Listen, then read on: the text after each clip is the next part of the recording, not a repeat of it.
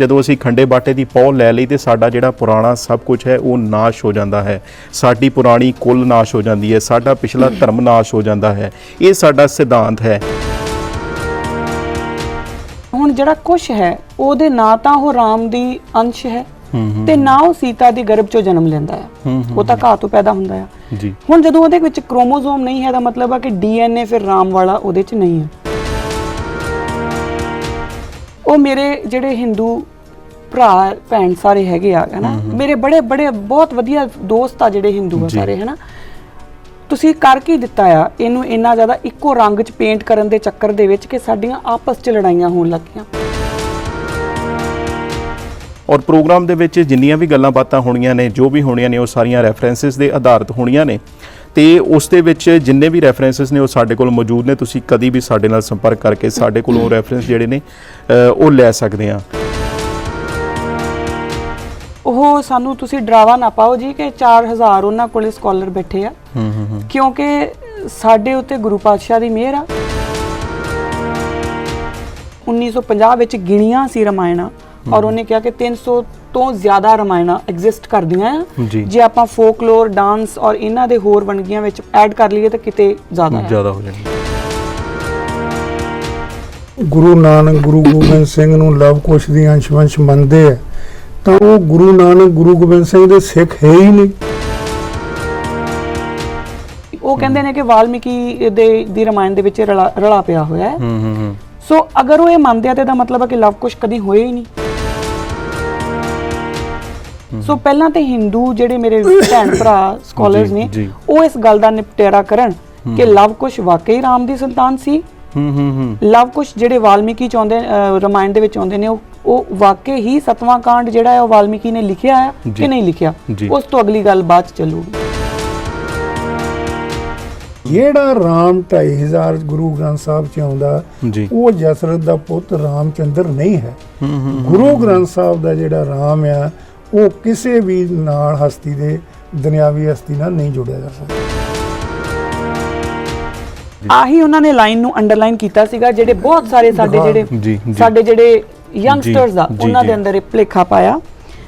ਇਤ ਸ਼੍ਰੀ ਬਚਿੱਤਰ ਨਾਟਕ ਗ੍ਰੰਥ ਰਾਮਾਇਣ ਸਮਾਪਤਮ, ਠੀਕ ਆ ਜੀ, ਪਰ ਉਹਦੇ ਉੱਪਰ ਵਾਲੀ ਗੱਲ ਜਿਹੜੀ ਉਹਨਾਂ ਨੇ ਨਹੀਂ ਦਿਖਾਈ।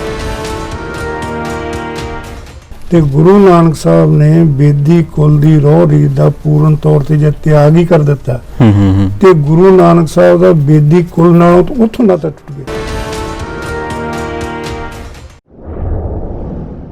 ਵਾਹਿਗੁਰੂ ਜੀ ਕਾ ਖਾਲਸਾ, ਵਾਹਿਗੁਰੂ ਜੀ ਕੀ ਫਤਿਹ। ਤੁਸੀਂ ਦੇਖ ਰਹੇ ਹੋ ਅਕਾਲ ਚੈਨਲ ਤੇ ਸਵਾਗਤ ਹੈ ਆਪ ਜੀ ਦਾ ਅੱਜ ਦੇ ਇਸ ਖਾਸ ਪ੍ਰੋਗਰਾਮ ਦੇ ਵਿੱਚ।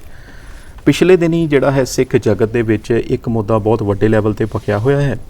ਜਦੋਂ ਆਪਾਂ ਗੱਲ ਕਰਦੇ ਹਾਂ ਕਿ 5 ਅਗਸਤ ਨੂੰ ਜਿਹੜਾ ਹੈ ਰਾਮ ਮੰਦਿਰ ਦਾ ਉਦਘਾਟਨੀ ਸਮਾਰੋਹ ਹੁੰਦਾ ਹੈ, ਉਸ ਦਾ ਨੀਂਹ ਪੱਥਰ ਰੱਖਿਆ ਜਾਂਦਾ ਹੈ ਭਾਰਤ ਦੇ ਪ੍ਰਧਾਨ ਮੰਤਰੀ ਨਰਿੰਦਰ ਮੋਦੀ ਹੁਣਾਂ ਵੱਲੋਂ।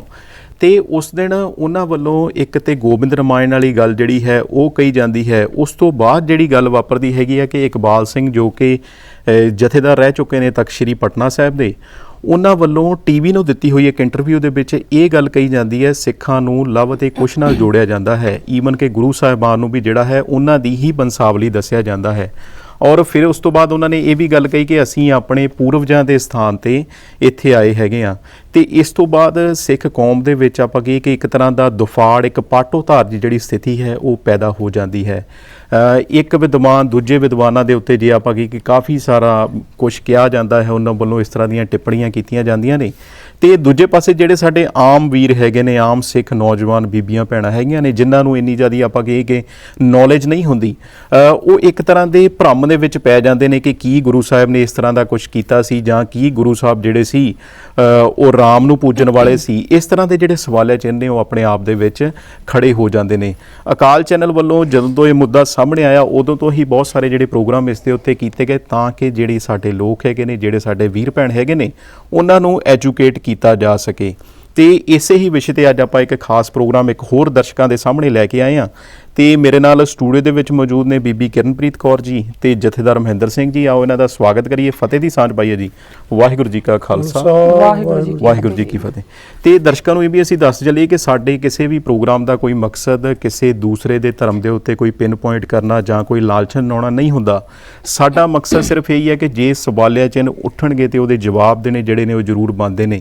ਧਰਮਾਂ ਦੀ ਇੱਕ ਆਪਣੀ ਇੱਕ ਬਾਉਂਡਰੀ ਹੁੰਦੀ ਹੈ, ਤੇ ਜੇ ਆਪਾਂ ਕਹੀਏ ਕਿ ਜਦੋਂ ਕੋਈ ਇੱਕ ਧਰਮ ਕਹਿ ਲਈਏ ਜਾਂ ਕਿਸੇ ਇੱਕ ਵੱਲੋਂ ਵਧੀਕੀ ਕੀਤੀ ਜਾਵੇਗੀ ਤੇ ਉਹ ਬਾਉਂਡਰੀ ਕ੍ਰਾਸ ਕਰਕੇ ਦੂਜੇ ਦੇ ਵਿੱਚ ਆਏਗਾ ਤੇ ਉੱਥੇ ਫਿਰ ਜਿਹੜਾ ਹੈ ਦੂਸਰੇ ਬੰਦੇ ਨੂੰ ਵੀ ਜਿਹੜਾ ਜਵਾਬ ਦੇਣਾ ਉਹ ਬਣਦਾ ਹੈਗਾ। ਸਿਰਫ ਇਸੇ ਕਰਕੇ ਜੋ ਸਿਧਾਂਤਕ ਪੱਖ ਸਿੱਖੀ ਦਾ ਕੀ ਕਹਿੰਦਾ ਹੈਗਾ ਉਹ ਅਸੀਂ ਦਰਸ਼ਕਾਂ ਦੇ ਸਾਹਮਣੇ ਰੱਖਣਾ ਹੈਗਾ। ਇਸ ਦਾ ਮਤਲਬ ਇਹ ਨਹੀਂ ਹੈ ਕਿ ਅਸੀਂ ਕਿਸੇ ਨੂੰ ਮਾੜਾ ਬੋਲਣਾ ਜਾਂ ਕੁਝ ਇਸ ਤਰ੍ਹਾਂ ਦਾ ਸਾਡਾ ਮਕਸਦ ਹੈ। ਹਾਂ, ਜਿਹੜੇ ਸਾਡੇ ਵੀਰ ਭੈਣ ਜਿਨ੍ਹਾਂ ਨੂੰ ਐਜੂਕੇਸ਼ਨ ਦੀ ਲੋੜ ਹੈਗੀ ਆ ਧਾਰਮਿਕ ਤੌਰ ਤੇ, ਉਹਨਾਂ ਨੂੰ ਅਸੀਂ ਅੱਜ ਇਸ ਪ੍ਰੋਗਰਾਮ ਦੇ ਵਿੱਚ ਐਜੂਕੇਟ ਕਰਨਾ ਹੈਗਾ। ਔਰ ਪ੍ਰੋਗਰਾਮ ਦੇ ਵਿੱਚ ਜਿੰਨੀਆਂ ਵੀ ਗੱਲਾਂ ਬਾਤਾਂ ਹੋਣੀਆਂ ਨੇ, ਜੋ ਵੀ ਹੋਣੀਆਂ ਨੇ, ਉਹ ਸਾਰੀਆਂ ਰੈਫਰੈਂਸਿਸ ਦੇ ਆਧਾਰਿਤ ਹੋਣੀਆਂ ਨੇ ਤੇ ਉਸ ਦੇ ਵਿੱਚ ਜਿੰਨੇ ਵੀ ਰੈਫਰੈਂਸਿਸ ਨੇ ਉਹ ਸਾਡੇ ਕੋਲ ਮੌਜੂਦ ਨੇ। ਤੁਸੀਂ ਕਦੀ ਵੀ ਸਾਡੇ ਨਾਲ ਸੰਪਰਕ ਕਰਕੇ ਸਾਡੇ ਕੋਲੋਂ ਰੈਫਰੈਂਸ ਜਿਹੜੇ ਨੇ ਉਹ ਲੈ ਸਕਦੇ ਆ। ਤੇ ਹੁਣ ਆਪਾਂ ਗੱਲਬਾਤ ਕਰਨੀ ਹੈ ਬੀਬੀ ਕਿਰਨਪ੍ਰੀਤ ਜੀ ਤੁਹਾਡੇ ਵੱਲੋਂ। ਤੁਸੀਂ ਇਹ ਦੱਸੋ ਕਿ ਜੋ ਗੁਰੂ ਸਾਹਿਬ ਦੀ ਜਿਹੜੀ ਬੰਸਾਵਲੀ, ਕਿਉਂਕਿ ਜਿਹੜੀ ਗੱਲ ਸ਼ੁਰੂਆਤ ਬੰਸਾਵਲੀ ਤੋਂ ਹੀ ਹੋਈ ਹੈ, ਕੀ ਕਹੋਗੇ ਤੁਸੀਂ ਉਸ ਬੰਸਾਵਲੀ ਬਾਰੇ, ਕਿੱਥੋਂ ਤੱਕ ਹੋ ਜਾਂਦੀ ਹੈਗੀ ਹੈ? ਦੇਖੋ, ਪਹਿਲੀ ਗੱਲ ਤਾਂ ਆਪਾਂ ਬੜੇ ਕਲੀਅਰ ਇੱਕ ਸਮਝ ਲਈਏ ਕਿ ਜਦੋਂ ਵੀ ਕੋਈ, ਇਹ ਗੁਰੂ ਮਹਾਰਾਜ ਆਪ ਕਹਿੰਦੇ ਆ ਕਿ ਪਿਤਾ ਤੋਂ ਬਿਨਾਂ ਪੁੱਤਰ ਨਹੀਂ ਹੋ ਸਕਦਾ, ਹੈ ਨਾ। ਜਦੋਂ ਵੀ ਕੋਈ ਪੈਦਾ ਹੁੰਦਾ ਤਾਂ ਉਹ ਕਿਸੇ ਨਾ ਕਿਸੇ ਅੰਸ਼ ਪੰਸ਼ ਵਿੱਚ ਜਨਮ ਜ਼ਰੂਰ ਲੈਂਦਾ ਆ। ਇਹ ਗੱਲ ਬੜੀ ਕਲੀਅਰ ਆ। ਹੁਣ ਇੰਪੋਰਟੈਂਟ ਕੀ ਆ ਉਹ ਦੇਖਣ ਦੀ ਲੋੜ ਆ। ਸਭ ਤੋਂ ਪਹਿਲੀ ਗੱਲ ਤਾਂ ਇਹ ਆ ਕਿ ਜਦੋਂ ਤੁਸੀਂ ਜੇ ਮੈਂ ਤੁਹਾਨੂੰ ਹੀ ਪੁੱਛਾਂ ਕਿ ਤੁਹਾਡੇ ਫਾਦਰ ਸਾਹਿਬ, ਫਿਰ ਉਸ ਤੋਂ ਬਾਅਦ ਤੁਹਾਡੇ ਗ੍ਰੈਂਡਫਾਦਰ, ਫਿਰ ਉਹਨਾਂ ਦੇ ਗ੍ਰੇਟ ਗ੍ਰੈਂਡਫਾਦਰ, ਤੇ ਤੁਹਾਨੂੰ ਕਿੰਨਾ ਕੁ ਯਾਦ ਹੈ, ਕਿੱਥੋਂ ਤੱਕ ਯਾਦ ਹੈ? ਤੇ ਤੁਹਾਡਾ ਸ਼ਾਇਦ ਨਾਮ ਹੋਊਗਾ ਕਿ ਸ਼ਾਇਦ ਤੁਹਾਨੂੰ ਤੁਹਾਡੇ ਪੜਦਾਦਾ ਜੀ ਦਾ ਨਾਮ ਯਾਦ ਹੋਵੇ, ਉਸ ਤੋਂ ਅੱਗੇ ਨਹੀਂ ਯਾਦ। ਉਹ ਕਿਉਂ ਨਹੀਂ ਯਾਦ? ਕਿਉਂਕਿ ਤੁਹਾਡੇ ਲਈ ਉਹ ਇੰਪੋਰਟੈਂਟ ਨਹੀਂ ਰਿਹਾ। ਔਰ ਗੁਰਬਾਣੀ ਬੜੀ ਕਲੀਅਰ ਦੱਸਦੀ ਆ, ਪੁੱਤਰ ਕਲਤਰ ਲੋਕ ਗ੍ਰਹਿ ਬਨਿਤਾ ਮਾਇਆ ਸੰਬੰਧੇਹੀ ਅੰਤ ਕੀ ਬਾਰ ਕੋ ਖਰਾ ਨਾ ਹੋਸੀ ਸਭ ਮਿਥਿਆ ਅਸਨੇਹੀ। ਮੈਂ ਬਕਾਇਦਾ ਇਹ ਸਾਰੀਆਂ ਜਿਹੜੀਆਂ ਗੁਰੂ ਗ੍ਰੰਥ ਸਾਹਿਬ ਵਿੱਚੋਂ ਤੁਕਾਂ ਲਿਖ ਕੇ ਲੈ ਕੇ ਆਈ ਹਾਂ। ਸੋ ਮੇਰੀ ਜੇ ਕੋਈ ਗਲਤੀ ਵੀ ਹੋਵੇ ਤਾਂ ਮੈਨੂੰ ਮਾਫ ਕਰਿਓ ਜੇ, ਕਿਉਂਕਿ ਬਾਣੀ ਦੇ ਜੇ ਅਸੀਂ ਇੰਨੇ ਧਾਰਨੀ ਹੁੰਦੇ ਨਾ ਤੇ ਫਿਰ ਅੱਜ ਇਹ ਇੱਥੋਂ ਤੱਕ ਗੱਲ ਪਹੁੰਚਣੀ ਨਹੀਂ ਸੀ ਜੀ। ਤੇ ਇਸ ਕਰਕੇ ਮੈਂ ਫਿਰ ਵੀ ਨਾਲ ਲੈ ਕੇ ਆਈ ਤਾਂ ਕਿ ਅਸੀਂ ਗੁਰੂ ਸਾਹਿਬ ਨੂੰ ਹੀ ਪੁੱਛੀਏ ਕਿ ਉਹ ਕੀ ਕਹਿੰਦੇ ਆ। ਤੇ ਜਦੋਂ ਗੁਰੂ ਸਾਹਿਬ ਕਹਿੰਦੇ ਕਿ ਤੁਹਾਡਾ ਜਿਹੜਾ ਤੁਸੀਂ ਬੇਟੇ ਅੱਗੇ ਆਪਣੀ ਵਾਈਫ ਸਾਰਿਆਂ ਦੇ ਨਾਲ ਰਹਿੰਦੇ ਆ, ਪਰ ਉਹ ਵੀ ਅੰਤ ਵੇਲੇ ਤੁਹਾਡੇ ਨਾਲ ਖੜੇ ਨਹੀਂ ਹੁੰਦੇ। ਕਿਉਂ ਖੜੇ ਨਹੀਂ ਹੁੰਦੇ? ਕਿਉਂਕਿ ਉੱਥੋਂ ਤੱਕ ਸਾਡਾ ਇੱਕ ਦੂਜੇ ਨਾਲ ਲਿੰਕ ਆ, ਉਸ ਤੋਂ ਬਾਅਦ ਉਹ ਲਿੰਕ ਟੁੱਟ ਜਾਂਦਾ ਆ। ਇੱਕ ਗੱਲ ਤੇ ਇਹ ਬੜੀ ਇੰਪੋਰਟੈਂਟ ਆ। ਹੁਣ ਜਦੋਂ ਅਸੀਂ ਮੌਤ ਦੇ ਆਉਂਦਿਆਂ ਹੀ ਆਪਣੇ ਜਿਹੜੇ ਆਪਣੇ ਪਿਤਾ ਆ ਜਾਂ ਮਾਤਾ ਆ ਉਹਨਾਂ ਦੇ ਨਾਲ ਸਾਡੇ ਰਿਸ਼ਤੇ ਟੁੱਟ ਜਾਂਦੇ ਆ। ਬੇਸ਼ੱਕ ਉਹਨਾਂ ਦਾ ਨਾਮ ਚੱਲਦਾ ਰਹਿੰਦਾ ਜੀ, ਉਹ ਵੀ ਨਾਮ ਕਿਉਂ ਚੱਲਦਾ ਰਹਿੰਦਾ? ਕਿਉਂਕਿ ਸਰਟੀਫਿਕੇਟਸ ਦੇ ਉੱਪਰ ਚਾਹੀਦਾ ਆ। ਔਰ ਆਫਟਰ ਸਮ ਟਾਈਮ ਜਦੋਂ ਉਹਨਾਂ ਦੇ ਸਰਟੀਫਿਕੇਟਾਂ ਦੇ ਉੱਤੋਂ ਨਾਮ ਮਿਟਣੇ ਸ਼ੁਰੂ ਹੋ ਜਾਂਦੇ ਆ ਤੇ ਫਿਰ ਆਪਣੇ ਉਹ ਵੀ ਨਾਮ ਮਿਟਣੇ ਸ਼ੁਰੂ ਹੋ ਜਾਂਦੇ ਆ। ਸੋ ਸਿੱਖਾਂ ਨੂੰ ਹੁਣ ਡਿਸਾਈਡ ਕੀ ਕਰਨਾ? ਸਿੱਖਾਂ ਨੂੰ ਇਹ ਡਿਸਾਈਡ ਕਰਨਾ ਆ ਕਿ ਤੁਹਾਡੇ ਲਈ ਇੰਪੋਰਟੈਂਟ ਕੌਣ ਆ ਜੀ। ਤੁਹਾਡੇ ਲਈ ਪੂਰਵਜ ਉਹ ਹੋਊਗਾ ਜੋ ਤੁਹਾਡੇ ਲਈ ਇੰਪੋਰਟੈਂਟ ਆ। ਇੱਕ ਗੱਲ ਤੁਸੀਂ ਇਹ ਡਿਸਾਈਡ ਕਰਨਾ ਕਿ ਤੁਹਾਡੇ ਲਈ ਗੁਰੂ ਗ੍ਰੰਥ ਸਾਹਿਬ ਇੰਪੋਰਟੈਂਟ ਆ ਕਿ ਵੇਦ ਇੰਪੋਰਟੈਂਟ ਆ, ਗੁਰੂ ਨਾਨਕ ਇੰਪੋਰਟੈਂਟ ਹੈ ਕਿ ਲਵ ਕੁਸ਼ ਇੰਪੋਰਟੈਂਟ ਆ। ਉਸ ਤੋਂ ਅੱਗੇ ਗੱਲ ਚੱਲੂਗੀ। ਹੁਣ ਇਹ ਬੜੀ ਕਲੀਅਰ ਲਾਈਨ ਆਫ ਡਿਸਟਿੰਕਸ਼ਨ ਆ। ਜਿੱਦਾਂ ਬਾਬਾ ਦੀਪ ਸਿੰਘ ਹੁਣਾਂ ਨੇ ਵੀ ਸਿੱਧੀ ਵਿਚਕਾਰ ਇੱਕ ਲਾਈਨ ਖੜੀ ਕਰ ਦਿੱਤੀ ਸੀ ਕਿ ਤੁਸੀਂ ਇੱਧਰ ਆ ਜਾਓ ਜਾਂ ਇੱਧਰ ਚੱਲ ਜਾਓ। ਬੜੀ ਸਿੱਧੀ ਸਿੰਪਲ ਜੀ ਲਾਈਨ ਆ। ਇਹਦਾ ਮਤਲਬ ਇਹ ਨਹੀਂ ਕਿ ਤੁਸੀਂ ਦੂਜੇ ਧਰਮ ਦੇ ਨਾਲ ਨਫ਼ਰਤ ਕਰੋ ਜਾਂ ਕੋਈ ਦਵੇਸ਼ ਰੱਖੋ। ਸਿੰਪਲ ਜੀ ਗੱਲ ਇਹ ਆ ਕਿ ਤੁਹਾਡੇ ਲਈ ਇੰਪੋਰਟੈਂਟ ਕੀ ਆ, ਇਹਦੇ ਤੋਂ ਹੀ ਤੁਸੀਂ ਬੰਸ ਦੀ ਅੱਗੇ ਗੱਲ ਚਲਾਓਗੇ। ਹੁਣ ਜੇ ਤੁਸੀਂ ਗੁਰੂ ਗ੍ਰੰਥ ਸਾਹਿਬ ਨੂੰ ਇੰਪੋਰਟੈਂਟ ਮੰਨਦੇ ਆ ਤਾਂ ਆਪਾਂ ਗੁਰੂ ਗ੍ਰੰਥ ਸਾਹਿਬ ਕੋਲੋਂ ਪੁੱਛਾਂਗੇ ਕਿ ਉਹ ਸ਼ਾਸਤਰਾਂ ਬਾਰੇ ਕੀ ਕਹਿੰਦੇ ਆ। ਤੇ ਬੜਾ ਕਲੀਅਰ ਹੈ, ਸ਼ਾਸਤਰ ਵੇਦ ਤ੍ਰੈ ਗੁਣ ਹੈ ਮਾਇਆ ਅੰਧਲੋ ਧੁੰਦ ਕਮਾਈ। Shastras and Vedas keep the mortal bond to the three modes of Maya and so he performs deeds blindly। ਇਹ ਗੁਰੂ ਗ੍ਰੰਥ ਸਾਹਿਬ ਮਹਾਰਾਜ ਕਹਿੰਦੇ ਨੇ ਕਿ ਤੁਹਾਡੇ ਜਿਹੜੇ ਇਹ ਜਿੰਨੇ ਵੀ ਸ਼ਾਸਤਰ ਵੇਦ ਆਏ ਤੁਹਾਨੂੰ ਮਾਇਆ ਦੇ ਵਿੱਚ ਜਕੜ ਕੇ ਰੱਖਦੇ ਆ। ਉਸ ਤੋਂ ਅੱਗੇ ਜੇ ਆਪਾਂ ਦਸਮ ਗ੍ਰੰਥ ਦੀ ਹੀ ਗੱਲ ਕਰੀਏ ਤੇ ਦਸਮ ਗ੍ਰੰਥ ਦੇ ਵਿੱਚ ਹੀ ਗੁਰੂ ਪਾਤਸ਼ਾਹ ਸਾਹਿਬ, ਮੈਂ ਅੱਜ ਆਪਣਾ ਮੁੱਦਾ ਆਥਰਸ਼ਿਪ ਦੇ ਉੱਤੇ ਨਹੀਂ ਹੈਗਾ ਤੇ ਆਪਾਂ ਇਸ ਕਰਕੇ ਆਥਰ ਉਹਨਾਂ ਨੂੰ ਉਹੀ ਲੈ ਕੇ ਚੱਲਾਂਗੇ। ਬੜਾ ਕਲੀਅਰ ਦੱਸਿਆ ਹੈ, ਸਿਮਰਤ ਸ਼ਾਸਤਰ ਵੇਦ ਸਭੇ ਬਹੁ ਭੇਦ ਕਹੇ ਹਮ ਏਕ ਨਾ ਜਾਣਿਓ। ਕਿ ਸਿਮਰਤ ਸ਼ਾਸਤਰ ਸਭ ਆਪਣੇ ਆਪਣੇ ਭੇਦ ਕਹਿੰਦੇ, ਮੈਂ ਕਿਸੇ ਨੂੰ ਨਹੀਂ ਮੰਨਦਾ। ਹੁਣ ਇਹ ਸਾਡੀ ਲਾਈਨ ਆ। ਹੁਣ ਤੁਸੀਂ ਡਿਸਾਈਡ ਕਰਨਾ ਆ ਤੁਹਾਡੇ ਲਈ ਗੁਰੂ ਨਾਨਕ ਇੰਪੋਰਟੈਂਟ ਹੈ ਕਿ ਗੁਰੂ ਨਾਨਕ ਗੁਰੂ ਗੋਬਿੰਦ ਸਿੰਘ ਜਾਂ ਤੁਹਾਡੇ ਲਈ ਲਵ ਕੁਸ਼ ਇੰਪੋਰਟੈਂਟ ਹੈ। ਕਿਉਂਕਿ ਫਿਰ ਤੁਸੀਂ ਦੇਖੋਗੇ ਕਿ ਤੁਸੀਂ ਗੱਲ ਮੰਨਣੀ ਕਿਹਦੀ ਆ। ਉਸ ਤੋਂ ਅੱਗੇ ਆ ਜਾਓ ਕਿ ਜੇ ਹੁਣ ਆਪਾਂ ਇਹ ਮੰਨ ਜਾਂਦੇ ਆ ਕਿ ਜੋ ਸਾਡੇ ਗੁਰੂ ਕਹਿ ਰਹੇ ਆ ਉਹ ਠੀਕ ਆ, ਫਿਰ ਉਹਨਾਂ ਨੂੰ ਪੁੱਛਣਾ ਪਊਗਾ ਕਿ ਜਾਤ ਪਾਤ ਬਾਰੇ ਜਾਂ ਬੰਸਾਂ ਬਾਰੇ ਕੀ ਗੱਲ ਆ। ਗੁਰੂ ਅਰਜਨ ਦੇਵ ਮਹਾਰਾਜ ਕਹਿੰਦੇ ਨੇ, ਮਾਤਰ ਪਿਤਰ ਤਿਆਗ ਕੇ ਮਨ ਸੰਤਨ ਪਾਹੇ ਬਿਚਾਇਓ, ਜਾਤ ਜਨਮ ਕੁਲ ਖੋਇਆ ਹਾਉ ਗਵਾਓ ਹਰ ਹਰੀ।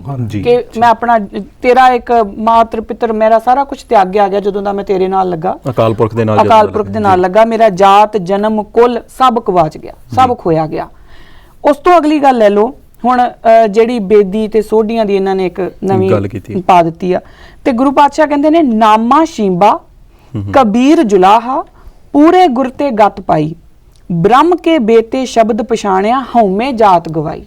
ਬੜਾ ਕਲੀਅਰ ਆ ਕਿ ਉਹਨਾਂ ਦੀ ਜਾਤ ਦੱਸੀ ਆ ਕਿ ਉਹ ਇਸ ਜਾਤ ਵਿੱਚ ਪੈਦਾ ਜ਼ਰੂਰ ਹੋਏ ਆ, ਪਰ ਜਦੋਂ ਦਾ ਉਹਨਾਂ ਨੇ ਸ਼ਬਦ ਪਛਾਣ ਲਿਆ ਉਹਨਾਂ ਦੀ ਜਾਤ ਖਤਮ ਹੋ ਗਈ ਆ। ਉਸ ਤੋਂ ਅਗਲੀ ਜਿਹੜੀ ਗੱਲ ਆ, ਤੂੰ ਦਾਨਾ ਤੂੰ ਅਬਚਲ ਤੂੰ ਹੀ ਤੂੰ ਜਾਤ ਮੇਰੀ ਪਾਤੀ। ਉਹਨਾਂ ਨੂੰ ਕਹਿੰਦੇ ਆ ਕਿ ਤੂੰ ਦਾਨਾ ਆ, ਤੂੰ ਸਭ ਕੁਝ ਮੇਰਾ ਤੂੰ ਹੀ ਆ, ਤੇ ਤੂੰ ਹੀ ਮੇਰੀ ਜਾਤ ਆ, ਤੂੰ ਹੀ ਮੇਰੀ ਪਤ ਹੈ ਜੀ। ਠੀਕ ਹੈ ਜੀ। ਅਗਲੀ ਜਿਹੜੀ ਮੈਂ ਲਾਈਨ ਕੋਟ ਕਰੂੰਗੀ, ਉਸ ਤੋਂ ਬਾਅਦ ਮੈਂ ਹੋਰ ਆਪਾਂ ਅੱਗੇ ਚਲਾਵਾਂਗੇ। ਜਾਵੋ ਜੋਤ ਨਾ ਪੁੱਛੋ ਜਾਤੀ, ਆਗੇ ਜਾਤ ਨਾ ਹੈ ਨਾ।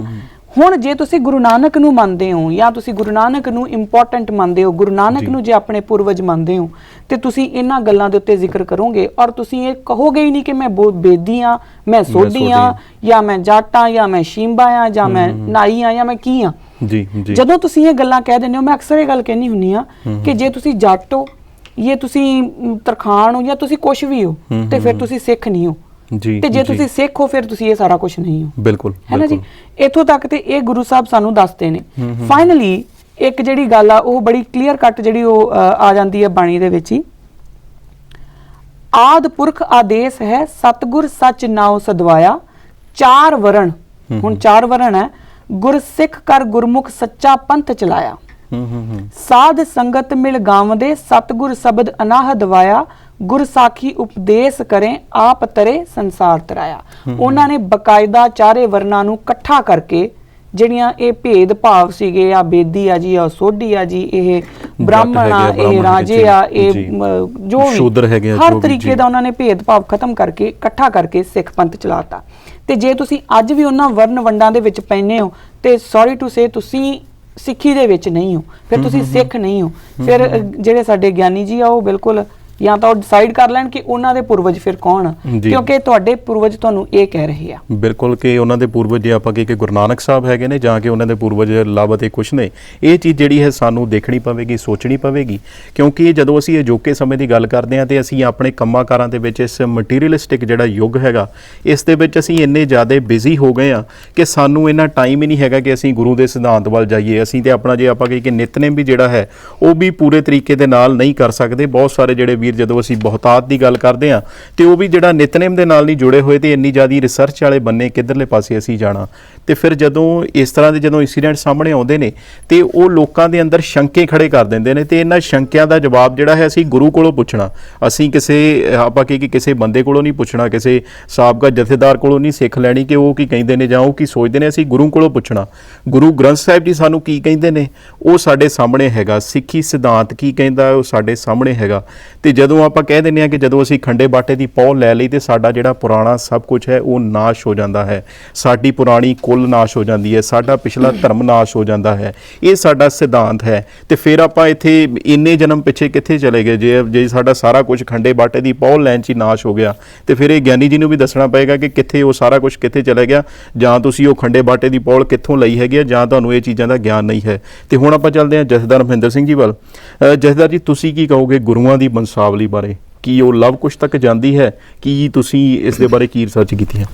ਸਭ ਤੋਂ ਪਹਿਲਾਂ ਜੀ ਕਾਲ ਚੈਨਲ ਦੇ ਸਮੂਹ ਦਰਸ਼ਕਾਂ ਨੂੰ ਅਦਬ ਸਹਿਤ ਫਤਿਹ ਪ੍ਰਵਾਨ ਹੋਵੇ। ਵਾਹਿਗੁਰੂ ਜੀ ਕਾ ਖਾਲਸਾ, ਵਾਹਿਗੁਰੂ ਜੀ ਕੀ ਫਤਿਹ। ਇਹ ਸਰਦਾਰ ਜਗਜੀਤ ਸਿੰਘ ਜੀ, ਗੁਰੂ ਨਾਨਕ ਪਾਤਸ਼ਾਹ ਨੇ ਜਦੋਂ ਬੇਦੀ ਕੁਲ ਦਾ ਪੂਰਨ ਤੌਰ ਤੇ ਤਿਆਗ ਹੀ ਕਰ ਦਿੱਤਾ ਕਿ ਭਾਈ ਜਿਹੜੀ ਬ੍ਰਾਹਮਣੀ ਕੁਲ ਅਨੁਸਾਰ ਜਦੋਂ ਜਨੇਊ ਪਾਉਣ ਲੱਗੇ, ਜਿਹੜੀ ਬੇਦੀ ਕੁਲ ਦੀ ਰੀਤ ਚਲੀ ਆਉਂਦੀ ਸੀ, ਤੇ ਗੁਰੂ ਨਾਨਕ ਸਾਹਿਬ ਨੇ ਬੇਦੀ ਕੁਲ ਦੀ ਰੋਹ ਰੀਤ ਦਾ ਪੂਰਨ ਤੌਰ ਤੇ ਜੇ ਤਿਆਗ ਹੀ ਕਰ ਦਿੱਤਾ ਤੇ ਗੁਰੂ ਨਾਨਕ ਸਾਹਿਬ ਦਾ ਬੇਦੀ ਕੁਲ ਨਾਲੋਂ ਉੱਥੋਂ ਨਾਤਾ ਟੁੱਟ ਗਿਆ ਜੀ। ਮਤਲਬ ਪਿਤਾ ਪੁਰਖੀ ਧਰਮ ਤੋਂ ਜਦੋਂ ਉਹਨਾਂ ਨੇ ਇਨਕਾਰ ਕਰ ਦਿੱਤਾ, ਬੇਦੀ ਕੁਲ ਨਾਲੋਂ ਨਾਤਾ ਟੁੱਟ ਗਿਆ ਜੀ। ਇੱਥੇ ਆਪਾਂ ਗੱਲ ਬੇਦੀ ਕੁਲ ਦੀ ਕਰਾਂਗੇ ਜੀ ਜੀ ਜੀ, ਕਿਉਂਕਿ ਉਹਨਾਂ ਨੂੰ ਬੇਦੀ ਕੁਲ ਦੇ ਨਾਲ ਜੋੜਿਆ ਜਾ ਰਿਹਾ ਜੀ ਜੀ। ਤੇ ਜਦੋਂ ਗੁਰੂ ਨਾਨਕ ਸਾਹਿਬ ਨੇ ਬੇਦੀ ਕੁਲ ਦੀ ਰੀਤ ਮੰਨਣ ਤੋਂ ਇਨਕਾਰ ਕਰ ਦਿੱਤਾ, ਉਹਨਾਂ ਨੇ ਜਦੋਂ ਕਿਹਾ ਜਨੇਊ ਤੋਂ ਪਹਿਲਾਂ ਭੱਜਣ, ਉਹ ਕਹਿੰਦੇ ਨਹੀਂ ਕਰਾਉਣੇ। ਗੁਰੂ ਨਾਨਕ ਨੇ ਫਿਰ ਸਗੋਂ ਭਾਈ ਮਰਦਾਨੇ ਨੂੰ ਜੀ ਜਦੋਂ ਉਹਨਾਂ ਸਿੱਖੇ ਦੀਖਿਆ ਲਈ ਤਾਂ ਉਹਨਾਂ ਨੂੰ ਪਹਿਲੀ ਇਹ ਗੱਲ ਕਹੀ ਸੀ ਵੀ ਕੇਸ ਕਤਲ ਨਹੀਂ ਕਰਾਉਣੇ, ਨਾਮ ਜਪਣਾ ਜੀ ਔਰ ਲੋੜਵੰਦਾਂ ਦੀ ਮਦਦ ਕਰਨੀ ਹੈ। ਗੁਰੂ ਨਾਨਕ ਸਾਹਿਬ ਦਾ ਹੈ ਕੇਸਾ ਧਾਰੀਆਂ ਦਾ ਪੰਥ ਜੀ, ਸੌਖੀ ਗੱਲ ਕਹਿ ਲਓ ਜੀ। ਉਹਨਾਂ ਨੇ ਬੇਦੀ ਕੁਲ ਨਾਲੋਂ ਨਾਤਾ ਤੋੜ ਕੇ ਕੇਸਾ ਧਾਰੀਆਂ ਦਾ ਪੰਥ ਚਲਾਇਆ, ਜਿਹੜਾ ਕਿਰਨ ਉਹਨਾਂ ਨੇ ਕਲੀਅਰ ਕਰਤਾ ਕਿ ਚਾਰੇ ਵਰਨ ਇੱਕ ਥਾਂ ਇਕੱਠੇ ਕਰਕੇ। ਇਸ ਕਰਕੇ ਇਸ ਬੰਸਾਵਲੀ ਦਾ ਦੂਜਾ ਲੈ ਲਓ, ਭਾਈ ਗੁਰਦਾਸ ਨੇ ਇਹਦੇ 'ਚ ਜਿਹੜੀ ਇਹਨਾਂ ਦੀ ਦੇਖੋ ਗੁਰੂ ਨਾਨਕ ਦੀ ਜਿਹੜੀ ਬੰਸਾਵਲੀ ਆ ਉਹ ਨਾਦੀ ਸੰਤਾਨ ਚੱਲਦੀ ਹੈ ਜੀ। ਜਦੋਂ ਕਹਿੰਦੇ ਆ ਸ਼ਬਦ ਗੁਰੂ ਸੁਰਤਨ ਚੇਲਾ, ਤੇ ਇੱਥੇ ਸ਼ਬਦ ਗੁਰੂ ਦੀ ਜਿਹੜੀ ਹੈ ਸਾਡੇ ਸੰਤਾਨ ਚੱਲਦੀ ਹੈ, ਨਾ ਕਿ ਬਿੰਦੀ ਸੰਤਾਨ। ਹੁਣ ਬਿੰਦੀ ਸੰਤਾਨ ਬਾਰੇ ਭਾਈ ਗੁਰਦਾਸ ਨੇ ਬੜਾ ਕਲੀਅਰ ਕਰਕੇ ਕਿਹਾ, ਬਾਲ ਜਤੀ ਹੈ ਸ੍ਰੀ ਚੰਦ ਬਾਬਾਣਾ ਦਿਵਹਰਾ ਬਣਾਇਆ, ਲక్ష్ਮੀ ਦਾਸੋ ਧਰਮ ਚੰਦ ਪੋਤਾ ਹੋਏ ਕੈ ਆਪ ਗਣਾਇਆ। ਇਹਦੇ 'ਚ ਹਉਮੈ ਵੀ ਕੋਈ ਨਹੀਂ, ਪਰ ਜੇ ਆਪਾਂ ਛੋਟੀ ਕਰੀਏ ਜਗਜੀਤ ਸਿੰਘ ਜੀ ਹੁਣ ਇੱਥੇ ਗੱਲ ਜੀ ਕਿ ਗੁਰੂ ਨਾਨਕ ਸਾਹਿਬ ਦੀ ਜਿਹੜੀ ਬਿੰਦੀ ਸੰਤਾਨ ਆ, ਉਹਨਾਂ ਨੇ ਗੁਰੂ ਨਾਨਕ ਸਾਹਿਬ ਦੇ ਸਿੱਖ ਮਤ ਨੂੰ ਨਹੀਂ ਮੰਨਿਆ। ਸ਼੍ਰੀ ਚੰਦ ਨੇ ਬਕਾਇਦਾ ਆਪਣਾ ਅਦਾਸੀ ਮਤ ਚਲਾਇਆ ਜੀ। ਅਦਾਸੀ ਮਤ 'ਚ ਅੱਜ ਵੀ ਸ਼੍ਰੀ ਚੰਦ ਦੀਆਂ ਤੁਸੀਂ ਫੋਟੋ ਦੇਖ ਲਓ, ਉਹਨਾਂ ਦੇ ਪਿੰਡਾ ਜਿਹੜਾ ਨੀਲਾ ਦਿਖਾਇਆ ਹੋਇਆ, ਸਿਰ ਤੇ ਜੂੜਾ ਜੀ। ਉਹਦਾ ਕੀ ਆ ਕਿ ਜਿਹੜਾ ਆਪਣਾ ਸ਼੍ਰੀ ਚੰਦ ਆ ਉਹ ਸ਼ਿਵ ਜੀ ਨੂੰ ਆਪਣਾ ਆਦਿ ਗੁਰੂ ਮੰਨਦਾ। ਹੁਣ ਬਿੰਦੀ ਸੰਤਾਨ ਨੇ ਵੀ ਸਿੱਖ ਧਰਮ ਨਾਲੋਂ ਨਾਤਾ ਤੋੜ ਲਿਆ ਤੇ ਗੁਰੂ ਨਾਨਕ ਨੇ ਬੇਦੀ ਕੁਲ ਨਾਲੋਂ ਨਾਤਾ ਤੋੜ ਲਿਆ ਜੀ। ਐਨ ਸਪਸ਼ਟ ਕਰਕੇ ਤੋੜ ਲਿਆ ਨਾ ਜੀ। ਹੁਣ ਗਾਂ ਇਹ ਬੰਸਾਵਲੀ ਚੱਲਦੀ ਹੈ ਜਿਹੜੀ ਗੁਰੂ ਨਾਨਕ ਦੀ, ਉਹ ਇਹ ਆ ਕਿ ਦੋਨੋਂ ਹੀ ਗੁਰੂ ਜਿਹੜੇ ਆਪਣੇ ਬਣਦੇ ਆ ਆਪਣਾ ਦੂਸਰੇ ਤੇ ਤੀਸਰੇ, ਇਹ ਪੂਰਨ ਤੌਰ ਤੇ ਹਿੰਦੂ ਧਰਮ ਦਾ ਤਿਆਗ ਕਰਕੇ ਸਿੱਖ ਧਰਮ ਚਾਹੁੰਦੇ ਆ। ਦੂਸਰੇ ਗੁਰੂ ਜਿਹੜੇ ਉਹ ਆਪਾਂ ਸਾਰਿਆਂ ਨੂੰ ਪਤਾ ਉਹ ਦੇਵੀ ਦੇ ਪੁਜਾਰੀ ਆ, ਪਰ ਜਦੋਂ ਗੁਰੂ ਨਾਨਕ ਦੀ ਸ਼ਰਨ ਚਾਹੁੰਦੇ ਆ ਤੇ ਉਹ ਆਪਣਾ ਧਰਮ ਤਿਆਗ ਕੇ ਸਿੱਖ ਧਰਮ ਜਿਹੜਾ ਉਹ ਧਾਰਨ ਕਰ ਲੈਂਦੇ ਆ। ਤੀਸਰੇ ਪਾਤਸ਼ਾਹ ਜਿਹੜੇ ਉਹ ਕਈ ਸਾਲ ਆਪਾਂ ਦੇਖ ਲਿਆ ਵੀ ਉਹ ਯਾਤਰਾ ਤੇ ਜਾਂਦੇ ਰਹੇ, ਪਰ ਉਹ ਵੀ ਜਦੋਂ ਗੁਰੂ ਘਰ ਦੀ ਸ਼ਰਨ ਚਾਹੁੰਦੇ ਆ ਉਹ ਧਰਮ ਤਿਆਗ ਕੇ। ਇੱਥੇ ਜਗਜੀਤ ਸਿੰਘ ਜੀ ਮੈਂ ਤਾਂ ਥੋੜਾ ਜਿਹਾ ਕਹਿ ਰਿਹਾ ਕਿ ਸਿੱਖ ਧਰਮ ਤੇ ਹਿੰਦੂ ਧਰਮ ਵੱਖਰੇ ਵੱਖਰੇ ਆ। ਬਿਲਕੁਲ, ਦੋਨਾਂ ਗੁਰੂਆਂ ਨੇ ਹਿੰਦੂ ਧਰਮ ਤਿਆਗਿਆ ਤੇ ਸਿੱਖ ਧਰਮ ਚ ਆਏ ਜੀ। ਤੁਸੀਂ ਨਵੀਂ ਗੱਲ ਵੀ ਨਾਲ ਦੱਸਣੀ ਪਊ। ਅੱਜ ਵੀ ਆਪਣੇ ਭਗਤ ਪੂਰਨ ਸਿੰਘ ਜੀ ਜੀ, ਉਹਨਾਂ ਹਿੰਦੂ ਘਰਾਣੇ 'ਚ ਜੰਮਦੇ ਆ, ਉਹ ਵੀ ਅੰਮ੍ਰਿਤ ਛਕ ਕੇ ਸਿੱਖ ਬਣਦੇ ਆ, ਹਿੰਦੂ ਧਰਮ ਚੋਂ ਸਿੱਖ ਬਣਦੇ ਆ ਭਗਤ ਪੂਰਨ ਸਿੰਘ ਜੀ। ਧਰਮ ਤਾਂ ਦੋ ਹੋ ਗਏ ਨਾ ਜੀ, ਤੁਹਾਡੀ ਮਰਜ਼ੀ ਤੁਸੀਂ ਰੱਖੋ ਹਿੰਦੂ, ਮਰਜ਼ੀ ਰੱਖੋ ਸਿੱਖ। ਦੂਜੇ ਤੁਸੀਂ ਲਓ ਡਾਕਟਰ ਸਾਹਿਬ ਸਿੰਘ, ਉਹ ਹਿੰਦੂ ਘਰਾਣੇ 'ਚ ਪੈਦਾ ਹੁੰਦੇ ਆ ਪਰ ਬਕਾਇਦਾ ਅੰਮ੍ਰਿਤ ਛਕ ਕੇ ਸਿੱਖ ਸਜਦੇ ਆ, ਔਰ ਉਹਨਾਂ ਨੇ ਵਿਆਕਰਨੀਆ ਟੀਕਾ ਕੀਤਾ ਜਿਹੜਾ ਗੁਰੂ ਗ੍ਰੰਥ ਸਾਹਿਬ ਦਾ ਜੀ। ਸੋ ਇਸ ਕਰਕੇ ਗੱਲ ਬੜੀ ਆ ਕਿ ਸਿੱਖ ਧਰਮ 'ਚ ਜਿਹੜਾ ਉਦੋਂ ਚਰਨ ਪਹੁਲ ਸੀ, ਅੱਜ ਸਾਡੇ ਖੰਡੇ ਬਾਟੇ ਦੀ ਪਹੁਲ ਹੋ ਗਈ। ਤੇ ਬਾਹਲੀ ਮੈਂ ਗੱਲ ਬਸਾਵਲੀ ਦੀ ਆਪਾਂ ਇੱਥੇ ਨਿਬੇੜਦੇ ਆ ਕਿ ਗੁਰੂ ਨਾਨਕ ਦੀ ਜਿਹੜੀ ਬਸਾਵਲੀ ਉਹ ਸ਼ਬਦ ਗੁਰੂ ਵਾਲੀ ਚੱਲਦੀ ਹੈ, ਜਿਹਨੂੰ ਆਪਾਂ ਨਾਦੀ ਸੰਤਾਨ ਕਹਿੰਦੇ ਆ ਜੀ। ਔਰ ਇਹ ਗੁਰੂ ਗੋਬਿੰਦ ਸਿੰਘ ਦੇ 1699 ਦੀ ਵਿਸਾਖੀ 'ਚ ਇਹ ਫਾਰ ਐਵਰ ਇੱਕ ਮਰਿਆਦਾ ਬਣਾਤੀ ਕਿ ਜਿਹਨੇ ਸਿੱਖ ਧਰਮ 'ਚ ਆਉਣਾ, ਜਿਹਨੇ ਖਾਲਸਾ ਪੰਥ 'ਚ ਆਉਣਾ, ਉਹਨੂੰ ਆਪਣਾ ਪੁਰਾਣਾ ਧਰਮ ਜਾਤ ਪਾਤ ਕੁੱਲ ਛੱਡ ਕੇ ਆਉਣਾ ਪਊਗਾ ਜੀ। ਔਰ ਉਹ ਜਿਹੜਾ ਹੋਊਗਾ ਗੁਰੂ ਨਾਨਕ ਦਾ ਨਾਦੀ ਸੰਤਾਨ ਖਾਲਸਾ। ਗੁਰੂ ਨਾਨਕ ਦੀ ਨਾਦੀ ਸੰਤਾਨ ਉਨਾ ਚਿਰ ਰਹਿੰਦੀ ਦੁਨੀਆ ਤੱਕ ਚੱਲਣੀ ਹੈ ਜੀ ਜੀ। ਸਿੱਖ ਜਿਹੜਾ ਗੁਰੂ ਨਾਨਕ ਨੂੰ ਮੰਨਦਾ, ਗੁਰੂ ਗ੍ਰੰਥ ਸਾਹਿਬ ਨੂੰ ਦੇਖੋ, ਗੁਰੂ ਗ੍ਰੰਥ ਸਾਹਿਬ 'ਚ ਸਪਸ਼ਟ ਕਰਤੀ ਗੁਰੂ ਗੋਬਿੰਦ ਸਿੰਘ ਨੇ ਬਈ ਸਾਡੀ ਆਤਮਾ ਗ੍ਰੰਥ 'ਚ, ਸਰੀਰ ਪੰਥ 'ਚ। ਹੁਣ 10 ਪਾਤਸ਼ਾਹੀਆਂ ਦੀ ਆਤਮਿਕ ਜੋਤ ਜਿਹੜੀ ਆ ਉਹ ਗੁਰੂ ਗ੍ਰੰਥ ਸਾਹਿਬ ਆ, ਤੇ ਗੁਰੂ ਨਾਨਕ ਦੀ ਜਿਹੜੀ ਆਪਣੇ ਬਸਾਵਲੀ ਆ ਉਹਨਾਂ ਦੀ ਨਾਦੀ ਬੰਸਾਵਲੀ ਹੈ ਜਿਹੜੀ ਰਹਿੰਦੀ ਦੁਨੀਆ ਤੱਕ ਰਹਿਣੀ ਹੈ। ਜਿਹਨੇ ਵੀ ਗੁਰੂ ਗ੍ਰੰਥ ਸਾਹਿਬ ਦੇ ਲੜ ਲੱਗ ਕੇ ਪੰਜਾਂ ਪਿਆਰਿਆਂ ਕੋਲ ਸੁਖੰਡੇ ਬਾਟੇ ਦੀ ਫੋੜ ਲੈ ਲੈਣੀ ਆ, ਉਹੀ ਗੁਰੂ ਨਾਨਕ ਦੀ ਅੰਸ਼-ਵੰਸ਼ ਹੈ।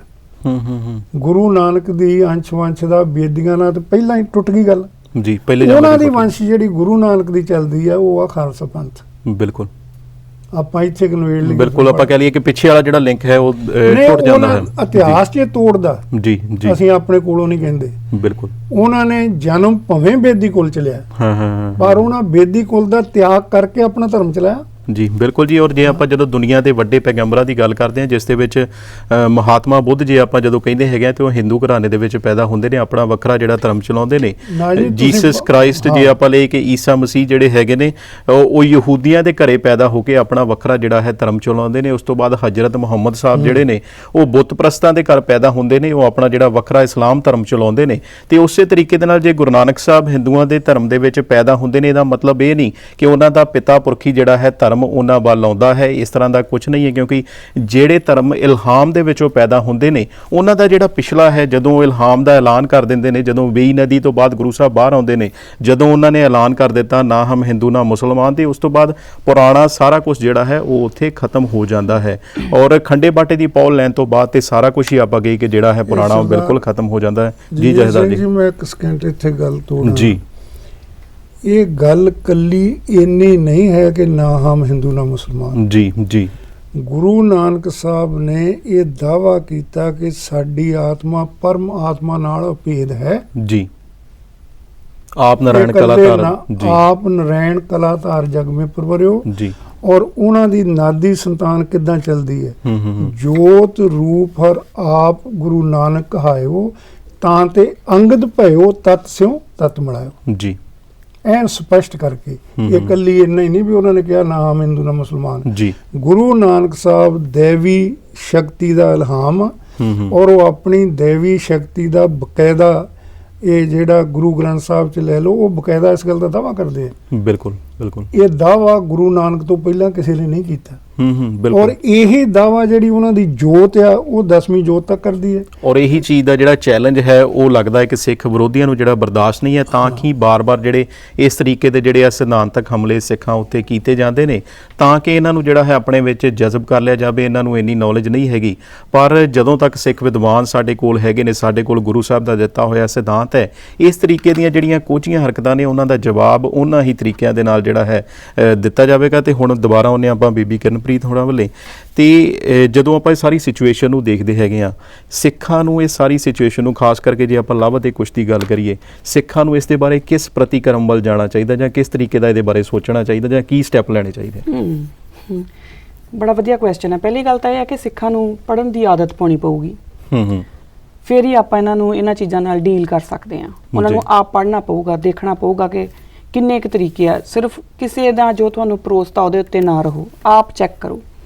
ਖੈਰ, ਆਪਾਂ ਇਸ ਗੱਲ ਤੇ ਕਿ ਇਹਨੂੰ ਕਿਸ ਤਰੀਕੇ ਨਾਲ ਲਿਆ ਜਾਵੇ। ਹੁਣ ਮੈਂ ਇਹਦੇ 'ਚ 3 ਨੁਕਤੇ ਦੱਸਦੀ ਹਾਂ ਜੀ, 3 ਤਰੀਕਿਆਂ ਨਾਲ ਮੈਂ ਇਹਨੂੰ ਡੀਲ ਕਰਦੀ ਹਾਂ। ਇੱਕ ਹੈਗਾ ਲੌਜੀਕਲ, ਦੂਸਰਾ ਹੈਗਾ ਸਾਇੰਟੀਫਿਕ, ਤੇ ਤੀਸਰਾ ਆਪਾਂ ਦਸਮ ਗ੍ਰੰਥ ਦੇ ਆਧਾਰ ਦੇ ਉੱਤੇ ਹੀ ਕਰਾਂਗੇ, ਕਿਉਂਕਿ ਉਹਨਾਂ ਨੇ ਗੱਲ ਜਿਹੜੀ ਦਸਮ ਗ੍ਰੰਥ ਕਿਉਂਕਿ ਉਹਨਾਂ ਨੇ ਦਸਮ ਗ੍ਰੰਥ ਨੂੰ ਹੀ ਬਣਾ ਕੇ ਆਧਾਰ ਤੇ ਲਵ ਕੁਸ਼ ਦੀ ਗੱਲ ਕੀਤੀ ਹੈ, ਤੇ ਆਪਾਂ ਦਸਮ ਗ੍ਰੰਥ ਨੂੰ ਹੀ ਪੁੱਛਾਂਗੇ। ਜੀ, ਕਿਉਂਕਿ ਮੇਰੇ ਗੁਰੂ ਦਾ ਜਿਹੜਾ ਸਿਧਾਂਤ ਹੈ ਨਾ ਉਹ ਇੰਨਾ ਉੱਚਾ ਆ ਕਿ ਮੈਨੂੰ ਇੰਨਾ ਪਤਾ ਆ ਕਿ ਜਿੱਥੇ ਜਿੰਨਾ ਮਰਜ਼ੀ ਰਲਗੱਡ ਵੀ ਹੋ ਜੇ, ਉਹ ਸਿਧਾਂਤ ਨਹੀਂ ਮਰ ਸਕਦਾ। ਜੀ, ਹੈ ਨਾ। ਤੇ ਚਾਹੇ ਜੋ ਮਰਜ਼ੀ ਕੋਈ ਕੰਟਰੋਵਰਸੀ ਹੋਵੇ ਆਥਰਸ਼ਿਪ ਦੇ ਉੱਤੇ, ਉਹ ਅਲੱਗ ਗੱਲ ਆ, ਪਰ ਮੈਨੂੰ ਇੰਨਾ ਪਤਾ ਆ ਕਿ ਜੇ ਦਸਮ ਗ੍ਰੰਥ ਜੇ ਦਸਮ ਪਾਤਸ਼ਾਹ ਦਾ ਨਾਮ ਨਾਲ ਜੁੜ ਗਿਆ ਹੈ ਨਾ, ਤੇ ਇਹਦੇ ਵਿੱਚ ਵੀ ਸਿਧਾਂਤ ਹੋਊਗਾ। ਬਿਲਕੁਲ। ਆਪਾਂ ਇਹਦੇ ਵਿੱਚੋਂ ਹੀ ਗੱਲ ਕਾਜ਼ੀ ਨੂਰ ਮੁਹੰਮਦ ਵਾਲੀ ਗੱਲ ਆ ਜਾਂਦੀ ਹੈ, ਉਹ ਲਿਖਦਾ ਸਿੱਖਾਂ ਦੇ ਵਿਰੋਧ ਆ, ਪਰ ਉਹ ਸਿੱਖਾਂ ਦੀ ਜਿਹੜੀ ਹੈਗੀ ਆ ਕਿਰਦਾਰ ਉਹ ਆਪਣੇ ਆਪ ਦੇ ਵਿੱਚ ਬਿਆਨ ਕਰ ਜਾਂਦਾ। ਇਸ ਕਰਕੇ ਆਪਾਂ ਆਥਰਸ਼ਿਪ ਵੱਲ ਨਹੀਂ ਜਾਣਾ, ਪਰ ਸਟਿਲ ਜਿਹੜੀ ਇਹਦੇ ਵਿੱਚੋਂ ਹੀ ਆਪਾਂ ਗੱਲ ਕਰਾਂਗੇ। ਹੁਣ ਮੈਂ ਫਰਸਟ ਪੁਆਇੰਟ ਤੇ ਆਉਣੀ ਹੈ ਸਾਇੰਟੀਫਿਕ ਪੁਆਇੰਟ ਦੇ ਉੱਤੇ। ਦੇਖੋ ਜੀ, ਲਵ ਔਰ ਕੁਸ਼ ਦੋਨੋਂ ਜਿਹੜੇ ਹੈਗੇ ਆ ਉਹ ਰਾਮਚੰਦਰ ਦੇ ਬੇਟੇ ਦੱਸੇ ਗਏ। ਉਸ ਤੋਂ ਬਾਅਦ ਫਿਰ ਉਹਨਾਂ ਦੀ ਜਿਹੜੀ ਅੱਗੇ ਕੋਲ ਚੱਲੀ ਆ, ਤੇ ਇਹਦੇ ਵਿੱਚ ਜਿਹੜਾ ਸਾਇੰਸ ਜਿਹੜੀ ਆ ਨਾ ਉਹ, ਔਰ ਮੈਂ ਦੱਸਦੀ ਆ ਕਿਦਾਂ, ਉਹ ਕੁਸ਼ ਨੂੰ ਨਹੀਂ ਮਨਜ਼ੂਰ ਕਰੂਗੀ। ਕੁਸ਼ ਦਾ ਲਿੰਕ ਜਿਹੜਾ ਹੈ ਉਹ ਰਾਮ ਦੇ ਨਾਲ ਨਹੀਂ ਹੈ। ਉਹ ਕਿਦਾਂ? ਬਕਾਇਦਾ ਦਸਮ ਗ੍ਰੰਥ ਵਿੱਚ ਵੀ ਔਰ ਹੋਰ ਵੀ ਕਈ ਥਾਵਾਂ ਤੇ ਆਉਂਦਾ ਹੈ ਕਿ ਜਿਹੜਾ ਕੁਸ਼ ਹੈ ਉਹਨੂੰ ਘਾਹ ਦੇ ਨਾਲ ਬਣਾਇਆ ਗਿਆ। ਹੁਣ ਜਦੋਂ ਕਿਸੇ ਦੀ ਅੱਗੇ ਐਨਸੈਸਟਰੀ ਜਾਣੀ ਹੁੰਦੀ ਆ ਨਾ, ਜਾਂ ਸਾਡੇ ਜਿਹੜੇ ਪੂਰਵਜ ਹੁੰਦੇ ਆ ਉਹ ਕਿੱਥੋਂ ਪਤਾ ਲੱਗਦਾ? ਉਹ ਲੱਗਦਾ ਤੁਹਾਡੇ ਡੀਐਨਏ ਤੋਂ ਪਤਾ। ਔਰ ਡੀਐਨਏ ਜਿਹੜਾ ਆ ਉਹ ਬਕਾਇਦਾ ਕੰਡੈਂਸਡ ਫਾਰਮ ਚ ਹੁੰਦਾ ਆ ਇਨ ਕ੍ਰੋਮੋਸੋਮਸ ਦੇ ਵਿੱਚ ਹੀ ਡੀਐਨਏ ਹੁੰਦਾ ਆ। ਔਰ ਕ੍ਰੋਮੋਸੋਮ ਜਿਹੜੇ ਆ ਉਹ 46 ਨੰਬਰ 23 ਦੇ ਪੇਅਰ ਦੇ ਵਿੱਚ ਹੁੰਦੇ ਆ, ਮੇਲ ਐਂਡ ਫੀਮੇਲ ਦੇ। ਇਹ ਸਾਇੰਟਿਫਿਕ ਜੀ ਗੱਲ ਆ ਜੀ। ਔਰ ਬਕਾਇਦਾ ਮੇਰੀ ਸਿਸਟਰ ਉਹ PhD ਆ ਇਹਦੇ ਉੱਤੇ, ਉਹਦੇ ਕੋਲੋਂ ਮੈਂ ਅੱਜ ਬਕਾਇਦਾ ਪੁੱਛ ਕੇ ਆਈ ਆ ਕਿ ਕੋਈ ਗੜਬੜ ਤਾਂ ਨਹੀਂ ਜੀ। ਤੋ ਉਹ ਜਿਹੜੇ ਮੇਲ ਐਂਡ ਫੀਮੇਲ ਦੇ ਹੁਣ ਜਿਹੜਾ ਕੁਛ ਹੈ ਉਹਦੇ ਨਾ ਤਾਂ ਉਹ ਰਾਮ ਦੀ ਅੰਸ਼ ਹੈ ਤੇ ਨਾ ਉਹ ਸੀਤਾ ਦੇ ਗਰਭ ਚੋਂ ਜਨਮ ਲੈਂਦਾ ਆ। ਸੋ ਬੇਸਿਕਲੀ ਨਾ ਦੋਨਾਂ ਦੇ ਹੀ ਕ੍ਰੋਮੋਸੋਮ ਉਹਦੇ ਵਿੱਚ ਨਹੀਂ ਹੈ, ਉਹ ਤਾਂ ਘਾਹ ਤੋਂ ਪੈਦਾ ਹੁੰਦਾ ਆ। ਹੁਣ ਜਦੋਂ ਉਹਦੇ ਵਿੱਚ ਕ੍ਰੋਮੋਸੋਮ ਨਹੀਂ ਹੈ ਦਾ ਮਤਲਬ ਆ ਕਿ ਡੀਐਨਏ ਫਿਰ ਰਾਮ ਵਾਲਾ ਉਹਦੇ ਚ ਨਹੀਂ ਆ। ਸੋ ਕੁਛ ਦਾ ਜਿਹੜਾ ਰਿਲੇਸ਼ਨ ਆ ਉਹ ਰਾਮ ਦੇ ਨਾਲ ਨਹੀਂ ਹੈ, ਇੱਕ ਗੱਲ। ਤੇ ਜੇ ਕੁਛ ਦਾ ਰਾਮ ਦੇ ਨਾਲ ਰਿਲੇਸ਼ਨ ਹੀ ਨਹੀਂ ਹੈ ਤੇ ਚਲੋ ਜੇ ਆਪਾਂ ਕੁਛ ਤੱਕ ਚੱਲ ਵੀ ਜਾਈਏ, ਵੈਸੇ ਆਪਾਂ ਪਹਿਲਾਂ ਸਿੱਧ ਕਰ ਦਿੱਤਾ ਕਿ ਗੁਰੂ ਨਾਨਕ ਦਾ ਉਹਨਾਂ ਨਾਲ ਕੋਈ ਲੈਣ ਦੇਣ ਨਹੀਂ, ਪਰ ਜੇ ਆਪਾਂ ਚਲੇ ਵੀ ਜਾਈਏ ਤਦ ਵੀ ਗਿਆਨੀ ਇਕਬਾਲ ਸਿੰਘ ਉਹਨਾਂ ਨੂੰ ਹੁਣ ਇਹ ਦੱਸਣਾ ਪਊਗਾ ਕਿ ਫਿਰ ਰਾਮ ਉਹਨਾਂ ਦੇ ਪੂਰਵਜ ਕਿੱਦਾਂ ਹੋ ਗਏ ਆ। ਕਿਉਂਕਿ ਰਾਮ ਦਾ ਬੇਟਾ ਜਿਹਨੂੰ ਉਹ ਕੁਛ ਦੱਸ ਰਿਹਾ ਉਹ ਉਹਨਾਂ ਦਾ ਬੇਟਾ ਹੈ ਨਹੀਂ, ਫਿਰ ਉਹ ਕਿਵੇਂ ਉਹਨਾਂ ਨੂੰ ਇਸ ਦਾ ਸਾਇੰਟਿਫਿਕ ਆਨਸਰ ਉਹ ਕੀ ਦੇਣਗੇ ਜੀ। ਅੱਗੇ ਆ ਜਾਈਏ ਆਪਾਂ ਲੌਜੀਕਲ ਦੇ ਉੱਤੇ। ਹੁਣ ਜਿਹੜਾ ਲੌਜਿਕ ਹੈ ਉਹ ਹੈ ਵਾਲਮੀਕੀ ਰਾਮਾਇਣ ਜਿਹੜੀ ਹੈ ਨਾ ਉਹ ਸਭ ਤੋਂ ਆਥੈਂਟਿਕ ਸੋਰਸ ਮੰਨਿਆ ਜਾ ਸਕਦਾ ਕਿਉਂਕਿ ਸਭ ਤੋਂ ਪੁਰਾਣੀ ਉਹੀ ਹੈ। ਉਹਦੇ ਚ 7 ਕਾਂਡ ਨੇ, 6 ਕਾਂਡ, ਜਿਹੜਾ 6ਵਾਂ ਕਾਂਡ ਹੈ ਉਹਦੇ ਚ ਕੁੱਲ 18 ਸ਼ਲੋਕ ਹੈ ਜਿਹੜੇ ਬਾਰ-ਬਾਰ ਇਹ ਦੱਸਦੇ ਆ ਕਿ ਇੱਥੇ ਰਾਮਾਇਣ ਇਸ ਕਰਕੇ ਲਿਖੀ ਗਈ, ਇਹ ਐਵੇਂ ਲਿਖੀ ਗਈ, ਮਤਲਬ ਉਹ ਆਪਣੇ ਆਪ ਦੇ ਵਿੱਚ ਉਹਨੂੰ ਅੰਤ ਕਰਦੇ ਆ ਉੱਥੇ ਜੀ 6ਵੇਂ ਕਾਂਡ ਦੇ ਵਿੱਚ ਹੀ। ਉਸ ਤੋਂ ਬਾਅਦ ਜਿਹੜਾ 7ਵਾਂ ਕਾਂਡ ਹੈ ਉੱਤਰਕਾਂਡ, ਉਹ ਸ਼ੁਰੂ ਹੋ ਜਾਂਦਾ ਆ। ਉਹਦੇ ਵਿੱਚ ਹੀ ਲਵ ਕੁਸ਼ ਦੇ ਜਨਮ ਦੀ ਗੱਲ ਵੀ ਆਉਂਦੀ ਆ, ਉਹਦੇ ਵਿੱਚ ਹੀ ਸ਼ੰਭੁਕ ਦਾ ਕਤਲ ਵੀ ਹੁੰਦਾ ਆ, ਉਹਦੇ ਵਿੱਚ ਹੀ ਜਿਹੜੀ ਸੀਤਾ ਦਾ ਪਰਿਤਿਆਗ ਵੀ ਹੁੰਦਾ ਆ, ਉਹ ਸਾਰੇ ਉਹਦੇ ਵਿੱਚ ਆਉਂਦੇ 7ਵੇਂ ਕਾਂਡ ਦੇ ਵਿੱਚ, ਜੋ ਕਿ ਹਿੰਦੂ ਸਕਾਲਰ ਹੀ ਮੰਨਦੇ ਨੇ ਕਿ ਉਹ ਰਲਾ ਆ। ਅੱਛਾ, ਉਹ ਇਹ ਕਹਿੰਦੇ ਕਿ ਇਹ ਚੀਜ਼ ਰਲਾਈ। ਹਾਂਜੀ, ਉਹ ਕਹਿੰਦੇ ਨੇ ਕਿ ਵਾਲਮੀਕੀ ਦੀ ਰਾਮਾਇਣ ਦੇ ਵਿੱਚ ਰਲਾ ਪਿਆ ਹੋਇਆ ਹੈ। ਸੋ ਅਗਰ ਉਹ ਇਹ ਮੰਨਦੇ ਆ ਤੇ ਇਹਦਾ ਮਤਲਬ ਹੈ ਕਿ ਲਵ ਕੁਸ਼ ਕਦੀ ਹੋਏ ਹੀ ਨਹੀਂ। ਅੱਛਾ ਜੀ ਜੀ। ਜੇ ਉਹ ਮਤਲਬ ਦੋ ਪੱਖ ਆ ਗਏ ਉਹਨਾਂ ਦੇ ਵੀ ਕਿ ਕੁਝ ਮੰਨਦੇ ਆ, ਕਿਉਂਕਿ ਆਪਾਂ ਦੇਖਿਆ ਕਿ ਜਿਹੜੀ ਆ ਸ਼ੰਭੂਕ ਵਾਲੀ ਹੈਗੀ ਆ ਨਾ, ਕਾਫੀ ਸਾਰੇ ਜਿਹੜੇ ਹੈਗੇ ਸਾਡੇ ਸਕਾਲਰਸ ਉਹ ਕਹਿੰਦੇ ਜੀ ਨਹੀਂ ਇਹ ਰਲਗੱਡ ਹੋਈ ਆ। ਇਹ ਉਹੀ ਆਪ ਵੀ ਮੰਨਦੇ ਆ ਉਹ ਕਿ, ਔਰ ਵੈਸੇ ਗੱਲ ਮੰਨਣ ਚ ਵੀ ਆਉਂਦੀ ਆ ਕਿਉਂਕਿ ਜਦੋਂ ਤੁਸੀਂ ਰਾਮਚੰਦਰ ਨੂੰ ਮਰਿਆਦਾ ਪੁਰਸ਼ੋਤਮ ਕਹੋਗੇ ਤਾਂ ਫਿਰ ਮਰਿਆਦਾ ਪੁਰਸ਼ੋਤਮ ਕਿਸੇ ਨੂੰ ਸਿਰਫ ਇਸ ਕਰਕੇ ਨਹੀਂ ਮਾਰਨਗੇ ਕਿ ਉਹ ਦਲਿਤ ਸੀ ਔਰ ਉਹ ਆਪਣੇ ਪਾਠ ਪੂਜਾ ਕਰ ਰਿਹਾ ਸੀ। ਠੀਕ ਹੈ ਜੀ। ਤੋ ਇਸ ਕਰਕੇ ਇਹਦੇ ਵਿੱਚ ਤਾਂ ਇਹ ਗੱਲ ਆ ਗਈ ਕਿ, ਔਰ ਇਹ ਬਕਾਇਦਾ ਜਿਹੜੇ ਮੈਂ ਹਵਾਲੇ ਦੇ ਰਹੀ ਹਾਂ ਨਾ, ਇਹ ਗੀਤਾ ਪ੍ਰੈਸ ਗੋਰਖਪੁਰ ਤੋਂ ਤੁਸੀਂ ਵਾਲਮੀਕੀ ਰਾਮਾਇਣ ਲੈ ਲਓ, ਉਹਦੇ ਵਿੱਚ ਹੀ ਆ ਜੀ। ਹੁਣ ਇਹਦੇ ਚ 94 ਸਰਗ ਦੇ ਵਿੱਚ ਬਕਾਇਦਾ ਜਦੋਂ ਲਵ ਕੁਸ਼ ਨੂੰ ਪੁੱਛਿਆ ਜਾਂਦਾ ਆ ਕਿ ਕਿੰਨੀ ਆ ਇਹ ਰਾਮਾਇਣ, ਕੀ ਆ, ਕਿੰਨੇ ਲਿਖੀ ਆ, ਤੇ ਜਵਾਬ ਦਿੰਦੇ ਆ ਤੇ ਉਹ ਦੱਸਦੇ ਆ ਕਿ ਇਹਦੇ 500 ਸਰਗ ਲਿਖੇ ਗਏ ਆ। ਸਰਗ ਮੀਨਸ ਕਾਪੀਜ਼ ਆਫ, ਨਹੀਂ ਜਿਹੜੇ ਉਹਨਾਂ ਦੇ ਸ਼ਲੋਕਸ ਜਿਹੜੇ ਹੁੰਦੇ ਜਿੱਦਾਂ ਹੈ ਨਾ ਉਹ। ਤੇ ਜਦੋਂ ਤੁਸੀਂ ਆਪਣੇ ਕਾਊਂਟ ਕਰੋਗੇ ਸਾਰੇ ਤੇ ਉਹ 645 ਤੇ ਵਾਲਮੀਕੀ ਰਾਮਾਇਣ ਦੇ ਵਿੱਚ ਹੀ ਆ। ਸੋ 500 ਤੋਂ 145 ਦੇ ਵਿੱਚ ਤਾਂ ਐਡੀਸ਼ਨ ਉੱਥੇ ਹੀ ਆ ਜਾਂਦੀ ਹੈ ਜੀ। ਠੀਕ ਹੈ ਜੀ। ਔਰ ਹੁਣ ਇੱਥੋਂ ਹੀ ਇਹ ਆਪਣੇ ਆਪ 'ਚ ਬੜੀ ਦੁਵਿਧਾ ਵਾਲੀ ਗੱਲ ਹੈ। ਸੋ ਪਹਿਲਾਂ ਤੇ ਹਿੰਦੂ ਜਿਹੜੇ ਮੇਰੇ ਭੈਣ ਭਰਾ ਸਕਾਲਰਸ ਨੇ ਉਹ ਇਸ ਗੱਲ ਦਾ ਨਿਪਟਾਰਾ ਕਰਨ ਕਿ ਲਵ ਕੁਸ਼ ਵਾਕਈ ਰਾਮ ਦੀ ਸੰਤਾਨ ਸੀ। ਲਵ ਕੁਸ਼ ਜਿਹੜੇ ਵਾਲਮੀਕੀ ਚ ਆਉਂਦੇ ਰਾਮਾਇਣ ਦੇ ਵਿੱਚ ਆਉਂਦੇ ਨੇ ਉਹ ਵਾਕਈ ਹੀ 7ਵਾਂ ਕਾਂਡ ਜਿਹੜਾ ਹੈ ਉਹ ਵਾਲਮੀਕੀ ਨੇ ਲਿਖਿਆ ਆ ਕਿ ਨਹੀਂ ਲਿਖਿਆ, ਉਸ ਤੋਂ ਅਗਲੀ ਗੱਲ ਬਾਅਦ ਚ ਚੱਲੂਗੀ। ਬਿਲਕੁਲ, ਮਤਲਬ ਇਹ ਆਪਾਂ ਉਹਨਾਂ ਤੇ ਗੱਲ ਛੱਡ ਦਿੰਦੇ ਆ ਕਿ ਜਰੂਰ ਉਹ ਵੀ ਪ੍ਰੋਗਰਾਮ ਦੇਖ ਰਹੇ ਹੋਣਗੇ ਤੇ ਜਰੂਰ ਤੁਸੀਂ ਵੀ ਇਹਦੇ ਬਾਰੇ ਜਿਹੜਾ ਦੱਸੋ ਤੇ ਬਿਲਕੁਲ ਇਹ ਉਹਨਾਂ ਦਾ ਆਪਣਾ ਇੱਕ ਖੋਜ ਦਾ ਵਿਸ਼ਾ ਹੈ ਨਾ। ਇਹ ਤਾਂ ਗੱਲਾਂ ਹੋ ਗਈਆਂ ਜਿਹੜੀਆਂ ਆਪਾਂ ਗੱਲ ਕੀਤੀ ਆ, ਸਾਇੰਟਿਫਿਕ ਵੀ ਹੋ ਗਈ ਔਰ ਲੌਜੀਕਲ ਦਾ ਇੱਕ ਸੋਰਸ ਹੋ ਗਿਆ ਕਿ ਜਿਹੜੀ ਵਾਲਮੀਕੀ ਰਾਮਾਇਣ ਆ ਉਹਦੇ ਵਿੱਚ ਆਪ ਰਲੇ ਨੇ। ਉਸ ਤੋਂ ਅੱਗੇ ਆਪਾਂ ਆ ਜਾਈਏ ਹੁਣ ਕਿ ਹੋਰ ਲੌਜਿਕ ਕੀ ਕਹਿੰਦਾ ਆ। ਹੁਣ ਜਦੋਂ ਆਪਾਂ ਗੱਲ ਕਰਾਂਗੇ ਨਾ ਬ੍ਰਹਮਾ ਤੋਂ ਗੱਲ ਸ਼ੁਰੂ ਹੁੰਦੀ ਆ ਤੇ ਵਾਕਈ ਜੇ ਆਪਾਂ ਇਹਨੂੰ ਇਸ ਤਰੀਕੇ ਨਾਲ ਹੀ ਲੈਣਾ ਹੈ ਤੇ ਜੇ ਆਪਾਂ ਮਾਈਥੋਲੋਜੀਕਲ ਜਿਹੜੇ ਰੈਫਰੈਂਸਸ ਉਹਨਾਂ ਨੂੰ ਮੰਨਣਾ ਹੈ ਤੇ ਬ੍ਰਹਮਾ ਤੋਂ ਚੰਦਰਵੰਸ਼ੀ ਵੀ ਹੈ ਔਰ ਸੂਰਯਵੰਸ਼ੀ ਵੀ ਹੈ। ਸੂਰਯਵੰਸ਼ੀ ਕੁਲ ਦੇ ਵਿੱਚ ਜਿਹੜੇ ਦਸ਼ਰਥ ਨੇ ਉਹ ਸੂਰਯਵੰਸ਼ੀ ਆ ਔਰ ਜਿਹੜੀ ਕੌਸ਼ਲਿਆ ਹੈ ਉਹ ਚੰਦਰਵੰਸ਼ੀ ਆ ਔਰ ਉਹਨਾਂ ਦਾ ਵਿਆਹ ਹੁੰਦਾ, ਉਹਦੇ ਵਿੱਚੋਂ ਫਿਰ ਜਿਹੜਾ ਆ ਉਹ ਰਾਮਚੰਦਰ ਦਾ ਅਵਤਾਰ ਹੁੰਦਾ ਆ। ਤੇ ਪਹਿਲਾਂ ਰਘੂ ਦਾ ਹੁੰਦਾ, ਜਿੱਥੋਂ ਰਘੂਵੰਸ਼ ਚੱਲਦਾ, ਰਘੂਵੰਸ਼ ਦੇ ਵਿੱਚ ਅੱਗੇ ਜਿਹੜੇ ਹੈ ਉਹ ਰਾਮ ਆਉਂਦੇ ਆ। ਔਰ ਉਸ ਤੋਂ ਬਾਅਦ ਯਾਦੂਵੰਸ਼ੀ ਵੀ ਹੈਗੇ ਆ ਜਿਨ੍ਹਾਂ ਦੇ ਵਿੱਚ ਕ੍ਰਿਸ਼ਨ ਬਣਦੇ ਆ ਜੀ। ਹੁਣ ਗੱਲ ਇੱਥੇ ਸਮਝਣ ਵਾਲੀ ਮੈਂ ਜਿਹੜੇ ਗੱਲ ਕਰ ਰਹੀ ਹਾਂ, ਜੋ ਨੁਕਤਾ ਉਹ ਇਹ ਹੈ ਕਿ ਆਏ ਬ੍ਰਹਮਾ ਤੋਂ ਹੀ ਹੈ ਪਰ ਇੱਕ ਸੂਰਯਵੰਸ਼ੀ ਹੋ ਗਏ, ਇੱਕ ਚੰਦਰਵੰਸ਼ੀ ਹੋ ਗਏ। ਸੂਰਯਵੰਸ਼ੀ ਚੰਦਰਵੰਸ਼ੀ ਆਪਣੇ ਆਪ ਨੂੰ ਨਹੀਂ ਕਹਿ ਰਹੇ, ਚੰਦਰਵੰਸ਼ੀ ਆਪਣੇ ਆਪ ਨੂੰ ਸੂਰਯਵੰਸ਼ੀ ਨਹੀਂ ਕਹਿ ਰਹੇ, ਮਤਲਬ ਉਹਨਾਂ ਦੀ ਅੱਗੇ ਲਾਈਨ ਨਹੀਂ ਚੱਲੀ ਹਾਂਜੀ ਉਹ ਅੱਗੋਂ। ਅੱਛਾ, ਫਿਰ ਸੂਰਯਵੰਸ਼ ਦੇ ਵਿੱਚੋਂ ਹੀ ਰਘੂਕੁਲ ਬਣਦਾ ਆ ਔਰ ਉਹ ਰਘੂਵੰਸ਼ੀ ਹੋ ਜਾਂਦੇ।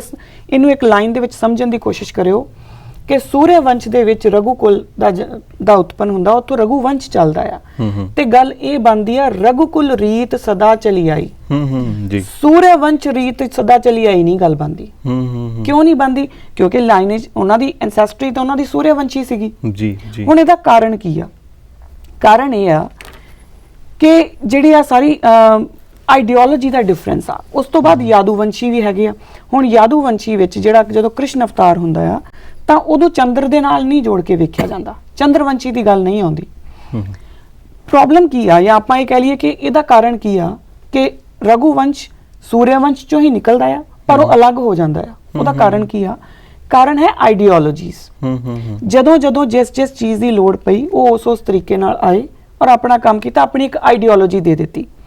ਇਹ ਗੱਲ ਖੈਰ ਅੰਕਲ ਨੇ ਬੜੇ ਤਰੀਕੇ ਨਾਲ ਸਮਝਾ ਦਿੱਤੀ ਕਿ ਜਦੋਂ ਸਿੱਖਾਂ ਦੀ ਅੱਗੇ ਰੀਤ ਚੱਲਦੀ ਆ ਤਾਂ ਉਹਨਾਂ ਨੇ ਬਕਾਇਦਾ ਜਿਹੜੇ ਕੇਸਾਧਾਰੀ ਇੱਕ ਪੰਥ ਚਲਾ ਦਿੱਤਾ, ਤਾਂ ਇੱਕ ਨਵੀਂ ਆਈਡੀਓਲੋਜੀ ਆ।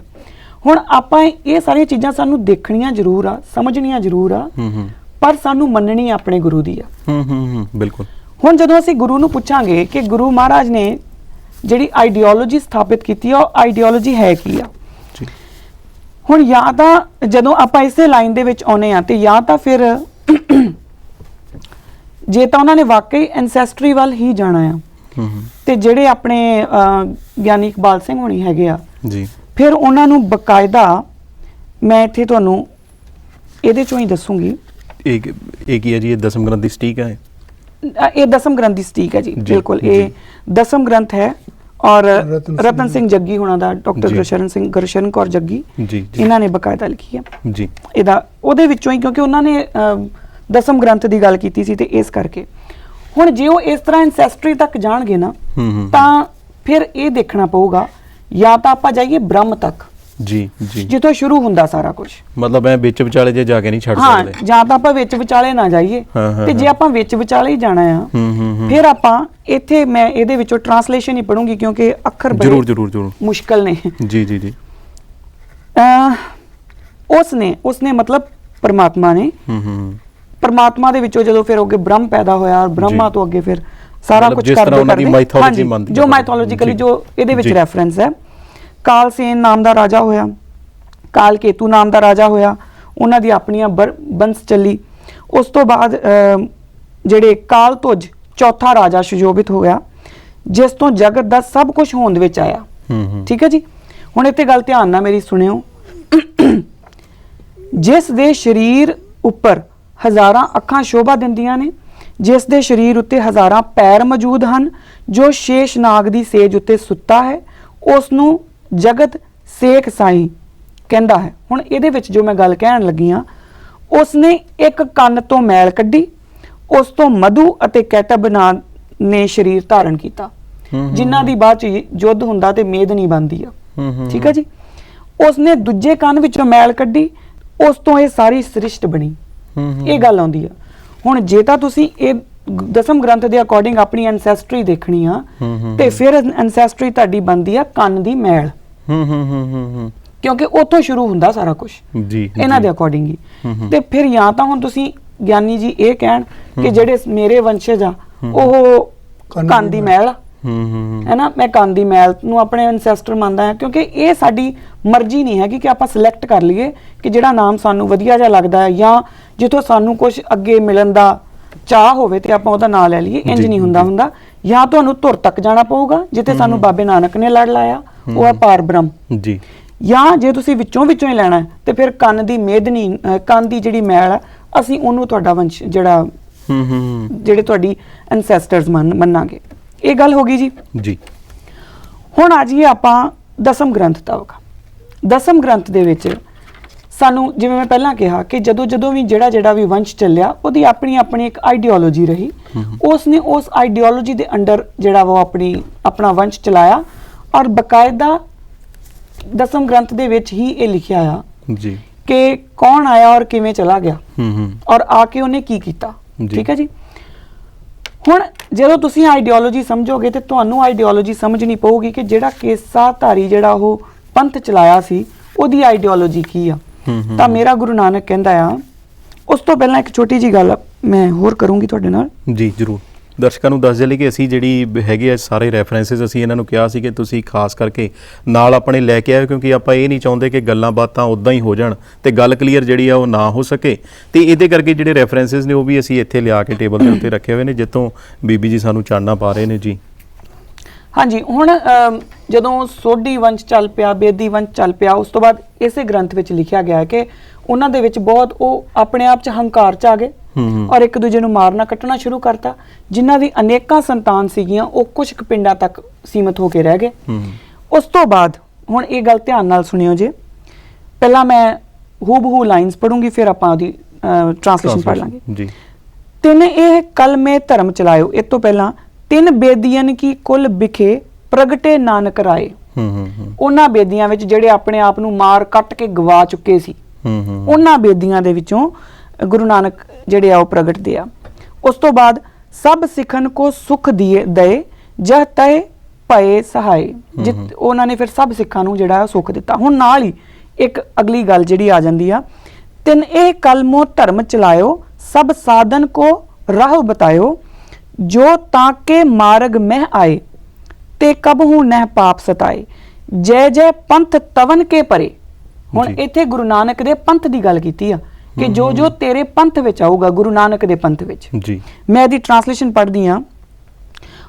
ਗੁਰੂ ਨਾਨਕ ਦੇਵ ਨੇ ਕਲਯੁਗ ਵਿੱਚ ਧਰਮ ਚੱਕਰ ਚਲਾਇਆ ਅਤੇ ਸਾਰੇ ਸਾਧੂ ਸਭਾ ਵਾਲਿਆਂ ਨੂੰ ਸਹੀ ਮਾਰਗ ਦੱਸਿਆ। ਜੋ ਲੋਕ ਉਹਨਾਂ ਦੇ ਦੱਸੇ ਧਰਮ ਮਾਰਗ ਵਿੱਚ ਆ ਗਏ ਉਹਨਾਂ ਨੂੰ ਫਿਰ ਪਾਪ ਨੇ ਕਦੇ ਪਰੇਸ਼ਾਨ ਨਹੀਂ ਕੀਤਾ।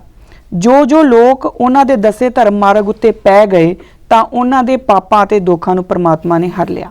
ਹੁਣ ਇੱਥੇ ਗੱਲ ਬੜੀ ਕਲੀਅਰ ਹੋ ਜਾਂਦੀ ਆ ਕਿ ਵੱਖਰੇ ਪੰਥ ਦੀ ਗੱਲ ਜਿਹੜੀ ਗੁਰੂ ਨਾਨਕ ਨੇ ਵੱਖਰਾ ਪੰਥ ਚਲਾਤਾ, ਕਿਉਂਕਿ ਬੇਦੀਆਂ ਜਿਹੜੇ ਉਹ ਸੀਗੇ ਸੋਢੀ ਬੇਦੀ ਉਹ ਸਾਰੇ ਆਪਣੇ ਆਪ 'ਚ ਗੱਲ ਕੱਟ ਰਹੇ ਸੀਗੇ ਇੱਕ ਦੂਜੇ ਨੂੰ, ਤੇ ਉਦੋਂ ਫਿਰ ਗੁਰੂ ਨਾਨਕ ਔਰ ਇਹ ਦਸਮ ਗ੍ਰੰਥ ਦੇ ਵਿੱਚੋਂ ਹੀ ਹਵਾਲਾ ਹੈ। ਉਸ ਤੋਂ ਬਾਅਦ ਹੁਣ ਆਪਾਂ ਗੁਰੂ ਨਾਨਕ ਨੂੰ ਪੁੱਛੀਏ ਕਿ ਜਿਹੜਾ ਤੁਸੀਂ ਪੰਥ ਚਲਾਇਆ ਉਸ ਪੰਥ ਦੀ ਆਈਡੀਓਲੋਜੀ ਕੀ ਆ, ਕਿਉਂਕਿ ਰਘੁਵੰਸ਼ ਦੀ ਆਪਣੀ ਆਈਡੀਓਲੋਜੀ ਆ, ਸੂਰਯਵੰਸ਼ ਦੀ ਆਪਣੀ ਆਈਡੀਓਲੋਜੀ ਆ, ਯਾਦੂਵੰਸ਼ ਦੀ ਆਪਣੀ ਆਈਡੀਓਲੋਜੀ ਆ, ਬਕਾਇਦਾ ਉਹਨਾਂ ਦੇ ਆਪਣੇ ਹੀਰੋ ਹੋਏ ਆ।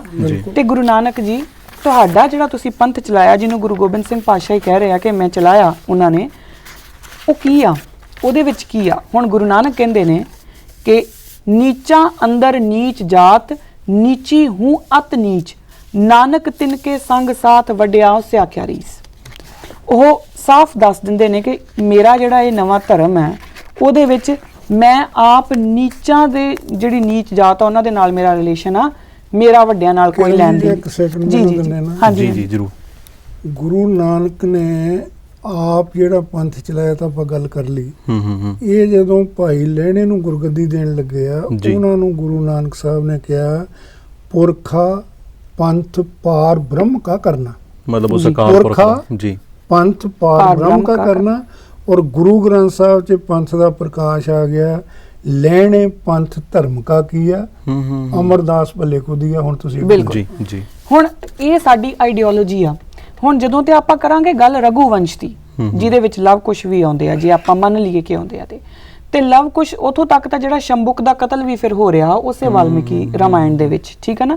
हुण जे तुसीं शंभुक दे कतल नूं नहीं मन्नोगे ते फिर तुहानूं लव कुश दे उत्ते भी क्वेश्चन लाउणा पऊगा ते जे तुसीं लव कुश दे जन्म नूं मंनदे आ ऑथेंटिक ते फिर तुहानूं शंभुक दा जिहड़ा वादा ओह भी मन्नना पऊगा। हुण रघुवंश दे विच तां एक दलित इस करके मारिया जा रिहा कि जिन्हों नीची जात कहंदे आ ओह इस करके मारिया जा रिहा क्योंकि ओह भगती कर रिहा सी। ते गुरु नानक ने जिहड़ा पंथ चलाया ओह कहंदे कि मेरा सिर्फ जिहड़े नीची जात आ ना उन्हां दे नाल ही लैण देना, बाकी मेरा किसे नाल लैण देण नहीं। अगे गुरु नानक कहंदे ने जन नानक तिसके चरण पखाले जो हर जन नीच जात सेवकान। जिन्हां नूं लोग नीची जात मनदे आ मैं उन्हां दे ही चरण पैना आ नाल खड़दा आ। अगे हाउ ढाडी का नीच जात होर उत्तम जात सदाई दे। साफ कहंदे ने I am lords minister of low social status others call themselves of high caste. बाकी लोग ਜਿਹੜੇ ਆਪਣੇ ਆਪ ਨੂੰ ਹਾਈ ਕਾਸਟ ਮੰਨਦੇ ਨੇ। ਇੱਥੇ ਮੇਰੀ ਗੱਲ ਜਿਹੜਾ ਧਿਆਨ ਨਾਲ ਸਮਝਿਓ, ਗੁਰੂ ਨਾਨਕ ਬੜਾ ਕਲੀਅਰ ਕਰਦੇ ਨੇ ਕਿ ਬਾਕੀ ਜਿਹੜੇ ਆਪਣੇ ਆਪ ਨੂੰ ਹਾਈ ਕਾਸਟ ਕਹਿੰਦੇ ਨੇ, ਮੈਂ ਆਪਣੇ ਜਿਹੜਾ ਮੇਰਾ ਜਿਹੜਾ ਪਾਰ ਬ੍ਰਹਮ ਮੈਂ ਉਹਦੇ ਦਰ ਦਾ ਜਿਹੜਾ ਆ ਉਹ ਢਾਡੀ ਆ, ਹੈ ਨਾ, ਤੇ ਮੇਰੀ ਜਿਹੜੀ ਜਾਤ ਆ ਉਹ ਨੀਵੀਂ ਆ। ਹੁਣ ਜਾਂ ਤਾਂ ਤੁਸੀਂ ਜੇ ਰਘੁਵੰਸ਼ ਦੇ ਵਿੱਚੋਂ ਹੀ ਗੁਰੂ ਨਾਨਕ ਨੂੰ ਮੰਨਣਾ ਆ, ਫਿਰ ਤੁਸੀਂ ਇਹ ਮੰਨੋ ਕਿ ਰਾਮ ਜਿਹੜੇ ਆ ਉਹ ਨੀਚੀ ਜਾਤ ਦੇ ਸੀ। ਤੇ ਜੇ ਤੁਸੀਂ ਇਹ ਨਹੀਂ ਮੰਨ ਸਕਦੇ ਤਾਂ ਫਿਰ ਤੁਸੀਂ ਇਹ ਮੰਨੋ ਕਿ ਗੁਰੂ ਨਾਨਕ ਵੱਖਰੇ ਸੀ, ਕਿਉਂਕਿ ਗੁਰੂ ਨਾਨਕ ਦਾ ਉੱਚੀ ਜਾਤ ਵਾਲਿਆਂ ਨਾਲ ਕੋਈ ਲੈਣ ਦੇਣ ਨਹੀਂ ਆ। ਗੁਰੂ ਨਾਨਕ ਆਪ ਕਹਿੰਦੇ ਆ, ਆਪਣੇ ਮੁਖੋਂ ਇਹ ਬਿਆਨ ਕਰਦੇ ਆ ਕਿ ਮੇਰਾ ਨੀਚੀ ਜਾਤ ਵਾਲਿਆਂ ਨਾਲ ਸੰਬੰਧ ਆ, ਉੱਚੀ ਜਾਤ ਵਾਲਿਆਂ ਨਾਲ ਮੇਰਾ ਕੋਈ ਲੈਣ ਦੇਣ ਨਹੀਂ। ਤਾਂ ਫਿਰ ਬ੍ਰਾਹਮਣ ਦੇ ਜਾਂ ਜੋ ਵੀ, ਜਦੋਂ ਵੀ ਆਪਾਂ ਰਘੁਵੰਸ਼, ਰਾਮਚੰਦਰ ਬੜੇ ਸਤਿਕਾਰਯੋਗ ਹੈ, ਬਹੁਤ ਸਾਰੇ ਸਾਡੇ ਹਿੰਦੂ ਭੈਣ ਭਰਾ ਮੰਨਦੇ ਆ, ਪਰ ਜਦੋਂ ਆਪਾਂ ਸਿਧਾਂਤ ਦੇ ਉੱਤੇ ਗੱਲ ਕਰਾਂਗੇ ਫਿਰ ਸਾਨੂੰ ਕੱਲੀ ਕੱਲੀ ਚੀਜ਼ ਨੂੰ ਤੋੜ ਕੇ ਡੀਕਨਸਟਰਕਟ ਕਰਕੇ ਪੜ੍ਹਨਾ ਪਊਗਾ। ਸੋ ਇਸੇ ਹੁਣ ਜਦੋਂ ਇਹ ਸਾਰਾ ਕੁਝ ਚੱਲ ਰਿਹਾ ਹੈ ਤਾਂ ਹੁਣ ਤੁਸੀਂ ਇਹ ਦੇਖੋ ਕਿ ਗੁਰੂ ਗੋਬਿੰਦ ਸਿੰਘ ਸਾਹਿਬ, ਮੈਂ ਉਹਨਾਂ ਕੋਲੋਂ ਪੁੱਛ ਲੈਨੇ ਆਪਾਂ ਕਿ ਉਹ ਐਨਸੈਸਟਰੀ ਦੀ ਗੱਲ ਕਿਉਂ ਕਰਦੇ ਆ।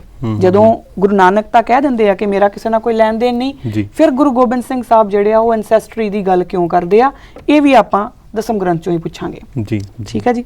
ਪ੍ਰੋਗਰਾਮ ਅਸੀਂ ਅੱਜ ਖਾਸ ਕਰਕੇ ਇਸ ਕਰਕੇ ਰੱਖਿਆ ਕਿ ਸਾਰੇ ਰੈਫਰੈਂਸਿਸ ਦੇ ਆਧਾਰ ਤੇ ਜਿਹੜਾ ਪ੍ਰੋਗਰਾਮ ਹੈ ਉਹ ਕੀਤਾ ਜਾਵੇ ਤਾਂ ਕਿ ਦਰਸ਼ਕਾਂ ਦੇ ਤੱਕ ਗੱਲ ਕਲੀਅਰ ਹੋ ਜਾਵੇ ਕਿ ਅਸਲ ਗੱਲ ਹੈ ਕੀ ਆ। ਕੱਲਾ ਉਦਾਂ ਹੀ ਲਵ ਕੁਸ਼ ਦੀ ਗੱਲ ਕਰ ਦੇਣਾ ਜਾਂ ਕੱਲਾ ਇਹੀ ਕਹਿ ਦੇਣਾ ਕਿ ਅਸੀਂ ਉੱਥੇ ਜੀ ਆਪਣੇ ਪੂਰਵਜਾਂ ਨੂੰ ਮੱਥਾ ਟੇਕਣ ਗਏ ਸੀ, ਕੀ ਸਾਨੂੰ ਗੁਰੂ ਸਾਹਿਬ ਨੇ ਇਹ ਸਿਖਾਇਆ ਹੈ ਕਿ ਅਸੀਂ ਉੱਥੇ ਆਪਣੇ ਪੂਰਵਜਾਂ ਨੂੰ ਯੋਧਿਆ ਦੇ ਵਿੱਚ ਜਾ ਕੇ ਮੱਥਾ ਟੇਕਣਾ ਹੈ? ਕੀ ਸਿੱਧ ਹੁੰਦੇ? ਬਿਲਕੁਲ, ਔਰ ਇਹ ਚੀਜ਼ ਸਿੱਧ ਵੀ ਨਹੀਂ ਹੁੰਦੀ, ਕਿਸੇ ਗ੍ਰੰਥ ਦੇ ਰਾਹੀਂ ਵੀ ਸਿੱਧ ਨਹੀਂ ਹੁੰਦੀ, ਦਸਮ ਗ੍ਰੰਥ ਦੇ ਰਾਹੀਂ ਵੀ ਇਹ ਚੀਜ਼ ਸਿੱਧ ਨਹੀਂ ਹੁੰਦੀ, ਕਿਉਂਕਿ ਗੁਰੂ ਸਾਹਿਬ ਗਏ ਨੇ, ਗੁਰੂ ਸਾਹਿਬ ਨੇ ਪ੍ਰਚਾਰਕ ਦੌਰੇ ਕੀਤੇ ਨੇ, ਗੁਰੂ ਸਾਹਿਬ ਨੇ ਉਦਾਸੀਆਂ ਕੀਤੀਆਂ ਨੇ, ਗੁਰੂ ਸਾਹਿਬ ਜਿੱਥੇ ਜਿੱਥੇ ਵੀ ਗਏ ਨੇ ਗੁਰੂ ਸਾਹਿਬ ਨੇ ਉੱਥੇ ਜਾ ਕੇ ਬਹਿਸ ਕੀਤੀ ਹੈ, ਸਪੈਸ਼ਲ ਜੇ ਕਹੀਏ ਕਿ ਵਿਚਾਰ ਚਰਚਾ ਕੀਤੀ ਹੈ, ਔਰ ਉਸ ਦੇ ਵਿੱਚ ਗੁਰੂ ਸਾਹਿਬ ਨੇ ਉਹਨਾਂ ਨੂੰ ਮਨਾਇਆ ਕਿ ਆ ਜਿਹੜੇ ਤੁਸੀਂ ਕਰਮਕਾਂਡ ਕਰ ਰਹੇ ਹੋ ਇਹ ਸਾਰੇ ਗਲਤ ਕਰ ਰਹੇ ਹੋ, ਔਰ ਬਹੁਤ ਵੱਡੀ ਜਿਹੜੀਆਂ ਉਦਾਸੀਆਂ ਨੇ ਗੁਰੂ ਸਾਹਿਬ ਵੱਲੋਂ ਕੀਤੀਆਂ ਗਈਆਂ ਨੇ। ਜੀ ਹਾਂਜੀ। ਹੁਣ ਇਹਦੇ ਵਿੱਚ ਬਚਿੱਤਰ ਨਾਟਕ ਦੀ ਗੱਲ ਮੈਂ ਕਰੂੰਗੀ। ਬਕਾਇਦਾ ਗੁਰੂ ਪਾਤਸ਼ਾਹ ਲਿਖਦੇ ਨੇ ਕਵੀ ਬੰਸ ਦਾ ਵਰਣਨ, ਗੁਰੂ ਵੰਸ਼ ਦਾ ਵਰਣਨ ਨਹੀਂ। ਇਹ ਗੱਲ ਧਿਆਨ ਨਾਲ ਸਮਝ ਲਓ ਜੀ। ਜਦੋਂ ਇਹ ਗ੍ਰੰਥ ਲਿਖਿਆ ਜਾ ਰਿਹਾ ਹੋਊਗਾ ਤਾਂ ਬਕਾਇਦਾ ਉਹ ਬਾਕੀ ਸਾਰੇ ਜਿੰਨੇ ਵੀ ਧਰਮ ਆਸ-ਪਾਸ ਚੱਲ ਰਹੇ ਸੀ ਉਹਨਾਂ ਦਾ ਇੱਕ ਬੜਾ ਹੀ ਕ੍ਰਿਟੀਕਲ ਐਨਾਲਿਸਿਸ ਹੋ ਰਿਹਾ ਹੋਊਗਾ, ਕਿਉਂਕਿ ਗੁਰੂ ਗੋਬਿੰਦ ਸਿੰਘ ਪਾਤਸ਼ਾਹ ਆਪਣੇ ਆਪ 'ਚ ਇੱਕ ਬੜੀ ਇੰਟੈਲੈਕਚੁਅਲ ਸੋਲ ਆ। 52 ਕਵੀ ਉਹਨਾਂ ਨੇ ਆਪਣੇ ਕੋਲ ਰੱਖੇ, ਕੁਝ ਵੀ ਕਰ ਸਕਦੇ ਸੀ, ਸਰਬ ਕਲਾ ਸਮਰੱਥ ਆ ਉਹ। ਬਿਲਕੁਲ। ਤੇ ਉਹ ਬੜਾ ਇੱਕ ਕ੍ਰਿਟੀਕਲ ਐਨਾਲਿਸਿਸ ਆ। ਜਦੋਂ ਮੈਂ ਇਹ ਪੜ੍ਹਿਆ ਨਾ ਤਾਂ ਉਦੋਂ ਮੈਨੂੰ ਸਮਝ ਆਉਂਦੀ ਆ ਕਿ ਕਿੰਨਾ ਕ੍ਰਿਟੀਕਲ ਐਨਾਲਿਸਿਸ ਆ, ਕਿਹੜੀ ਚੀਜ਼ ਕਿਵੇਂ ਹੋਈ ਹੋਊਗੀ। ਤਾਂ ਬਕਾਇਦਾ ਲਿਖਿਆ ਤੁਸੀਂ ਆਪ ਦੇਖ ਸਕਦੇ ਆ ਬਚਿੱਤਰ ਨਾਟਕ ਦੇ ਵਿੱਚ। ਇਸੇ ਹੁਣ ਪੇਜ ਦਾ ਮੈਨੂੰ ਪਤਾ ਨਹੀਂ ਹੋਰ ਜੇ ਤੁਹਾਡੇ ਕੋਲ ਕੋਈ ਟ੍ਰਾਂਸਲੇਸ਼ਨ ਹੋਵੇ ਤਾਂ ਕਿਹੜਾ ਪੇਜ ਬਣਦਾ, ਪਰ ਇਹ 125 ਪੰਨਾ ਨੰਬਰ ਬਣਦਾ ਹੈ। ਤੇ ਇਹਦੇ ਵਿੱਚ ਉਹ ਬਕਾਇਦਾ ਲਿਖਦੇ ਆ ਕਵੀ ਬੰਸ ਦਾ ਵਰਣਨ, ਗੁਰੂ ਵੰਸ਼ ਦਾ ਵਰਣਨ ਨਹੀਂ ਲਿਖਦੇ। ਤੇ ਜੇ ਉਹਨਾਂ ਨੇ ਗੁਰੂ ਕਹਿਣਾ ਹੁੰਦਾ ਨਾ ਤੇ ਜਾਂ ਗੁਰੂ ਨਾਨਕ ਦੀ ਵੰਸ਼ ਦਾ ਵਰਣਨ ਉਹਨਾਂ ਕਹਿਣਾ ਸੀ ਗੁਰੂ ਬੰਸ ਦਾ ਵਰਣਨ। ਇੱਥੇ ਕਵੀ ਵੰਸ਼ ਦਾ ਵਰਣਨ ਜੀ, ਇਹ ਕਵੀ ਬੰਸ ਦਾ ਵਰਣਨ ਹੈ ਕਿ ਜਿਹੜਾ ਕਵੀ ਆ। ਸਪਸ਼ਟ ਕਰੋ ਥੋੜਾ ਜਿਹਾ। ਹਾਂਜੀ, ਇੱਥੇ ਕਵੀ ਵੰਸ਼ ਦਾ ਵਰਣਨ ਹੈ, ਗੁਰੂ ਵੰਸ਼ ਦਾ ਨਹੀਂ। ਬਿਲਕੁਲ। ਹੁਣ ਗੁਰੂ ਜਦੋਂ ਤੱਕ ਗੁਰੂ ਨਾਨਕ ਜਿਹੜੇ ਆ ਉਹ ਜਨੇਊ ਜਦੋਂ ਮਨਾ ਕਰ ਦਿੰਦੇ ਆ ਉਸ ਤੋਂ ਬਾਅਦ ਉਹ ਗੁਰੂ ਬਣ ਜਾਂਦੇ ਆ। ਜਦੋਂ ਉਹ ਕਹਿ ਦਿੰਦੇ ਕਿ ਤੀਸਰ ਪੰਥ ਚਲਾ ਦਿੰਦੇ ਆ ਉਹ ਗੁਰੂ ਬਣ ਜਾਂਦੇ ਆ। ਉਸ ਤੋਂ ਬਾਅਦ ਹੁਣ ਜਦੋਂ ਗੁਰੂ ਅੰਗਦ ਦੇਵ ਮਹਾਰਾਜ ਹੈਗੇ ਆ, ਉਸ ਤੋਂ ਗੁਰਗੱਦੀ ਬੈਠਣ ਤੋਂ ਪਹਿਲਾਂ ਉਹ ਕੀ ਸੀ ਕੀ ਨਹੀਂ ਸੀ ਉਹ ਉਹਨਾਂ ਦੀ ਆਪਣੀ ਲਾਈਫ ਆ। ਪਰ ਜਦੋਂ ਉਹ ਗੁਰੂ ਬਣ ਜਾਂਦੇ ਆ ਗੁਰੂ ਅੰਗਦ ਦੇਵ ਮਹਾਰਾਜ, ਤੇ ਉਦੋਂ ਉਹ ਗੁਰੂ ਆ। ਉਸ ਤੋਂ ਪਹਿਲਾਂ ਉਹ ਲਿਖਾਰੀ ਵੀ ਹੋ ਸਕਦੇ ਆ, ਉਹ ਖਿਡਾਰੀ ਵੀ ਹੋ ਸਕਦੇ ਆ, ਉਹ ਦੇਵੀ ਦੇ ਉਪਾਸਕ ਵੀ ਹੋ ਸਕਦੇ ਆ, ਨਹੀਂ ਵੀ ਹੋ ਸਕਦੇ। ਪਰ ਸਾਡਾ ਜਿਹੜਾ ਲਿੰਕ ਹੈ ਉਹ ਗੁਰੂ ਨਾਲ ਆ। ਤੇ ਗੁਰੂ ਇਹਦੇ ਵਿੱਚ ਬਕਾਇਦਾ ਉਹ ਲਿਖਿਆ ਹੈ ਉਹਨਾਂ ਨੇ ਕਿ ਮੈਂ ਗੁਰੂ ਬੰਸ ਦਾ ਨਹੀਂ ਕਵੀ ਬੰਸ ਦਾ ਜ਼ਿਕਰ ਕਰ ਰਿਹਾ ਕਿ ਜਿਹੜੀ ਸਾਡੀ ਬੰਸ ਆ ਉਹ ਕਿੱਥੋਂ ਚੱਲੀ ਹੋਊਗੀ। ਜੀ, ਦੈਟਸ ਇਟ। ਬਿਲਕੁਲ। ਆਪਾਂ ਕਹੇ ਕਿ ਜੇ ਕਾਫੀ ਕੁਝ ਹੁਣ ਤੱਕ ਜਿਹੜਾ ਹੈ ਇਸ ਵਿਸ਼ੇ ਤੇ ਜਿਹੜਾ ਕਲੀਅਰ ਹੋ ਜਾਂਦਾ ਹੈ ਤੇ ਦਰਸ਼ਕਾਂ ਨੂੰ ਅਸੀਂ ਹੋਰ ਵੀ ਦੱਸਦੇ ਚੱਲੀਏ ਕਿ ਜੇ ਇੱਥੇ ਇਸ ਤਰ੍ਹਾਂ ਦੀਆਂ ਗੱਲਾਂ ਬਾਤਾਂ ਹੋਈਆਂ ਨੇ, ਜੇ ਗੁਰੂ ਸਾਹਿਬ ਨੇ ਉਦੋਂ ਟਰਾਂਸਲੇਸ਼ਨ ਵੀ ਜੇ ਆਪਾਂ ਕਹੀਏ ਕਰਵਾਏ ਨੇ ਤੇ ਵੱਡੇ ਵੱਡੇ ਮਹਾਰਾਜੇ ਵੀ ਇਹ ਚੀਜ਼ ਕੰਮ ਕਰਵਾਉਂਦੇ ਰਹਿੰਦੇ ਨੇ। ਇਸ ਦੇ ਵਿੱਚ ਜੇ ਇਸ ਤੋਂ ਪਹਿਲਾਂ ਆਪਾਂ ਅਕਬਰ ਦੀ ਵੀ ਗੱਲ ਕਰ ਲੈਂਦੇ ਹਾਂ ਤੇ ਉਹਨੇ ਵੀ ਜਿਹੜਾ ਹੈ ਇਸੇ ਤਰੀਕੇ ਦੇ ਨਾਲ ਜਿਹੜਾ ਹੈ ਰਾਮਾਇਣ ਤੇ ਮਹਾਭਾਰਤ ਦਾ ਜਿਹੜਾ ਟਰਾਂਸਲੇਸ਼ਨ ਅਕਬਰ ਵੱਲੋਂ ਵੀ ਕਰਵਾਇਆ ਗਿਆ। ਤੇ ਕੀ ਉਹਦੇ ਨਾਲ ਜੇ ਆਪਾਂ ਕਹੀਏ ਕਿ ਉਹਦਾ ਧਰਮ ਤਬਦੀਲ ਹੋ ਗਿਆ? ਨਹੀਂ, ਇਸ ਤਰ੍ਹਾਂ ਦਾ ਕੁਝ ਨਹੀਂ ਹੋਇਆ। ਤੇ ਉਸ ਤੋਂ ਬਾਅਦ ਜਦੋਂ ਆਪਾਂ ਦੇਖ ਲਈਏ ਕਿ ਈਵਨ ਕਿ ਜਿਹੜੇ ਆਪਾਂ ਕਹੇ ਕਿ ਇਸਲਾਮ ਦੇ ਜਿਹੜੇ ਗ੍ਰੰਥ ਹੈਗੇ ਨੇ ਉਹਨਾਂ ਦੇ ਵਿੱਚ ਵੀ ਜੀਸਸ ਕ੍ਰਾਈਸਟ ਬਾਰੇ ਇਨਫੋਰਮੇਸ਼ਨ ਮਿਲਦੀ ਹੈ। ਇਹਦਾ ਮਤਲਬ ਇਹ ਨਹੀਂ ਕਿ ਉਹ ਉੱਥੇ ਜਾ ਕੇ ਜਿਹੜਾ ਬੁੱਤ ਪ੍ਰਸਤੀ ਕਰਦੇ ਨੇ, ਉਹਨਾਂ ਦਾ ਆਪਣਾ ਧਰਮ ਜਿਹੜਾ ਹੈ ਵੱਖਰਾ ਹੋ ਗਿਆ। ਤੇ ਇਦਾਂ ਦੀਆਂ ਬਹੁਤ ਸਾਰੀਆਂ ਜਿਹੜੀਆਂ ਐਗਜ਼ਾਮਪਲਸ ਨੇ ਸਾਡੇ ਕੋਲ ਜਿਹੜੀਆਂ ਪਈਆਂ ਨੇ ਜਿਨ੍ਹਾਂ ਦੇ ਆਧਾਰ ਤੇ ਅਸੀਂ ਆਪਣੇ ਆਪ ਨੂੰ ਜਿਹੜਾ ਹੈ ਐਜੂਕੇਟ ਕਰ ਸਕਦੇ ਹਾਂ। ਤੇ ਹੁਣ ਵੇਲਾ ਹੋ ਗਿਆ ਕਿ ਛੋਟੇ ਜਿਹੇ ਕਮਰਸ਼ੀਅਲ ਬ੍ਰੇਕ ਦਾ, ਤੇ ਬ੍ਰੇਕ ਤੋਂ ਬਾਅਦ ਪ੍ਰੋਗਰਾਮ ਇਸੇ ਤਰੀਕੇ ਦੇ ਨਾਲ ਤੁਹਾਡੇ ਸਾਹਮਣੇ ਜਾਰੀ ਰਹੇਗਾ। ਤੁਸੀਂ ਦੇਖਦੇ ਰਹੋ ਅਕਾਲ ਚੈਨਲ। ਵਾਹਿਗੁਰੂ ਜੀ ਕਾ ਖਾਲਸਾ, ਵਾਹਿਗੁਰੂ ਜੀ ਕੀ ਫਤਿਹ। ਬ੍ਰੇਕ ਤੋਂ ਬਾਅਦ ਫਿਰ ਇੱਕ ਵਾਰੀ ਆਪ ਜੀ ਦਾ ਸਵਾਗਤ ਹੈ। ਤੁਸੀਂ ਦੇਖ ਰਹੇ ਹੋ ਖਾਸ ਪ੍ਰੋਗਰਾਮ ਜੋ ਕਿ ਆਪਾਂ ਕਹੀ ਕਿ ਇਸ ਟਾਈਮ ਜਿਹੜੀ ਕੌਮ ਦੇ ਵਿੱਚ ਜੋ ਗੱਲਬਾਤ ਚੱਲ ਰਹੀ ਹੈ ਜਾਂ ਜੋ ਡਿਸਕਸ਼ਨ ਦਾ ਇੱਕ ਮੁੱਦਾ ਜਿਹੜਾ ਸਾਹਮਣੇ ਆ ਗਿਆ ਹੈ, ਇਹ ਸਾਰੇ ਪ੍ਰਤੀਕਰਮ ਤੋਂ ਬਾਅਦ ਔਰ ਬ੍ਰੇਕ ਤੋਂ ਬਾਅਦ ਜਿਹੜਾ ਹੈ ਪੂਰੇ ਰੈਫਰੈਂਸਿਸ ਦੇ ਆਧਾਰ ਤੇ ਜਿਹੜਾ ਹੈ ਕਿਰਨਪ੍ਰੀਤ ਹੋਣਾ ਨੇ ਜਿਹੜਾ ਸਾਰਾ ਆਪਾਂ ਕਿ ਇਹਨਾਂ ਨੇ ਇੱਕ ਤਰ੍ਹਾਂ ਦਾ ਸਿੱਧ ਕਰ ਦਿੱਤਾ ਕਿ ਕਿਸ ਬੰਸਾਵਲੀ ਦੀ ਗੱਲ ਜਿਹੜੀ ਹੈ ਗੁਰੂ ਗ੍ਰੰਥ ਸਾਹਿਬ ਵਿੱਚ ਕੀਤੀ ਗਈ ਹੈ ਔਰ ਕਿਸ ਬੰਸਾਵਲੀ ਦੀ ਗੱਲ ਦਸਮ ਗ੍ਰੰਥ ਦੇ ਵਿੱਚ ਵੀ ਆਉਂਦੀ ਹੈ। ਇਹ ਸਾਰਾ ਕੁਝ ਵੀ ਜਿਹੜਾ ਕਲੀਅਰ ਕਰ ਦਿੱਤਾ। ਤੇ ਹੁਣ ਆਪਾਂ ਅੱਗੇ ਚੱਲਦੇ ਹਾਂ। ਜਥੇਦਾਰ ਜੀ, ਜਦੋਂ ਅਸੀਂ ਸਿੰਘ ਸਾਹਿਬ ਇਕਬਾਲ ਸਿੰਘ ਹੋਣਾ ਦਾ ਜੋ ਉਹਨਾਂ ਦਾ ਸਪਸ਼ਟੀਕਰਨ ਆਪਾਂ ਕਹਿ ਲਈਏ ਉਹਨਾਂ ਵੱਲੋਂ ਜਿਹੜਾ ਦਿੱਤਾ ਗਿਆ, ਉਸ ਦੇ ਵਿੱਚ ਉਹਨਾਂ ਨੇ ਕਿਹਾ ਕਿ ਅਸੀਂ ਤਾਂ ਪੁਰਾਣੇ ਸਿੱਖ ਹਾਂ ਤੇ ਇਹ ਅੱਜ ਵਾਲੇ ਜਿਹੜੇ ਨਵੇਂ ਸਿੱਖ ਬਣੇ ਨੇ, ਇਹ ਗੱਲ ਉਹਨਾਂ ਵੱਲੋਂ ਕੀਤੀ ਗਈ। ਤੁਸੀਂ ਹੁਣ ਤੱਕ ਦੇ ਸਾਰੇ ਪ੍ਰਤੀਕਰਮ ਦੇ ਹਿਸਾਬ ਨਾਲ ਜਿਸ ਤਰੀਕੇ ਨਾਲ ਉਹਨਾਂ ਵੱਲੋਂ ਗੱਲਾਂ ਕੀਤੀਆਂ ਗਈਆਂ ਜਾਂ ਜੋ ਉਹਨਾਂ ਵੱਲੋਂ ਇਤਿਹਾਸ ਦੱਸਿਆ ਗਿਆ, ਨਵੇਂ ਤੇ ਪੁਰਾਣੇ ਸਿੱਖ ਨੂੰ ਕਿਸ ਤਰ੍ਹਾਂ ਤੁਸੀਂ ਦੇਖੋਗੇ? ਦੇਖੋ ਸਰਦਾਰ ਜਗਜੀਤ ਸਿੰਘ ਜੀ, ਆਪਣੀ ਜਿਹੜੀ ਜਿੰਨੀ ਕੁ ਗੱਲਬਾਤ ਹੋਈ ਹੈ ਜੀ, ਇਹਦੇ ਹਿਸਾਬ ਦੇ ਨਾਲ ਜੇ ਗਿਆਨੀ ਇਕਬਾਲ ਸਿੰਘ ਜੀ ਰਾਮਚੰਦਰ ਨੂੰ ਆਪਣਾ ਪੂਰਵਜ ਮੰਨਦੇ ਆ ਜਾਂ ਲਵ ਗੁਰੂ ਨਾਨਕ ਗੁਰੂ ਗੋਬਿੰਦ ਸਿੰਘ ਨੂੰ ਲਵ ਕੁਸ਼ ਦੀ ਅੰਸ਼-ਵੰਸ਼ ਮੰਨਦੇ ਆ, ਤਾਂ ਉਹ ਗੁਰੂ ਨਾਨਕ ਗੁਰੂ ਗੋਬਿੰਦ ਸਿੰਘ ਦੇ ਸਿੱਖ ਹੈ ਹੀ ਨਹੀਂ। ਗੱਲ ਗਾਣੀ ਲਿਜਾਣ ਦੀ ਲੋੜ ਹੀ ਨਹੀਂ ਜੀ, ਇਹ ਆਪਾਂ ਸਿੱਧ ਕਰ ਚੁੱਕੇ ਹਾਂ ਨਾ ਜੀ। ਫੇ ਉਹ ਗੁਰੂ ਨਾਨਕ ਗੁਰੂ ਗੋਬਿੰਦ ਸਿੰਘ ਦੇ ਸਿੱਖ ਹੈ ਹੀ ਨਹੀਂ। ਇੱਕ ਗੱਲ ਜੀ, ਇੱਥੇ ਨਵੇਂ ਪੁਰਾਣੇ ਦੀ ਗੱਲ ਨਹੀਂ ਹੈ। ਸਿੱਖ ਉਹ ਆ ਜਿਹੜਾ ਗੁਰੂ ਨਾਨਕ ਸਾਹਿਬ ਨੇ ਕਿਹਾ ਕਿ ਜੋ ਤੋ ਪ੍ਰੇਮ ਖੇਲਣ ਕਾ ਚਾਹੋ ਸਿਰ ਧਰ ਤਲੀ ਗਲੀ ਮੇਰੀ ਆਓ, ਇਤ ਮਾਰਗ ਪੈਰ ਤਰੀਜੇ ਸਿਰ ਦੀਜੇ ਕਾਣ ਨਾ ਕੀਜੇ। ਸਿੱਖ ਨਵਾਂ ਪੁਰਾਣਾ ਨਹੀਂ ਕਦੇ ਹੁੰਦਾ। ਸਿੱਖ ਉਹੀ ਹੋ ਸਕਦਾ ਜਿਹੜਾ ਪੂਰਨ ਤੌਰ ਤੇ ਗੁਰੂ ਨੂੰ ਸਮਰਪਿਤ ਹੋ ਜੇ। ਜੀ ਜੀ, ਹੁਣ ਕਈ ਮਿਸਾਲਾਂ ਆਪਾਂ ਨੂੰ ਮਿਲਦੀਆਂ। ਭਾਈ ਮੰਝ ਜਾਂਦੇ ਆ, ਸਗੀ ਸਰਵਰ ਦਾ ਚੇਲਾ ਗੁਰੂ ਅਰਜਨ ਪਾਤਸ਼ਾਹ ਨੂੰ ਆ ਕਹਿੰਦੇ ਕਿ ਮੈਨੂੰ ਸਿੱਖੀ ਦੀ ਬਖਸ਼ਿਸ਼ ਕਰੋ। ਉਹ ਕਹਿੰਦੇ ਭਾਈ ਮੰਝ ਸਿੱਖੀ ਤੇ ਸਿੱਖੀ ਨਹੀਂ ਚੜ੍ਹਦੀ ਹੁੰਦੀ। ਤੂੰ ਸਰਵਰ ਨੂੰ ਮੰਨਦਾ, ਉਹਦੀਆਂ ਕਬਰਾਂ ਪਹਿਲਾਂ ਘਰ ਚ ਬਣੀਆਂ, ਢਾਹ ਫੇ ਆਈ ਜੀ ਆਇਆ ਔਰ ਉਹਦਾ ਬਹੁਤ ਵੱਡੀ ਪ੍ਰੀਖਿਆ ਹੋਈ। ਸਾਰਿਆਂ ਨੇ ਆਪਾਂ ਇਤਿਹਾਸ ਦੇਖਿਆ, ਫੇ ਉਹਨੂੰ ਸਿੱਖੀ ਦਾ ਗੁਰੂ ਘਰੋਂ ਜਿਹੜੀ ਉਹ ਪ੍ਰਾਪਤ ਹੋਈ। ਸਿੱਖੀ ਜਿਹੜੀ ਆ ਇਹ ਕੋਈ ਐਸੀ ਥੋੜੀ ਵੀ ਜਿਹੜਾ ਮਰਜ਼ੀ ਸਿੱਖੀ ਪ੍ਰਾਪਤ ਕਰ ਲੂ।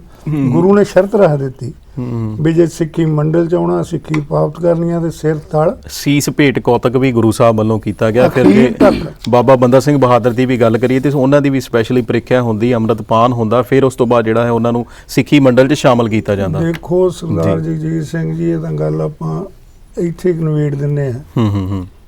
ਗੁਰੂ ਨਾਨਕ ਸਾਹਿਬ ਨੇ ਸੀਸ ਦੀ ਮੰਗ ਕੀਤੀ, ਜਿਹੜੇ ਜਿਹੜੇ ਸਿੱਖੀ ਚ ਪਾਸ ਹੋਏ, ਸਿੱਖੀ ਚ ਆ ਗਏ, ਸਿੱਖ ਤੋਂ ਗੁਰੂ ਵੀ ਬਣ ਗਏ। ਜੀ ਜੀ, ਦਸਵੇਂ ਪਾਤਸ਼ਾਹ ਨੇ ਜਦੋਂ ਹੁਣ ਫਾਰ ਐਵਰ ਇਹ ਜਿਹੜਾ ਸਿੱਖ ਕੌਮ ਨੂੰ, ਸਿੱਖ ਪੰਥ ਨੂੰ ਜਿਹੜਾ ਇੱਕ ਵਿਧਾਨ ਦੇਣਾ ਸੀ, ਉਹ ਵਿਧਾਨ ਲਈ ਉਹਨਾਂ ਨੇ ਇਹ ਦੇਖਿਆ ਵੀ ਸਿਰ ਦੇਣ ਵਾਲੇ ਕੌਣ ਆ। ਉਹਨਾਂ ਇੱਕ ਪੰਚਾਇਤ ਬਣਾਉਣੀ ਸੀ। ਉਹਨਾਂ ਬਕਾਇਦਾ ਇਮਤਿਹਾਨ ਲਿਆ ਜੀ, 5 ਸਿਰ ਮੰਗੇ, 5 ਨੇ ਸਿਰ ਭੇਟ ਕੀਤੇ। ਜਿਨ੍ਹਾਂ ਨੇ ਸੀਸ ਭੇਟ ਕਰ ਦਿੱਤੇ ਜੀ, ਉਹਨਾਂ ਨੂੰ ਇੱਥੇ ਫੇਰ ਆ ਜਾਤ ਪਾਤ ਵਾਲੀ ਗੱਲ ਵੀ ਆਪਾਂ ਨੂੰ ਵੇੜ ਲਈਏ। ਜਦੋਂ 5 ਨੇ ਸੀਸ ਭੇਟ ਕੀਤੇ, 5 ਪਰਖ ਚੋਂ ਪਾਸ ਹੋ ਗਏ। ਉਹਦੇ 'ਚ ਖੱਤਰੀ ਆ, ਨਾਈ ਆ, ਸ਼ਿੰਬਾ ਆ, ਝੀਰ ਆ। ਗੁਰੂ ਸਾਹਿਬ ਨੇ 5 ਨੂੰ ਅੰਮ੍ਰਿਤ ਛਕਾ ਕੇ ਕਹਿਤਾ ਵੀ ਅੱਜ ਤੋਂ ਬਾਅਦ ਤੁਸੀਂ ਆਪਾਂ ਕਲੀਅਰ ਗੱਲ ਕਰਿਆ ਆ, ਤੁਹਾਡੀ ਕੋਈ ਜਾਤ ਪਾਤ ਨਹੀਂ, ਤੁਹਾਡਾ ਨਾ ਇਸ ਤਰ੍ਹਾਂ 'ਚ ਗੱਲ ਹੋ ਗਈ। ਆਇਆ ਜਗਜੀਤ ਸਿੰਘ ਜੀ ਨੋਟ ਕਰੋ ਕਿ ਉਦੋਂ ਬਾਅਦ ਗੁਰੂ ਗੋਬਿੰਦ ਸਿੰਘ ਜੀ ਜਦੋਂ 5 ਪਿਆਰਿਆਂ ਕੋਲੋਂ ਅੰਮ੍ਰਿਤ ਛਕਦੇ ਆ ਜੀ, ਤੇ ਉਹਦਾ ਸਪਸ਼ਟ ਸੰਕੇਤ ਇਹ ਆ ਵੀ ਮੈਂ ਸੋਢੀ ਨਹੀਂ ਰਿਹਾ ਤੇ ਤੁਸੀਂ ਸ਼ੂਦਰ ਨਹੀਂ ਰਹੇ। ਹਾਂ ਜੀ ਜੀ, ਸਪਸ਼ਟ।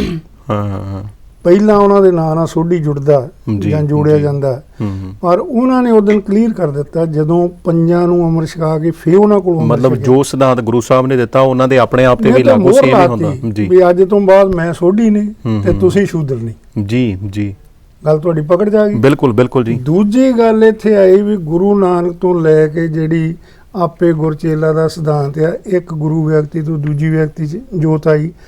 ਇੱਥੇ ਗੁਰੂ ਸਾਹਿਬ ਨੇ ਜੋਤ 5 'ਚ ਪ੍ਰਵਿਰਤ ਕੀਤੀ ਹੈ, ਜਿਹੜਾ ਸਾਨੂੰ ਫਾਰਐਵਰ ਸਿਧਾਂਤ ਦੇਣਾ ਸੀ ਜੀ, ਵੀ ਗਾਂ ਤੋਂ ਆਤਮਾ ਸਾਡੀ ਗੁਰੂ ਗ੍ਰੰਥ ਸਾਹਿਬ ਜੀ ਹੋਊਗੀ ਤੇ ਗੁਰੂ ਗ੍ਰੰਥ ਸਾਹਿਬ ਨੂੰ ਜਿਹੜਾ ਤੁਸੀਂ ਮੰਨ ਕੇ ਗੁਰੂ ਤੇ ਜਿਹੜਾ ਫੈਸਲਾ ਕਰਨਾ ਉਹ 5 ਕਰਨਗੇ, ਇੱਕ ਨਹੀਂ ਕਰੂਗਾ। ਜਿਹੜੀ ਦੇਹਧਾਰੀ ਪ੍ਰਥਾ ਖਤਮ ਗੁਰੂ ਸਾਹਿਬ ਨੇ ਕਰ ਦਿੱਤੀ ਜਦੋਂ ਨੰਦੇੜ ਗੁਰੂ ਗ੍ਰੰਥ ਸਾਹਿਬ ਨੂੰ ਗੁਰਗੱਦੀ ਤੇ ਸੁਭਾਇਮਾਨ ਕੀਤਾ। ਹੁਣ ਸ਼ਬਦ ਗੁਰੂ ਜਿਹੜਾ ਇਹਦਾ ਤਾਂ ਗੁਰੂ ਨਾਨਕ ਨੇ ਕਹਿਤਾ ਸੀ, ਲੇਕਿਨ ਸ਼ਬਦ ਗੁਰੂ ਨੂੰ ਪੂਰੀ ਤਰ੍ਹਾਂ ਗੁਰਗੱਦੀ ਤੇ ਸੁਭਾਇਮਾਨ 10ਵੇਂ ਪਾਤਸ਼ਾਹ ਨੇ ਕਰਕੇ ਕਹਿਤਾ ਕਿ ਸਾਡੀ ਆਤਮਾ ਗ੍ਰੰਥ ਆ, ਸਰੀਰ ਪੰਥ 'ਚ ਹੈ।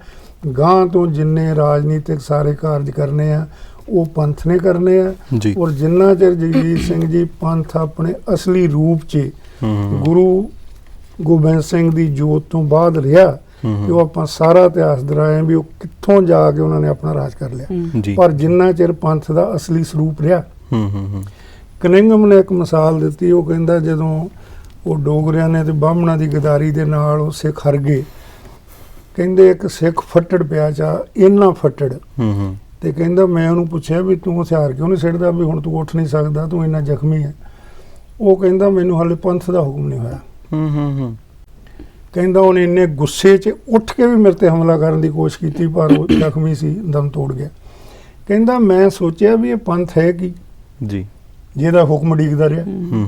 ਉਹ ਕਹਿੰਦਾ ਮੈਂ ਇੱਕ ਅੰਮ੍ਰਿਤਸਰ ਗਿਆ ਤੇ ਇੱਕ ਬਜ਼ੁਰਗ ਨੂੰ ਪੁੱਛਿਆ ਵੀ ਬਜ਼ੁਰਗਾ ਪੰਥ ਕੀ ਹੁੰਦਾ। ਕਹਿੰਦਾ ਉਹਦੀਆਂ ਵੀ ਅੱਖਾਂ ਲਾਲ ਹੋ ਗਈਆਂ। ਜਦੋਂ ਅੱਖਾਂ ਲਾਲ ਹੋਈਆਂ ਤਾਂ ਉਹਨੇ 3 ਵਾਰੀ ਪੰਥ ਪੰਥ ਕਿਹਾ, ਤਾਂ ਕਨਿੰਮ ਕਹਿੰਦਾ ਵੀ ਹਾਂ ਮੈਨੂੰ ਹੁਣ ਪਤਾ ਲੱਗ ਗਿਆ ਜੀ ਵੀ ਜਦੋਂ ਕਿਸੇ ਸਿੱਖ 'ਚ 10 ਪਾਤਸ਼ਾਹੀਆਂ ਦੀ ਜੋਤ ਪ੍ਰਵੇਸ਼ ਕਰ ਜਾਂਦੀ ਹੈ ਉਹ ਪੰਥ ਹੁੰਦਾ। ਅੱਜ ਲੋੜ ਆ ਉਸ ਪੰਥ ਨੂੰ ਪੁਨਰ ਸੁਰਜੀਤ ਕਰਨ ਦੀ ਜੀ। ਸੋ ਇਸ ਕਰਕੇ ਗਿਆਨੀ ਇਕਬਾਲ ਸਿੰਘ ਜੀ ਹੁਣੀ ਜੇ ਇਹ ਦਾਅਵਾ ਕਰਦੇ ਆ ਵੀ ਸਾਡੇ ਉਹ ਪੂਰਵਜ ਆ ਤੇ ਫਿਰ ਉਹ ਸਿੱਖ ਨਹੀਂ ਹੈ। ਹਾਂ ਬਿਲਕੁਲ ਜੀ। ਔਰ ਅਸੀਂ ਦਰਸ਼ਕਾਂ ਨੂੰ ਬਾਰ-ਬਾਰ ਇਹੀ ਕਹਿੰਦੇ ਹੁੰਦੇ ਆ ਕਿ ਪ੍ਰੋਗਰਾਮ ਦਾ ਜਿਹੜਾ ਮਕਸਦ ਹੈਗਾ ਉਹ ਕਿਸੇ ਦੇ ਧਰਮ ਨੂੰ ਠੇਸ ਪਹੁੰਚਾਉਣਾ ਨਹੀਂ ਹੈ, ਪਰ ਹਾਂ ਜੇ ਗੱਲਾਂ ਹੋਣਗੀਆਂ, ਜੇ ਆਪਾਂ ਕਹੀ ਕਿ ਰਾਮਾਇਣ ਦੀ ਗੱਲ ਕੀਤੀ ਜਾਊਗੀ, ਜੇ ਉਸ ਤੋਂ ਬਾਅਦ ਇਕਬਾਲ ਸਿੰਘ ਹੋਣਾ ਵੱਲੋਂ ਸਿੱਖਾਂ ਨੂੰ ਲਵ ਕੁਸ਼ ਦੇ ਨਾਲ ਜੋੜਿਆ ਜਾਊਗਾ, ਤੇ ਫਿਰ ਉਹਦੀ ਡਿਟੇਲ ਦੇ ਵਿੱਚ ਜਾਣਾ ਵੀ ਜ਼ਰੂਰੀ ਹੈ। ਤੇ ਇਸ ਤੋਂ ਬਾਅਦ ਇਕਬਾਲ ਸਿੰਘ ਹੋਣਾ ਵੱਲੋਂ ਜਿਹੜਾ ਹੈ ਰਾਮਾਇਣ ਦੀ ਗੱਲ ਕੀਤੀ ਗਈ, ਜੋ ਕਿ ਦਸਮ ਗ੍ਰੰਥ ਦੇ ਸਟੀਕ ਦੇ ਵਿੱਚ ਵੀ ਹੈ। ਥੋੜਾ ਜਿਹਾ ਉੱਤੇ ਤੁਸੀਂ ਵਿਸਤਾਰ ਨਾਲ ਦੱਸੋ ਕਿ ਕੀ ਉਹ ਰਾਮਾਇਣ ਤੇ ਰਾਮ ਅਵਤਾਰ ਦੋਨਾਂ ਦੇ ਵਿੱਚ ਫਰਕ ਕੀ ਹੈ? ਜੀ ਸਭ ਤੋਂ ਪਹਿਲਾਂ ਤੇ ਆਪਾਂ ਰਾਮਾਇਣ ਦੀ ਗੱਲ ਕਰ ਲਈਏ। ਦੇਖੋ ਜਿਹੜੀ ਰਾਮਾਇਣ ਹੈ ਨਾ ਉਹ ਬੜਾ ਹੀ ਸੋਸ਼ੀਓ ਕਲਚਰਲ ਜਿਹੜਾ ਢਾਂਚਾ ਆ ਔਰ ਬੜੇ ਐਂਸ਼ੀਐਂਟ ਇੰਡੀਆ ਤੋਂ ਚੱਲਦਾ ਆ ਰਿਹਾ ਆ। ਬਕਾਇਦਾ ਇਹਦੇ ਵਿੱਚ ਵੀ ਲਿਖਿਆ ਹੈ ਕਿ ਯੁਗੋ ਯੁਗ ਟਾਲਾ, ਕਿਉਂਕਿ ਬੜੇ ਚਿਰਾਂ ਦੀ ਇਹ ਚੱਲਦੀ ਆ ਰਹੀ ਆ ਕਥਾ। ਹੁਣ ਇਸ ਕਥਾ ਦੇ ਵਿੱਚ ਵੀ ਬੜੀਆਂ ਸਾਰੀਆਂ ਅੱਗੇ ਵੰਨਗੀਆਂ ਆ ਜਾਂਦੀਆਂ ਆ। ਉਹ ਵੰਨਗੀਆਂ ਨੂੰ ਜਦੋਂ ਆਪਾਂ ਸਮਝਾਂਗੇ ਨਾ ਤੇ ਸਾਨੂੰ ਪਤਾ ਲੱਗੂਗਾ ਕਿ ਹਰ ਇੱਕ ਜਿਹੜਾ ਵੀ ਸੋਸਾਇਟੀ ਆ ਜਾਂ ਜਿਹੜਾ ਵੀ ਕਲਚਰ ਆ ਜੀ, ਬਕਾਇਦਾ ਉਹਨੂੰ ਫਾਰਮ ਕਰਨ ਦੇ ਵਿੱਚ ਇਹੋ ਜਿਹੀਆਂ ਜਿਹੜੀਆਂ ਕਥਾ ਕਹਾਣੀਆਂ ਹੁੰਦੀਆਂ ਉਹਨਾਂ ਦਾ ਬਹੁਤ ਜ਼ਿਕਰ ਹੁੰਦਾ ਆ। ਸ਼ੰਭੁਕ ਦਾ ਕਤਲ ਹੋ ਜਾਣਾ ਔਰ ਉੱਚੀ ਜਾਤ ਨੀਵੀਂ ਜਾਤ ਔਰ ਇਹਨਾਂ ਸਾਰਿਆਂ ਦੇ ਕਰਕੇ ਹੀ ਸ਼ੰਭੁਕ ਦਾ ਕਤਲ ਹੋਣਾ, ਉਹ ਬਕਾਇਦਾ ਇਹ ਦਰਸਾਉਂਦਾ ਆ ਕਿ ਦਲਿਤਾਂ ਨਾਲ ਉਸ ਸਮਾਜ ਦੇ ਵਿੱਚ ਕਿਵੇਂ ਦਾ ਵਰਤਾਰਾ ਹੋਊਗਾ। ਠੀਕ ਹੈ ਜੀ। ਹੁਣ ਇਹ ਤਾਂ ਹੋ ਗਈ ਬ੍ਰਾਹਮਣ, ਮੈਂ ਤੁਲਸੀਦਾਸ ਦੀ ਗੱਲ ਕਰ ਰਹੀ, ਤੁਲਸੀਦਾਸ ਦੀ ਰਾਮਾਇਣ ਦੀ ਗੱਲ। ਉਸ ਤੋਂ ਅੱਗੇ ਆਪਾਂ ਆ ਜਾਈਏ ਤੇ ਹੋਰ ਬਹੁਤ ਸਾਰੀਆਂ ਵੰਨਗੀਆਂ। ਮੇਰੇ ਕੋਲ ਇੱਕ ਪੇਪਰ ਹੈ ਜੀ, ਬੜਾ ਈਜ਼ੀਲੀ ਇਹ ਇੰਟਰਨੈਟ ਤੋਂ ਵੀ ਮਿਲ ਸਕਦਾ ਆ। 300 ਰਾਮਾਇਣਸ, ਮਤਲਬ 300 ਦੇ ਕਰੀਬ ਜਿਹੜੀਆਂ ਰਾਮਾਇਣਸ ਹੈਗੀਆਂ ਨੇ ਜੀ। ਇਹ ਏ.ਕੇ. ਰਾਮਾਨੁਜਨ ਦਾ ਪੇਪਰ ਆ ਔਰ ਇਹ ਬੜਾ ਚਿਰ ਯੂਨੀਵਰਸਿਟੀਜ਼ ਦੇ ਸਿਲੇਬਸ ਦੇ ਵਿੱਚ ਪੜਾਇਆ ਜਾਂਦਾ ਰਿਹਾ ਹੈ। ਹੁਣ ਜੇ ਇਹਨਾਂ ਨੇ ਥੋੜਾ ਜਿਹਾ ਇਹਦੇ ਤੇ ਵਾਦ ਵਿਵਾਦ ਕੀਤਾ ਜੀ ਜੀ ਜੀ ਜੀ। ਬਕਾਇਦਾ ਕੈਮਿਲੀ ਬਲਕ ਕਰਕੇ ਇੱਕ ਰਾਮਾਇਣ ਦੀ ਸਕਾਲਰ ਆ ਜਿਹਨੇ 1950 ਵਿੱਚ ਗਿਣੀਆਂ ਸੀ ਰਾਮਾਇਣਾਂ ਔਰ ਉਹਨੇ ਕਿਹਾ ਕਿ 300 ਤੋਂ ਜ਼ਿਆਦਾ ਰਾਮਾਇਣਾਂ ਐਗਜ਼ਿਸਟ ਕਰਦੀਆਂ ਆ। ਜੇ ਆਪਾਂ ਫੋਕਲੋਰ, ਡਾਂਸ ਔਰ ਇਹਨਾਂ ਦੇ ਹੋਰ ਵੰਨਗੀਆਂ ਵਿੱਚ ਐਡ ਕਰ ਲਈਏ ਤਾਂ ਕਿਤੇ ਜ਼ਿਆਦਾ ਹੋ ਜਾਣੀ ਜੀ। ਹੁਣ ਮੈਂ ਬਹੁਤੀਆਂ ਨਹੀਂ, ਮੈਂ 5-6 ਦਾ ਹੀ ਹਵਾਲਾ ਦਊਂਗੀ ਕਿ ਰਾਮਾਇਣਾਂ ਦੀ ਕਿੰਨੀ ਕੁ ਵੈਰਾਈਟੀ ਆ, ਹੈ ਨਾ। ਫਿਰ ਆਪਾਂ ਨੂੰ ਸਮਝ ਲੱਗੂਗੀ ਕਿ ਗੁਰੂ ਗੋਬਿੰਦ ਸਿੰਘ ਪਾਤਸ਼ਾਹ ਦੀ ਰਾਮਾਇਣ ਵੱਲ ਆਪਾਂ ਫਿਰ ਜਾ ਸਕਦੇ ਹਾਂ ਜੀ। ਦੇਖੋ ਜੀ, ਵਾਲਮੀਕੀ ਦੀ ਰਾਮਾਇਣ, ਤੁਲਸੀਦਾਸ ਦੀ ਰਾਮਾਇਣ ਆਪਾਂ ਸਾਰੇ ਜਾਣਦੇ ਆ ਕਿ ਰਾਮ ਸੀਤਾ ਜਿਹੜੇ ਆ ਉਹ ਮੈਰਿਡ ਕਪਲ ਆ ਔਰ ਉਸ ਤੋਂ ਬਾਅਦ ਜੋ ਵੀ ਸਾਰੀ ਕਹਾਣੀ ਸਭ ਨੂੰ ਪਤਾ, ਮੈਂ ਟਾਈਮ ਨਹੀਂ ਵੇਸਟ ਕਰੂੰਗੀ। ਦਸ਼ਰਥ ਜਟਾਕਾ ਸਟੋਰੀਜ਼ ਕਰਕੇ ਜਿਹੜੀਆਂ ਹੈਗੀਆਂ ਉਹ ਬੁੱਧਿਸਟ ਲੋਕਾਂ ਦੀ ਮਾਨਤਾ ਦੇ ਵਿੱਚ ਆਉਂਦੀਆਂ। ਸਿੰਹਲੀਜ਼ ਲੈਂਗੁਏਜ ਦੇ ਵਿੱਚ ਇਹ ਰਾਮਾਇਣ ਹੈਗੀ ਆ ਔਰ ਇਹਦੇ ਵਿੱਚ ਰਾਮ ਤੇ ਸੀਤਾ ਭੈਣ ਭਰਾ ਆ ਜੀ। ਮਤਲਬ ਇਹ ਵੀ ਇੱਕ ਰਾਮਾਇਣ ਉਹਨਾਂ ਚ ਹੈਗੀ। ਹਾਂਜੀ ਹਾਂਜੀ, ਇਹ ਰਾਮਾਇਣ ਆ ਬਕਾਇਦਾ, ਉਹ ਮੰਨਦੇ ਆ ਇਹਨੂੰ, ਉਹ ਰਾਮਾਇਣ ਵਾਂਗੂ ਹੀ ਮੰਨਦੇ ਆ। ਕਿਹੜੇ ਲੋਕ ਕਿਹੜੇ ਮੰਨਦੇ ਹੈਗੇ? ਮੈਂ ਸਿੰਹਲੀਜ਼ ਲੋਕਾਂ ਦੀ ਗੱਲ ਕੀਤੀ, ਬੁੱਧਿਸਟ ਲੋਕ ਮੰਨਦੇ ਆ, ਬੁੱਧਿਸਟ ਲੋਕਾਂ ਦੀ ਗੱਲ ਹੈਗੀ। ਜੇ ਸੀਤਾ ਤੇ ਰਾਮਚੰਦਰ ਭੈਣ ਭਰਾ ਆ ਜੀ। ਦਸ਼ਰਥ ਜਿਹੜਾ ਆ ਉਹਨਾਂ ਦੀ ਸਟੈਪ ਮਦਰ ਦੇ ਕਰਕੇ ਉਹਨਾਂ ਉਸ ਤੋਂ ਡਰਦਾ ਹੋਇਆ ਉਹਨਾਂ ਨੂੰ ਬਨਵਾਸ ਭੇਜ ਦਿੰਦਾ ਆ ਔਰ ਜਦੋਂ ਉਹ ਵਾਪਸ ਆਉਂਦੇ ਆ ਤੇ ਫਿਰ ਉਹ ਆਪਸ ਚ ਵਿਆਹ ਕਰ ਲੈਂਦੇ ਆ। ਹੁਣ ਇਹਦੇ ਵਿੱਚ ਜਿਹੜੀ ਬੁੱਧਿਸਟ ਸੁਸਾਇਟੀ ਜਾਂ ਜਿਹੜੇ ਐਂਸ਼ੀਐਂਟ ਰਾਜੇ ਸੀਗੇ ਨਾ, ਉਹ ਕਾਸਟ ਦੀ ਪਿਓਰਿਟੀ, ਬਲੱਡ ਦੀ ਪਿਓਰਿਟੀ ਰੱਖਣ ਵਾਸਤੇ ਭੈਣ ਭਰਾ ਦਾ ਵਿਆਹ ਕਰਾਇਆ ਕਰਦੇ ਸੀ। ਸੋ ਉਸ ਚੀਜ਼ ਨੂੰ ਜਾਇਜ਼ ਦੱਸਣ ਵਾਸਤੇ ਇਹ ਜਿਹੜੀ ਆ ਰਮਾਇਣ ਨੇ ਇਹ ਮੂਡ ਲੈ ਲਿਆ, ਮਤਲਬ ਉਦੋਂ ਲਿਖੀ ਗਈ ਇਸ ਹਿਸਾਬ ਨਾਲ। ਹਾਂਜੀ, ਇਸ ਹਿਸਾਬ ਨਾਲ। ਉਸ ਤੋਂ ਬਾਅਦ ਆਜੋ ਜੀ ਜੈਨ ਵਰਜ਼ਨ। ਉਹ ਪੌਮਾਚਾਰਿਆ ਦੀ ਜਿਹੜੀ ਉਹਨੂੰ ਪੌਮਾਚਾਰਿਆ ਨਾਮ ਦੇ ਨਾਲ ਜਾਣਦੇ ਆ। ਉਹਦੇ ਵਿੱਚ ਜਿਹੜਾ ਲਕਸ਼ਮਣ ਹੈ ਉਹ ਰਾਵਣ ਦਾ ਵਧ ਕਰਦਾ ਹੈ, ਰਾਮ ਨਹੀਂ ਕਰਦਾ। ਕਿਉਂ? ਕਿਉਂਕਿ ਰਾਮਚੰਦਰ ਜਿਹੜੇ ਆ ਉਹ ਜੈਨ ਮੁਨੀ ਆ ਤੇ ਇਸ ਕਰਕੇ ਉਹ ਅਹਿੰਸਕ ਆ। ਲక్ష్మణ ਰਾਮ ਦਾ ਵੱਧ ਕਰਦਾ? ਨਹੀਂ, ਰਾਵਣ ਦਾ। ਰਾਵਣ ਦਾ, ਕਿਉਂਕਿ ਰਾਮ ਨਹੀਂ ਕਰਦੇ, ਕਿਉਂਕਿ ਉਹ ਜੈਨ ਮੁਨੀ। ਰਾਵਣ ਦਾ ਵੱਧ ਲక్ష్మణ ਕਰਦਾ। ਜੀ। ਕਿਉਂਕਿ ਜਿਹੜੇ ਰਾਮ ਆ ਉਹ ਕਹਿੰਦੇ ਕਿ ਰਾਮਚੰਦਰ ਜੈਨ ਮੁਨੀ ਆ, ਇਸ ਕਰਕੇ ਉਹ ਵਾਇਲੈਂਸ ਦੇ ਵਿੱਚ ਨਹੀਂ ਹੈਗੇ, ਤਾਂ ਕਰਕੇ ਉਹਨਾਂ ਨੇ ਆਪਣੇ ਹਿਸਾਬ ਨਾਲ ਇਹਨੂੰ ਇੰਟਰਪ੍ਰੀਟ ਕਰ ਦਿੱਤਾ। ਮਤਲਬ ਜਿੱਦਾਂ ਜਿਹੜੇ ਹਿਸਾਬ ਨਾਲ ਹੋਇਆ ਉਹਨਾਂ ਨੇ ਉਸ ਹਿਸਾਬ ਨਾਲ ਜਿਹੜੇ ਸੋਸਾਇਟੀ ਜਿਹੜੇ ਕਲਚਰ ਦੇ ਲੋਕਾਂ ਨੇ ਜਿਸ ਤਰੀਕੇ ਨਾਲ ਅਪਣਾਇਆ, ਉਹਨਾਂ ਨੇ ਆਪਣੀਆਂ ਵੈਲਿਊਜ਼ ਨੂੰ ਪ੍ਰੋਪੇਗੇਟ ਕਰਨ ਲਈ ਇਹਦੀ ਟ੍ਰਾਂਸਲੇਸ਼ਨ ਨੂੰ ਆਪਣੇ ਤਰੀਕੇ ਨਾਲ ਯੂਜ਼ ਕਰ ਲਿਆ ਜੀ। ਇਸ ਤੋਂ ਬਾਅਦ ਗੁਨਾਭਦਰਾ, ਉਤਾਰਾ ਪੁਰਾਣ ਤੇ ਅਦਭੁਤ ਰਮਾਇਣ। ਹੁਣ ਅਦਭੁਤ ਰਮਾਇਣ ਦੀ ਜਿਹੜੀ ਅੱਛੀ ਗੱਲ ਉਹ ਇਹ ਆ ਕਿ ਇਹ ਵੀ ਵਾਲਮੀਕੀ ਦੇ ਨਾਮ ਹੀ ਲੱਗਦੀ ਆ, ਕਿ ਇਹ ਵੀ ਵਾਲਮੀਕੀ ਨੇ ਲਿਖੀ ਆ ਜੀ। ਉਹਦੇ ਵਿੱਚ ਜਿਹੜੀ ਸੀਤਾ ਹੈ ਉਹ ਰਾਵਣ ਦੀ ਬੇਟੀ ਹੈ। ਸੀਤਾ ਰਾਵਣ ਦੀ ਬੇਟੀ ਹੈ, ਹਾਂਜੀ ਜੀ। ਔਰ ਬਕਾਇਦਾ ਕਿਉਂਕਿ ਰਾਵਣ ਨੂੰ ਇਹ ਭਵਿਸ਼ਵਾਣੀ ਹੋਈ ਸੀ ਕਿ ਜੇ ਤੇਰਾ ਕੁਲ ਦਾ ਜਿਹੜਾ ਨਾਸ ਹੋਣਾ ਆ ਉਹ ਤੇਰੇ ਬੱਚੇ ਤੋਂ ਹੋਣਾ ਆ। ਹੁਣ ਇਹਦੇ ਵਿੱਚ ਵੀ ਅੱਗੇ ਬੜੀਆਂ ਸਾਰੀਆਂ ਗੱਲਾਂ ਹੈਗੀਆਂ ਕਿ ਕੋਈ ਕਹਿੰਦਾ ਕੋਈ ਅਵਤਾਰ ਸੀ, ਸੋ ਉਹਨਾਂ ਵਿੱਚ ਆਪਾਂ ਨਹੀਂ ਜਾਂਦੇ, ਬਹੁਤ ਲੰਬਾ ਪ੍ਰੋਗਰਾਮ ਹੋ ਜਾਊਗਾ। ਤੋ ਉਹ ਜਦੋਂ ਰਾਵਣ ਫਿਰ ਉਹਨਾਂ ਨੂੰ ਦੱਬ ਦਿੰਦਾ ਹੈ ਤੇ ਜਦੋਂ ਫਿਰ ਉਹ ਜਨਕ ਨੂੰ ਮਿਲਦੇ ਆ ਤੇ ਉਸ ਤੋਂ ਬਾਅਦ ਫਿਰ ਮਾਤਾ ਸੀਤਾ ਦਾ ਜਿਹੜਾ ਵਿਆਹ ਆ ਉਹ ਰਾਮਚੰਦਰ ਨਾਲ ਹੋ ਜਾਂਦਾ ਹੈ, ਫਿਰ ਉਹਨਾਂ ਨੂੰ ਬਨਵਾਸ ਹੋ ਜਾਂਦਾ। ਤੋ ਰਾਵਣ ਜਿਹੜਾ ਹੈ ਉਹ ਇਹ ਸੋਚਦਾ ਕਿ ਮੇਰੀ ਬੇਟੀ ਆਪਣੀ ਪੁੱਤਰੀ ਮੋਹ ਦੇ ਵਿੱਚ ਕਿ ਮੇਰੀ ਬੇਟੀ ਹੋਵੇ ਔਰ ਜੰਗਲਾਂ 'ਚ ਧੱਕੇ ਖਾਂਦੀ ਫਿਰਦੀ ਆ, ਉਹ ਤਾਂ ਉਹਨਾਂ ਨੂੰ ਉੱਥੋਂ ਲੈ ਕੇ ਆਉਂਦੇ ਆ। ਮਤਲਬ ਉਹ ਇਸ ਰਾਮਾਇਣ ਦੇ ਅਕੋਰਡਿੰਗ, ਠੀਕ ਹੈ ਜੀ। ਉਸ ਤੋਂ ਬਾਅਦ ਰਾਮਕ੍ਰਿਤੀ ਤੇ ਰਾਮਾਕੀਅਨ ਜਿਹੜੀ ਹੈਗੀ ਆ ਉਹ ਥਾਈ ਵਰਜ਼ਨ ਆ। ਥਾਈ ਵਰਜ਼ਨ ਦੇ ਵਿੱਚ ਜਿਹੜੇ ਹਨੂਮਾਨ ਹੈ ਉਹ ਮੰਕੀ ਗੋਡ ਨਹੀਂ ਆ, ਉਹ ਬਕਾਇਦਾ ਇੱਕ ਟ੍ਰਾਈਬਲ ਲੀਡਰ ਹੈ ਜੀ। ਔਰ ਉਹ ਬ੍ਰਹਮਚਾਰੀ ਵੀ ਨਹੀਂ ਆ, ਉਹ ਔਰਤਾਂ ਦੇ ਪ੍ਰਤੀ ਬੜਾ ਮਤਲਬ ਹੀ ਇਜ਼ ਅ ਲੇਡੀਜ਼ ਮੈਨ, ਠੀਕ ਹੈ, ਔਰ ਉਹ ਵੀ ਨਹੀਂ ਹੈ। ਇਸ ਤੋਂ ਬਾਅਦ ਆ ਜਾਂਦੀ ਹੈ ਗੌਂਡ ਰਮਾਇਣ ਜੀ। ਗੌਂਡ ਰਮਾਇਣ ਦੇ ਵਿੱਚ ਬਕਾਇਦਾ ਲਕਸ਼ਮਣ ਦੀ ਅਗਨੀ ਪ੍ਰੀਖਿਆ ਹੁੰਦੀ ਆ। ਮਤਲਬ ਸੀਤਾ ਦੀ ਅਗਨੀ ਪ੍ਰੀਖਿਆ ਨਹੀਂ ਹੁੰਦੀ, ਲਕਸ਼ਮਣ ਦੀ ਹੁੰਦੀ ਆ। ਉਹਦੇ ਵਿੱਚ ਉਹ ਇੰਦਰ ਦੀ ਜਿਹੜੀ ਬੇਟੀ ਆ ਉਹਦੇ ਨਾਲ ਇੰਦਰ ਦੀ ਬੇਟੀ ਨੂੰ ਉਹਦੇ ਨਾਲ ਪਿਆਰ ਹੋ ਜਾਂਦਾ ਔਰ ਉਹ ਸਾਰੀ ਅੱਗੇ ਬੜੀ ਲੰਬੀ ਚੌੜੀ ਕਹਾਣੀ ਆ। ਹੁਣ ਇਹਨਾਂ ਸਾਰੀਆਂ ਰਮਾਇਣਾਂ ਦੇ ਵਿੱਚ ਇੱਕ ਬੜੀ ਇੰਪੋਰਟੈਂਟ ਰਮਾਇਣ ਜਿਹਦਾ ਮੈਂ ਜ਼ਿਕਰ ਕਰਨਾ ਚਾਹੂੰਗੀ, ਉਹ ਹੈ ਪਰਿਆਰ ਸਾਹਿਬ ਦੀ ਰਮਾਇਣ ਜੀ, ਜਿਹਨੂੰ ਉਹ ਸਾਚੀ ਰਮਾਇਣ ਕਹਿੰਦੇ ਆ। ਉਹਦੇ ਵਿੱਚ ਉਹ ਸਾਰਾ ਕੁਝ ਹੀ ਚੇਂਜ ਕਰ ਦਿੰਦੇ ਆ। ਉਹ ਬਕਾਇਦਾ ਰਾਮਚੰਦਰ ਦਾ ਨਾਮ ਵੀ ਹੋਰ ਦੱਸਦੇ ਆ ਜੀ, ਔਰ ਉਹ ਕਹਿੰਦੇ ਆ ਕਿ ਰਾਮਚੰਦਰ ਜਿਹੜੇ ਆ ਉਹ ਬਾਹਰੋਂ ਆਏ ਆ ਔਰ ਰਾਮਚੰਦਰ ਦਾ ਨਾਮ ਰਾਮਚੰਦਰ ਨਹੀਂ, ਉਹਦੇ ਪਿੱਛੇ ਕੁਝ ਸੁੰਗ ਲੱਗਦਾ ਆ, ਹੈਨਾ। ਉਹ ਹੈ, ਉਹ ਰਾਜਾ ਆ ਔਰ ਉਹ ਜਦੋਂ ਆਏ ਤੇ ਉਹਨਾਂ ਨੇ ਬੁੱਧਿਸਟ ਲੋਕਾਂ ਉੱਤੇ ਬੜੇ ਅਤਿਆਚਾਰ ਕਰਨੇ ਸ਼ੁਰੂ ਕਰ ਦਿੱਤੇ। ਬਕਾਇਦਾ ਬੁੱਧਿਸਟ ਲੋਕਾਂ ਦੇ ਸਿਰਾਂ ਦੇ ਮੁੱਲ ਪਏ ਔਰ ਸਿਰ ਜਿਹੜੇ ਹੈਗੇ ਆ ਉੱਥੇ ਰੱਖੇ ਗਏ। ਜਿਹੜੀ ਨਦੀ ਦੇ ਕੰਢੇ ਅਯੋਧਿਆ ਮੰਨੀ ਜਾਂਦੀ ਹੈ, ਸਰਾਯੂ ਨਦੀ। ਜੀ। ਪਰਿਆਰ ਸਾਹਿਬ ਕਹਿੰਦੇ ਆ ਕਿ ਉਹ ਸਰਾਯੂ ਦਾ ਨਾਮ ਹੀ ਸਿਰਾਂ ਦੇ ਕਰਕੇ ਪਿਆ ਸੀ। ਜੀ ਬਿਲਕੁਲ। ਇਹਦੇ ਤੇ ਮੇਰਾ ਖਿਆਲ ਹੈ ਕਿ ਛੋਟੀ ਜੀ ਡਾਕੂਮੈਂਟਰੀ ਜੀ ਵੀ ਬਣੀ ਹੋਈ ਹੈਗੀ, ਉਹ ਵੀ ਸ਼ਾਇਦ ਕਿਸੇ ਨੇ ਦੇਖੀ ਹੋਵੇ। ਜੀ ਬਿਲਕੁਲ ਬਣੀ ਹੋ ਸਕਦੀ ਹੈ, ਹਨਾ। ਪਰਿਆਰ ਸਾਹਿਬ ਦੀ ਬੜੀ ਫੇਮਸ ਰਮਾਇਣ ਆ, ਪਤਾ ਨਹੀਂ ਕਿਉਂ ਸਾਡੇ ਲੋਕ ਪੜ੍ਹਦੇ ਨਹੀਂ, ਉਹਦਾ ਨਾਮ ਸਾਚੀ ਰਮਾਇਣ ਆ। ਜੀ। ਹੁਣ ਪਰਿਆਰ ਸਾਹਿਬ ਕਿਉਂਕਿ ਆਪ ਦਲਿਤਾਂ ਦੇ ਹੱਕਾਂ ਦੇ ਵਾਸਤੇ ਲੜਦੇ ਰਹੇ ਆ ਤੇ ਬਕਾਇਦਾ ਜਿੱਥੇ ਸ਼ੰਭੁਕ ਦਾ ਕਤਲ ਹੋਊਗਾ ਤੇ ਉਹ ਦੱਸਣਗੇ ਕਿ ਕਿਉਂ ਹੁੰਦਾ ਆ ਫਿਰ। ਜੀ। ਤਾਂ ਉਹਨਾਂ ਨੇ ਆਪਣੇ ਹਿਸਾਬ ਨਾਲ ਉਹਨੂੰ ਕਰ ਲਿਆ। ਮਤਲਬ ਉਹਦੇ 'ਚ ਹੈਗਾ ਸ਼ੰਭੁਕ ਦੇ ਕਤਲ ਵਾਲਾ? ਨਹੀਂ, ਸ਼ੰਭੁਕ ਦੇ ਕਤਲ ਦੀ ਗੱਲ ਨਹੀਂ, ਉਹ ਤਾਂ ਬੁੱਧਿਸਟ ਲੋਕਾਂ ਦੀ ਗੱਲ ਕਰਦੇ ਨੇ। ਬਹੁਤ ਸਾਰੇ ਸ਼ੰਭੁਕ ਉੱਥੇ ਇਕੱਠੇ ਹੋਏ ਕਿਉਂਕਿ ਉਹਦੇ ਬੜੇ ਸਾਰੇ ਸ਼ੰਭੁਕਾਂ ਦੇ ਜਿਹੜੇ ਆ ਸਿਰ ਆਉਂਦੇ ਆ। ਜੀ। ਖੈਰ, ਇਸੇ ਸੰਦਰਭ ਦੇ ਵਿੱਚ ਹੁਣ ਜੇ ਆਪਾਂ ਸਿੰਪਲ ਟ੍ਰਾਂਸਲੇਸ਼ਨਸ ਦੀ ਗੱਲ ਕਰੀਏ ਤੇ ਵਿਲੀਅਮ ਕੈਰੀ ਜੀ ਬਕਾਇਦਾ ਇੰਗਲਿਸ਼ ਵਿੱਚ ਰਮਾਇਣ ਦੀ ਟ੍ਰਾਂਸਲੇਸ਼ਨ ਕਰਾਉਂਦੇ ਆ ਕਿਉਂਕਿ ਉਹ ਉੱਥੇ ਰੂਲ ਕਰ ਰਹੇ ਸੀ ਤੇ ਜਦੋਂ ਤੁਸੀਂ ਕਿਸੇ ਤੇ ਰੂਲ ਕਰਨਾ ਆ ਤੁਹਾਨੂੰ ਉਹਨਾਂ ਦੇ ਕਲਚਰ ਬਾਰੇ ਹੀ ਨਹੀਂ ਪਤਾ, ਉਹਨਾਂ ਦੇ ਬਿਲੀਫ ਬਾਰੇ ਨਹੀਂ ਪਤਾ, ਤੁਸੀਂ ਕਰੋਗੇ ਕੀ। ਇਸ ਕਰਕੇ ਵਿਲੀਅਮ ਕੈਰੀ ਨੇ ਟ੍ਰਾਂਸਲੇਸ਼ਨ ਕੀਤੀ, ਪਰ ਟ੍ਰਾਂਸਲੇਸ਼ਨ ਦੇ ਨਾਲ ਵਿਲੀਅਮ ਕੈਰੀ ਹਿੰਦੂ ਨਹੀਂ ਹੋ ਗਏ ਜਾਂ ਉਹ ਰਾਮ ਭਗਤ ਨਹੀਂ ਹੋ ਗਏ। ਠੀਕ ਹੈ ਜੀ। ਅਕਬਰ ਦੀ ਤੁਸੀਂ ਗੱਲ ਕਰ ਚੁੱਕੇ ਆ ਜੀ। ਬੜੇ ਲੋਕਾਂ ਨੇ ਮੈਨੂੰ ਪੁੱਛਿਆ ਕਿ ਇਹਦੀ ਗੱਲ ਆਈ ਜਾਂਦੀ ਆ ਕਿ ਅਕਬਰ ਨੇ ਕਰਾਇਆ ਟ੍ਰਾਂਸਲੇਸ਼ਨ, ਕਿਹਦੇ ਕੋਲੋਂ ਕਰਾਇਆ? ਮੁੱਲਾ ਅਬਦੁਲ ਕਾਦਰ ਬੇਦਿਆਨੀ, ਇਹਦੇ ਕੋਲ ਉਹਨਾਂ ਨੇ ਟ੍ਰਾਂਸਲੇਸ਼ਨ ਕਰਾਇਆ ਅਕਬਰ ਨੇ, ਪਰ ਅਕਬਰ ਰਾਮ ਭਗਤ ਨਹੀਂ ਹੋ ਗਏ। ਜੀ।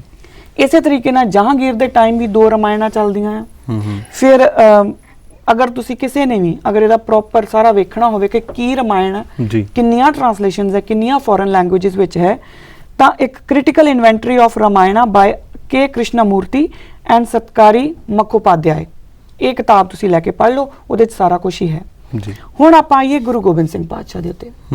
ਸਭ ਤੋਂ ਪਹਿਲਾਂ ਤੇ ਆ ਜਿਹੜੀ ਕਿਤਾਬ ਹੈ ਨਾ, ਇਹਦਾ ਜ਼ਿਕਰ ਹੋਣਾ ਬਹੁਤ ਜ਼ਰੂਰੀ ਹੈ, ਕਿਉਂਕਿ ਫੇਸਬੁੱਕ ਉੱਪਰ ਇਹ ਬਹੁਤ ਘੁੰਮੀ ਹੈ। ਹੁਣ ਦਿਖਾ ਬਿਲਕੁਲ ਫੇਸਬੁੱਕ ਉੱਪਰ ਇਹ ਕਿਤਾਬ ਬਹੁਤ ਘੁੰਮੀ ਹੈ ਜੀ। ਔਰ ਇਹਦੇ ਉੱਤੇ ਬਕਾਇਦਾ ਲਿਖਿਆ ਆ ਦ ਰਾਮਾਇਣਾ ਬਾਈ ਸ਼੍ਰੀ ਗੁਰੂ ਗੋਬਿੰਦ ਸਿੰਘ, ਰਾਮ ਅਵਤਾਰ ਕ੍ਰਿਤ ਸ਼੍ਰੀ ਗੁਰੂ ਗੋਬਿੰਦ ਸਿੰਘ ਜੀ। ਹੁਣ ਇੱਥੇ ਇੱਕ ਗੱਲ ਸਮਝਣੀ ਬੜੀ ਜ਼ਰੂਰੀ ਹੈ ਕਿ ਰਾਮਾਇਣ ਤੇ ਰਾਮ ਅਵਤਾਰ ਇੱਕੋ ਨਹੀਂ ਆ, ਦੋਨਾਂ ਦੇ ਵਿੱਚ ਫਰਕ ਹੈ। ਦੋਨਾਂ ਦੇ ਵਿੱਚ ਫਰਕ ਹੈ ਜੀ। ਫਰਕ ਕੀ ਆਪਾਂ ਉਹਦੇ ਬਾਰੇ ਵੀ ਗੱਲ ਕਰਾਂਗੇ ਜੀ ਜਰੂਰ। ਹੁਣ ਰਾਮਾਇਣ ਨੂੰ ਰਾਮ ਅਵਤਾਰ ਕਹਿ ਦੇਣਾ, ਇਹ ਬਲਜੀਤ ਕੌਰ ਕਲਸੀ ਹੋਣਾ ਦੀ, ਤੁਲਸੀ ਹੋਣਾ ਦੀ ਭੁੱਲ ਤਾਂ ਹੋ ਸਕਦੀ ਆ, ਪਰ ਆਥੈਂਟਿਕ ਚੀਜ਼ ਨਹੀਂ ਹੈ ਜੀ ਜੀ।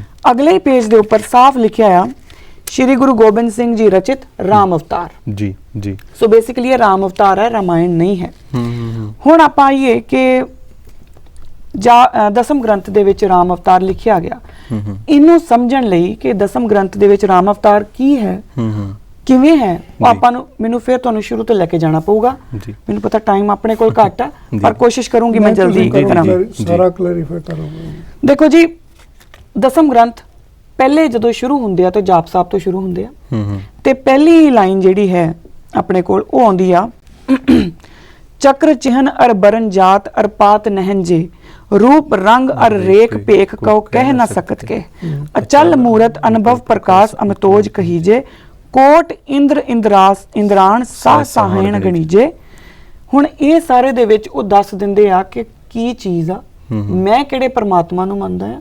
ਪਹਿਲੀਆਂ ਲਾਈਨਾਂ ਦੇ ਵਿੱਚ ਹੀ ਉਹ ਬੜਾ ਕਲੀਅਰ ਦੱਸ ਦਿੰਦੇ ਆ ਕਿ ਪਰਮਾਤਮਾ ਹੈ ਕੀ ਜੀ। ਬਿਲਕੁਲ ਨਾ ਉਹਦਾ ਚੱਕਰ ਆ, ਨਾ ਉਹਦੀ ਕੋਈ ਚਿੰਨ੍ਹ ਆ, ਨਾ ਉਹਦੀ ਕੋਈ ਵਰਣ ਆ, ਨਾ ਉਹਦੀ ਕੋਈ ਜਾਤ ਹੈ, ਬੜਾ ਕਲੀਅਰ ਦੱਸ ਦਿੰਦੇ ਆ। ਇਸ ਤੋਂ ਅੱਗੇ ਆਪਾਂ ਚੱਲੀਏ ਹੁਣ ਤੇ ਆਉਂਦੀ ਹੈ ਜੀ ਅਕਾਲ ਉਸਤਤ। ਅਕਾਲ ਉਸਤਤ ਦੇ ਵਿੱਚ ਉਹ ਇਹ ਵੀ ਦੱਸ ਦਿੰਦੇ ਆ ਕਿ ਕੋਈ ਵੀ ਤੁਹਾਨੂੰ ਸਮਝ ਨਹੀਂ ਸਕਦਾ ਉਸ ਪਰਮਾਤਮਾ ਦਾ ਜਿਹਦਾ ਜ਼ਿਕਰ ਉਹਨਾਂ ਨੇ ਪਹਿਲਾਂ ਕੀਤਾ, ਉਹਨੂੰ ਕੋਈ ਸਮਝ ਨਹੀਂ ਸਕਦਾ, ਇਹਨੂੰ ਕੰਟੀਨਿਊਟੀ ਚ ਪੜ੍ਹਨਾ ਪਊਗਾ।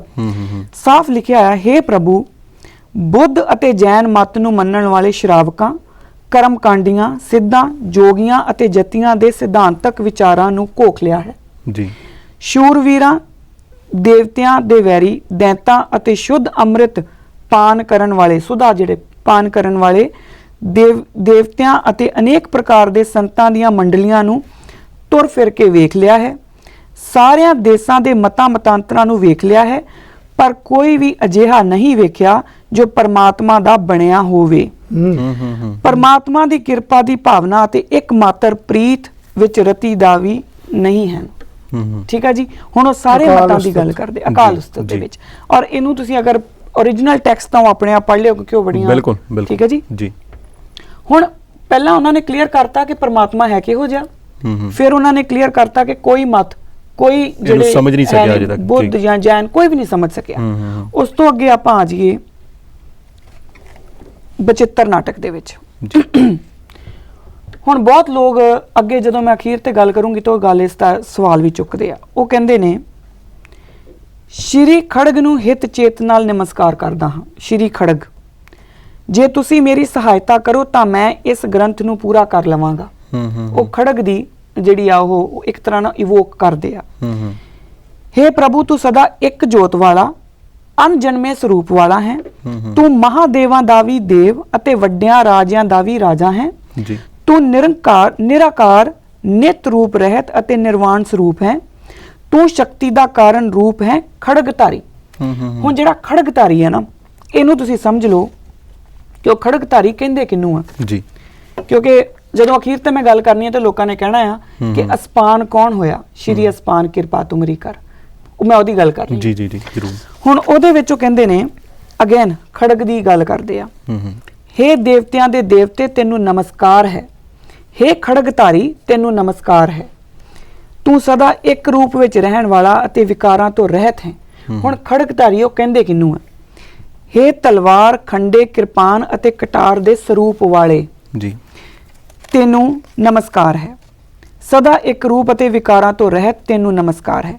ਹੁਣ ਇਹ ਗੱਲ ਧਿਆਨ ਨਾਲ ਸਮਝਿਓ ਜੇ ਕਿ ਉਹਨਾਂ ਨੇ ਪਰਮਾਤਮਾ ਨੂੰ ਕੋਈ ਐਸਾ ਨਹੀਂ ਮੰਨਿਆ ਕਿ ਜਿਹਨੂੰ ਤੁਹਾਡੀ ਲੋੜ ਹੋਵੇ। ਉਹ ਬਕਾਇਦਾ ਉਹਨੂੰ ਇੱਕ ਤਾਕਤ ਦਾ ਪੁੰਜ ਦੱਸਦੇ ਪਏ ਆ ਕਿ ਉਹ ਖੜਗਧਾਰੀ ਆ। ਕਿਉਂਕਿ ਉਹਨਾਂ ਵੇਲਿਆਂ ਵਿੱਚ ਜਿਹੜੇ ਲੋਕ ਆਪਣੇ ਆਪ ਨੂੰ ਦੱਬਿਆ ਲਫ਼ਜ਼ ਪਰਮਾਤਮਾ ਲਈ ਵਰਤ ਰਹੇ ਆ ਕਿ ਤੂੰ ਹੀ ਕਟਾਰ ਦਾ ਰੂਪ ਹੈ, ਤੂੰ ਹੀ ਖੰਜਰ ਦਾ ਰੂਪ ਹੈ, ਕਿਉਂਕਿ ਲੋਕ ਪਰਮਾਤਮਾ ਦੇ ਕੋਲੋਂ ਹੀ ਮੰਗਦੇ ਸੀ ਨਾ ਕਿ ਸਾਨੂੰ ਬਚਾ, ਤੇ ਉਹਨਾਂ ਕਿਹਾ ਕਿ ਤੁਹਾਨੂੰ ਬਚਾਉਣਾ ਪੈਣਾ ਕਿਉਂਕਿ ਉਹ ਆਪ ਖੜਗਧਾਰੀ ਆ, ਉਹਦਾ ਹੀ ਰੂਪ ਜਿਹੜਾ ਆ ਉਹ ਖੰਜਰ ਆ, ਉਹਦਾ ਹੀ ਰੂਪ ਤਲਵਾਰ ਆ, ਤੇ ਤਲਵਾਰ ਨੂੰ ਹੱਥ 'ਚ ਲੈਣਾ ਤੁਹਾਨੂੰ ਪੈਣਾ ਆ। ਬਿਲਕੁਲ ਬਿਲਕੁਲ। ਹੁਣ ਇਸ ਤੋਂ ਬਾਅਦ ਆਪਾਂ ਗੱਲ ਕਰੀਏ ਕਿ ਜਦੋਂ ਆਪਾਂ ਕਵਾਂਗੇ ਕਿ ਉਹਨਾਂ ਨੂੰ ਫਿਰ ਲੋੜ ਕੀ ਪਈ, ਇੱਥੇ ਮੈਂ ਗੱਲ ਕਰੂੰਗੀ ਲਿਮਿਟੇਸ਼ਨਸ ਦੀ। ਜੀ ਜੀ। ਜਦੋਂ ਇਹ ਸਾਰਾ ਕੁਝ ਦੱਸ ਦਿੰਦੇ ਆ ਕਿ ਪ੍ਰਮਾਤਮਾ ਕਿਹੋ ਜਿਹਾ ਆ, ਉਹਨੂੰ ਕੋਈ ਪਾ ਨਹੀਂ ਸਕਦਾ, ਫਿਰ ਉਹ ਇਹ ਵੀ ਦੱਸ ਦਿੰਦੇ ਆ ਕਿ ਤਲਵਾਰ ਵਰਗਾ ਹੀ ਉਹਦਾ ਰੂਪ ਆ, ਕਿ ਜੇ ਤੁਸੀਂ ਉਹਨੂੰ ਮੰਨਦੇ ਆ, ਉਹਨੂੰ ਧਿਆਉਂਦੇ ਆ ਤੇ ਉਹਨੂੰ ਕਹਿੰਦੇ ਸਾਡੀ ਮਦਦ ਕਰ, ਤੇ ਆ ਖੜਗ ਹੈ, ਇਹ ਤੁਹਾਨੂੰ ਆਪ ਚੁੱਕਣੀ ਪੈਣੀ ਹੈ ਤੇ ਆਪਣੀ ਗਲੋਂ ਗੁਲਾਮੀ ਜਿਹੜੀ ਆਪ ਲਾਉਣੀ ਪੈਣੀ ਹੈ। ਜੀ ਹੈ ਨਾ, ਆ ਪ੍ਰਮਾਤਮਾ ਨੂੰ ਤੁਸੀਂ ਕਹਿੰਦੇ ਹੋ ਸਾਡੀ ਮਦਦ ਕਰ, ਆ ਪ੍ਰਮਾਤਮਾ ਹੈ ਤੇ ਇਹਦੀ ਮਦਦ ਮੰਗੋ, ਇਹਦੇ ਕੋਲੋਂ ਮਦਦ ਲਓ, ਪ੍ਰਮਾਤਮਾ ਕੋਲੋਂ ਮਦਦ ਮੰਗੋ। ਹਾਂਜੀ। ਹੁਣ ਅੱਗੇ ਆ ਜਾਂਦੇ ਆ, ਬੜਾ ਕਲੀਅਰ ਦੱਸ ਦਿੰਦੇ ਆ ਬਚਿੱਤਰ ਨਾਟਕ ਦੇ ਵਿੱਚ, ਜਿਤਨੇ ਵੀ ਰਾਮ ਆਦਿ ਅਵਤਾਰ ਹੋਏ ਹਨ ਸਾਰੇ ਅੰਤ ਨੂੰ ਸ਼ਰੀਰ ਤਿਆਗ ਗਏ ਹਨ, ਜਿਤਨੇ ਕ੍ਰਿਸ਼ਨ ਵਰਗੇ ਅਵਤਾਰ ਹੋਏ ਹਨ ਸਾਰੇ ਅੰਤ ਵਿੱਚ ਚਲੇ ਗਏ ਹਨ, ਭਵਿਸ਼ ਵਿੱਚ ਜਿਤਨੇ ਦੇਵਤੇ ਹੋਣਗੇ ਉਹ ਸਾਰੇ ਅੰਤ ਵਿੱਚ ਚਲੇ ਜਾਣਗੇ, ਜਿੰਨੇ ਵੀ ਬੁੱਧ ਵਰਗੇ ਮਹਾਪੁਰਸ਼ ਹੋਏ ਹਨ ਉਹ ਸਾਰੇ ਅੰਤ ਨੂੰ ਨਸ਼ਟ ਹੋ ਗਏ, ਜਿਤਨੇ ਦੇਵ ਰਾਜੇ ਉਹ ਸਾਰੇ ਅੰਤ ਨੂੰ ਚਲੇ ਗਏ। ਹੁਣ ਇਹਦੇ ਵਿੱਚ ਉਹ ਬੜਾ ਕਲੀਅਰ ਦੱਸ ਦਿੰਦੇ ਆ ਲਿਮਿਟੇਸ਼ਨਸ ਜੀ, ਜਦੋਂ ਕਿ ਪਹਿਲਾਂ ਉਹ ਕਹਿੰਦੇ ਆ ਨਾ ਤੂੰ ਕਦੀ ਆਇਆ ਨਾ ਤੂੰ ਕਦੀ ਜਾਣਾ, ਤੂੰ ਇੱਥੇ ਹੀ ਆ, ਹੈਨਾ। ਤਾਂ ਇਹਨਾਂ ਦੀਆਂ ਲਿਮਿਟੇਸ਼ਨਸ ਦੱਸ ਕੇ ਉਹ ਬੜਾ ਕਲੀਅਰ ਦੱਸ ਦਿੰਦੇ ਆ ਕਿ ਇਹ ਪਰਮਾਤਮਾ ਨਹੀਂ ਜਿਹਦੀ ਗੱਲ ਮੈਂ ਕਰਦਾ ਆ। ਮਤਲਬ ਇਹ ਆਏ ਤੇ ਚਲੇ ਗਏ, ਉਹੀ ਗੱਲ ਜੋ ਗੁਰੂ ਗ੍ਰੰਥ ਸਾਹਿਬ 'ਚ ਰਾਮ ਗਏ ਰਾਵਣ ਗਏ ਜਾਕੋ ਬਹੁ ਪਰਿਵਾਰ, ਇਸ ਜਗ ਮੈਂ ਇੱਥੇ ਕਿਸ ਨਹੀਂ ਸੁਪਨੇ ਜੋ ਸੰਸਾਰ। ਬਿਲਕੁਲ ਬਿਲਕੁਲ ਠੀਕ ਹੈ ਜੀ। ਇਹ ਉਹਨਾਂ ਨੇ ਲਿਮਿਟੇਸ਼ਨਸ ਦੱਸ ਦਿੱਤੀਆਂ ਕਿ ਇਹ ਲਿਮਿਟੇਸ਼ਨਸ ਨੇ ਇਹਨਾਂ ਦੀਆਂ, ਇਸ ਕਰਕੇ ਪਰਮਾਤਮਾ ਨਹੀਂ ਜੀ, ਠੀਕ ਹੈ ਜੀ। ਹੁਣ ਅੱਗੇ ਦੁਬਾਰਾ ਫਿਰ ਲਿਮਿਟੇਸ਼ਨਸ ਦੀ ਗੱਲ ਆਉਂਦੀ ਆ ਕਿ ਰਾਮ ਅਤੇ ਕ੍ਰਿਸ਼ਨ, ਕੀ ਚੰਦਰਮਾ ਤੇ ਸੂਰਜ ਸਾਰੇ ਕਾਲ ਦੀ ਹਜ਼ੂਰੀ ਵਿੱਚ ਹੱਥ ਬੰਨੀ ਖੜੋਤੇ ਹਨ, ਹੈਨਾ। ਹੁਣ ਜਿਹੜੇ ਕਾਲ ਦੇ ਵਿੱਚ, ਕਾਲ ਦੀ ਹਜ਼ੂਰੀ 'ਚ ਆਪਣੇ ਹੱਥ ਬੰਨ ਕੇ ਖੜੇ ਆ, ਜਿਹੜਾ ਅਕਾਲ ਉਸਤਤ ਕਰੂਗਾ ਉਹ ਉਹਨਾਂ ਨੂੰ ਕਦੀ ਨਹੀਂ ਮੰਨੂਗਾ। ਅਰੇ ਮੈਂ ਨਹੀਂ ਕਹੂੰਗੀ, ਆਪਾਂ ਅੱਗੇ ਪ੍ਰੂਵ ਕਰਾਂਗੇ ਜੀ। ਹੁਣ ਗੱਲ ਆਉਂਦੀ ਹੈ ਕਿ ਜੇ ਉਹਨਾਂ ਨੂੰ ਉਹ ਮੰਨਦੇ ਹੀ ਨਹੀਂ ਤੇ ਫਿਰ ਉਹਨਾਂ ਨੇ ਲਿਖਿਆ ਕਿਉਂ, ਫਿਰ ਉਹਨਾਂ ਨੇ ਰਾਮ ਅਵਤਾਰ ਲਿਖਿਆ ਕਿਉਂ। ਹੁਣ ਆਪਾਂ ਇਹਦੀ ਗੱਲ ਇੱਥੇ ਕਰਾਂਗੇ ਬਕਾਇਦਾ ਬਚਿੱਤਰ ਨਾਟਕ ਦੇ ਵਿੱਚ ਹੀ ਜੀ। ਉਹ ਇਹਦੇ ਵਿੱਚ ਉਹ ਬਕਾਇਦਾ ਦੱਸਦੇ ਆ ਕਿ ਕਿੱਦਾਂ ਉਹਨਾਂ ਨੇ ਜਿਹੜੇ ਆ ਉਹ ਧਰਮ, ਜਿਹੜੇ ਅਕਾਲ ਨੇ ਕਿੱਦਾਂ ਲੋਕਾਂ ਨੂੰ ਪੈਦਾ ਕੀਤਾ, ਦੁਸ਼ਟ ਅਤੇ ਦੋਖੀ ਦੈਂਤਾਂ ਦੀ ਰਚਨਾ ਕੀਤੀ। ਔਰ ਇਹ ਬਕਾਇਦਾ ਉਹ ਦੱਸ ਰਹੇ ਆ, ਪਹਿਲਾਂ ਦੱਸ ਰਹੇ ਆ ਕਿ ਮੈਂ ਕਿਉਂ ਆਇਆ ਆ ਇਸ ਧਰਤੀ ਦੇ ਉੱਤੇ, ਤੇ ਉਹ ਦੱਸ ਰਹੇ ਆ ਕਿ ਮੈਂ ਪਰਮਾਤਮਾ ਉਹਨਾਂ ਨੂੰ ਦੱਸ ਰਿਹਾ ਆ ਕਿ ਜਿਹਦੀ ਵੀ ਕੀਤੀ ਉਹਨੇ ਆਪਣਾ ਹੀ ਇੱਕ ਰਾਗ ਲਾਪਣਾ ਸ਼ੁਰੂ ਕਰ ਦਿੱਤਾ। ਪਰਮਾਤਮਾ ਦੀ ਉਹ ਪੂਜਾ ਕਰਨੋਂ ਉਹ ਆਪਣੇ ਭੁੱਜ ਬਲ ਦੇ ਪਾਗਲ ਹੋ ਗਏ ਤੇ ਪਰਮਾਤਮਾ ਦੀ ਪੂਜਾ ਕਰਨੋਂ ਹਟ ਗਏ ਜੀ। ਸ਼ਿਵ ਨੇ ਆਪਣੇ ਆਪ ਨੂੰ ਅਡਿੱਗ ਅਖਵਾਇਆ ਅਤੇ ਵਿਸ਼ਨੂੰ ਨੇ ਆਪਣੇ ਆਪ ਨੂੰ ਪਰਮੇਸ਼ਰ ਸਥਾਪਿਤ ਕੀਤਾ। ਬ੍ਰਹਮਾ ਨੇ ਖੁਦ ਨੂੰ ਪਾਰ ਬ੍ਰਹਮ ਦੱਸਿਆ ਅਤੇ ਪ੍ਰਭੂ ਨੂੰ ਪ੍ਰਭੂ ਕਰਕੇ ਕਿਸੇ ਨੇ ਵੀ ਨਹੀਂ ਜਾਣਿਆ। ਜੋ ਪ੍ਰਭੂ ਨੂੰ ਸਾਖੀ ਦੇਣ ਲਈ ਸਥਾਪਿਤ ਕੀਤੇ ਗਏ ਸਨ, ਜਿਹੜੇ ਕਿ ਚੰਦਰਮਾ ਸੂਰਜ ਜਿਹੜੇ ਉਹਦੀ ਗਵਾਹੀ ਦੇਣੀ ਸੀ, ਉਹ ਇੱਥੇ ਆ ਕੇ ਪ੍ਰਭੂ ਅਖਵਾਉਣ ਲੱਗੇ। ਹੁਣ ਇਸੇ ਤਰੀਕੇ ਨਾਲ ਜਿਹੜੇ ਪਰਮਾਤਮਾ ਨੇ ਸਥਾਪਿਤ ਕੀਤੇ ਉਹ ਖੁਦ ਪ੍ਰਭੂ ਅਖਵਾਉਣ ਲੱਗ ਗਏ, ਕਿਉਂਕਿ ਉਹਨੇ ਤਾਂ ਕਿਹਾ ਸੀਗਾ ਕਿ ਤੁਸੀਂ ਮੇਰੀ ਗਵਾਹੀ ਦੇਣੀ ਹੈ ਕਿ ਮੈਂ ਹੈਗਾ, ਤੇ ਉਹ ਆਪਣੇ ਆਪ ਨੂੰ ਹੀ ਉਹਨਾਂ ਨੂੰ ਲੋਕ ਮੰਨਣ ਲੱਗ ਗਏ। ਬੜੇ ਲੰਬਾ ਚੌੜਾ ਮੈਂ ਸਾਰਾ ਨਹੀਂ ਪੜੂੰਗੀ ਜੀ। ਫਿਰ ਉਸ ਤੋਂ ਬਾਅਦ ਆਉਂਦੇ ਬ੍ਰਹਮਾ ਨੇ 4 ਵੇਦਾਂ ਦੀ ਰਚਨਾ ਕੀਤੀ ਅਤੇ ਸਾਰੇ ਲੋਕਾਂ ਨੂੰ ਵੇਦ ਅਨੁਸਾਰੀ ਕਰਮ ਮਾਰਗ ਉੱਤੇ ਤੋਰਿਆ। ਪਰ ਜਿਨ੍ਹਾਂ ਦੀ ਲਿਵ, ਧਿਆਨ ਨਾਲ ਸੁਣਨ ਦੀ ਗੱਲ ਆ, ਜਿਨ੍ਹਾਂ ਦੀ ਲਿਵ ਹਰ ਚਰਨਾਂ ਨਾਲ ਲੱਗ ਗਈ ਉਹਨਾਂ ਨੇ ਵੇਦਾਂ ਦਾ ਮਾਰਗ ਤਿਆਗ ਕਰ ਦਿੱਤਾ। ਇਸ ਕਰਕੇ ਰਾਮ ਅਵਤਾਰ ਲਿਖਿਆ, ਠੀਕ ਹੈ ਜੀ। ਜਿਹੜੇ ਸਾਧਕ ਕਸ਼ਟਾਂ ਤੋਂ ਡਰੇ ਹਨ, ਕਸ਼ਟਾਂ ਤੋਂ ਮਤਲਬ ਜਿਨ੍ਹਾਂ ਨੇ ਆਪਣੇ ਆਪ ਨੂੰ, ਹੁਣ ਉਹ ਜਿਹੜਾ ਖੜਗ ਚੁੱਕਣ ਨੂੰ ਤੁਹਾਨੂੰ ਕਹਿੰਦੇ ਆ, ਉਹ ਇੱਕ ਤਰ੍ਹਾਂ ਨਾਲ ਕਸ਼ਟਾਂ ਦੀ ਗੱਲ ਵੀ ਆ ਨਾ। ਜਿਹੜੇ ਸਾਧਕ ਕਸ਼ਟਾਂ ਤੋਂ ਡਰੇ ਹਨ ਅਤੇ ਪਰਮ ਪੁਰਖ ਨੂੰ ਛੱਡ ਕੇ ਵੇਦਾਂ ਦੇ ਮਾਰਗ ਉੱਤੇ ਪੈ ਗਏ ਹਨ, ਉਹ ਸਾਰੇ ਨਰਕ ਕੁੰਡ ਵਿੱਚ ਪੈਣਗੇ। ਇਹ ਬੜੀ ਕਲੀਅਰ ਗੱਲ ਹੈ ਜੀ। ਇਸ ਤੋਂ ਅੱਗੇ ਆ ਜਾਈਏ ਆਪਾਂ ਕਿ ਹਾਂਜੀ, ਫਿਰ ਉਹ ਕਹਿੰਦੇ ਕਿ ਮੈਨੂੰ ਕਿਉਂ ਭੇਜਿਆ, ਉਹ ਕਹਿੰਦੇ ਇਸੇ ਕਾਰਨ ਮੈਨੂੰ ਪ੍ਰਭੂ ਨੇ ਭੇਜਿਆ। ਹੁਣ ਉਹ ਆ ਕੇ ਇੱਥੇ ਕੰਮ ਕਿੱਦਾਂ ਕਰਨਗੇ ਜੀ, ਉਹ ਵੀ ਬੜਾ ਕਲੀਅਰ ਦੱਸਿਆ ਆ।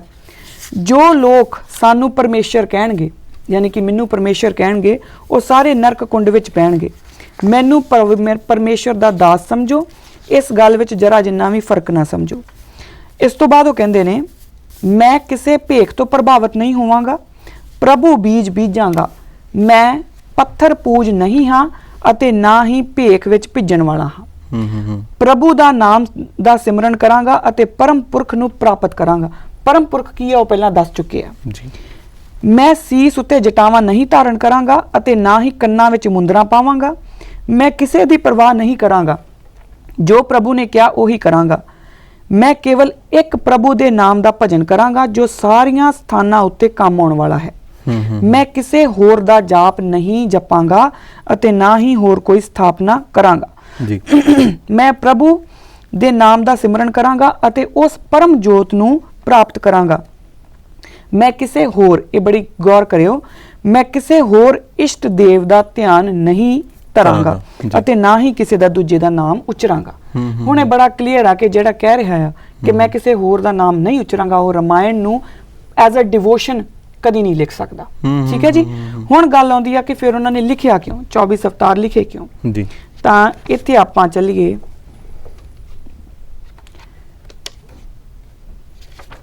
ਬਕਾਇਦਾ 24 ਅਵਤਾਰ ਦੇ ਪਹਿਲੇ ਹੀ ਪੰਨੇ ਦੇ ਉੱਤੇ ਉਹ ਲਿਖਦੇ ਆ, ਹੁਣ ਮੈਂ 24 ਅਵਤਾਰ ਦੀ ਕਥਾ ਕਹਿੰਦਾ ਹਾਂ।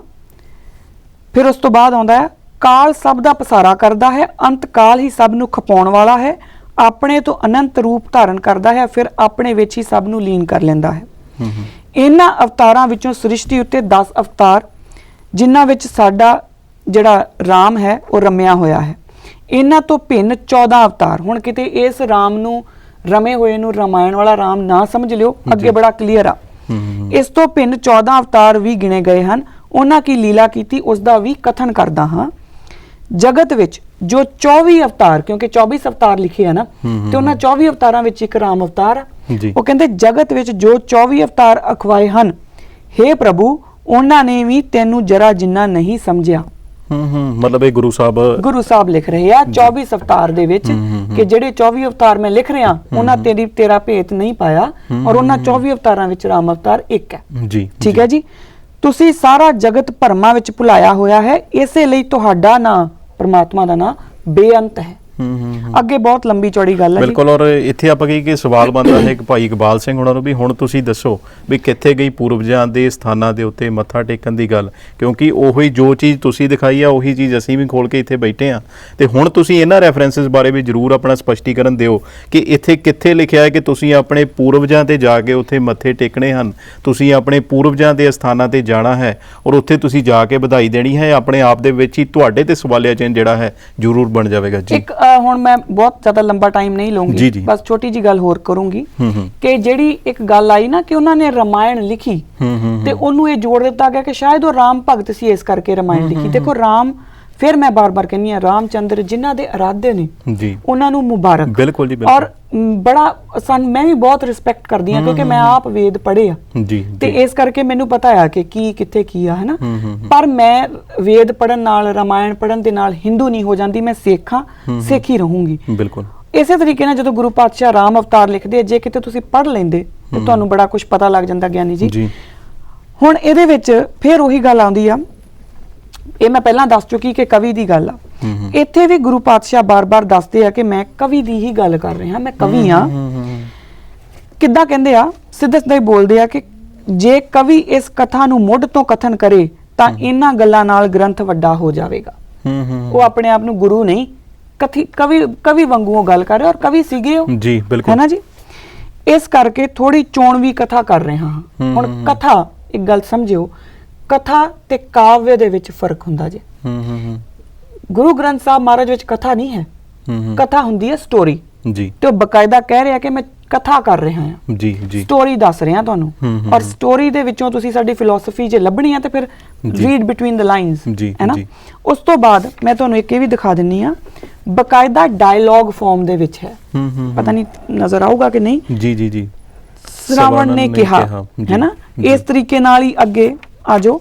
ਬ੍ਰਾਹਮਣ ਨੇ ਰਾਜ ਪ੍ਰਤੀ ਕਿਹਾ ਜੀ, ਰਾਜੇ ਨੇ ਬ੍ਰਾਹਮਣ ਪ੍ਰਤੀ ਕਿਹਾ, ਬ੍ਰਾਹਮਣ ਰਾਜੇ ਪ੍ਰਤੀ ਬੋਲਿਆ, ਹੈ ਨਾ। ਇਹ ਸਾਰੀਆਂ ਆਕਾਸ਼ਬਾਣੀ ਹੋਈ, ਮਤਲਬ ਇਹ ਸਾਰੀਆਂ ਡਾਇਲੌਗ ਦੇ ਵਿੱਚ ਡਾਇਲੌਗ ਆਇਆ। ਇੱਕ ਕਹਾਣੀ ਨੂੰ ਕਹਿਣ ਨੂੰ ਪਲਾਟ ਚਾਹੀਦਾ ਹੁੰਦਾ ਆ, ਡਾਇਲੌਗ ਚਾਹੀਦੇ ਹੁੰਦੇ ਆ, ਕਰੈਕਟਰ ਚਾਹੀਦੇ ਹੁੰਦੇ ਆ, ਉਹ ਸਾਰਾ ਕੁਝ ਇਹਦੇ ਵਿੱਚ ਹੈਗਾ ਬਕਾਇਦਾ ਡਾਇਲੌਗਸ ਦੇ ਵਿੱਚ। ਹੁਣ ਇਹਦੇ ਵਿੱਚ ਜਦੋਂ ਵੀ ਕਵੀ ਆਪਣੀ ਗੱਲ ਕਰਦਾ ਤਾਂ ਬਕਾਇਦਾ ਉਹ ਦੱਸਦੇ ਆ ਜੀ ਜੀ ਕਿ ਕਵੀ ਕੀ ਕਹਿੰਦਾ ਹੈ, ਬਕਾਇਦਾ ਲਿਖਿਆ ਦੇਖੋ ਕਵੀ ਕਹਿੰਦਾ ਹੈ। ਹੁਣ ਇੱਥੇ ਉਹਨਾਂ ਦੀ ਆਪਣੀ ਇੰਟਰਜੈਕਸ਼ਨ ਹੈ ਕਿ ਐਜ਼ ਅ ਕਵੀ ਉਹ ਇਸ ਚੀਜ਼ ਨੂੰ ਐਨਾਲਾਈਜ਼ ਕਿੱਦਾਂ ਕਰ ਰਹੇ ਹੈ। ਬਿਲਕੁਲ ਡਾਇਲੌਗ ਦੇ ਦਿੱਤੇ, ਫਿਰ ਨਾਲ ਆਪਣਾ ਐਨਾਲਿਟੀਕਲ ਰਿਵਿਊ ਵੀ ਦੇ ਦਿੱਤਾ।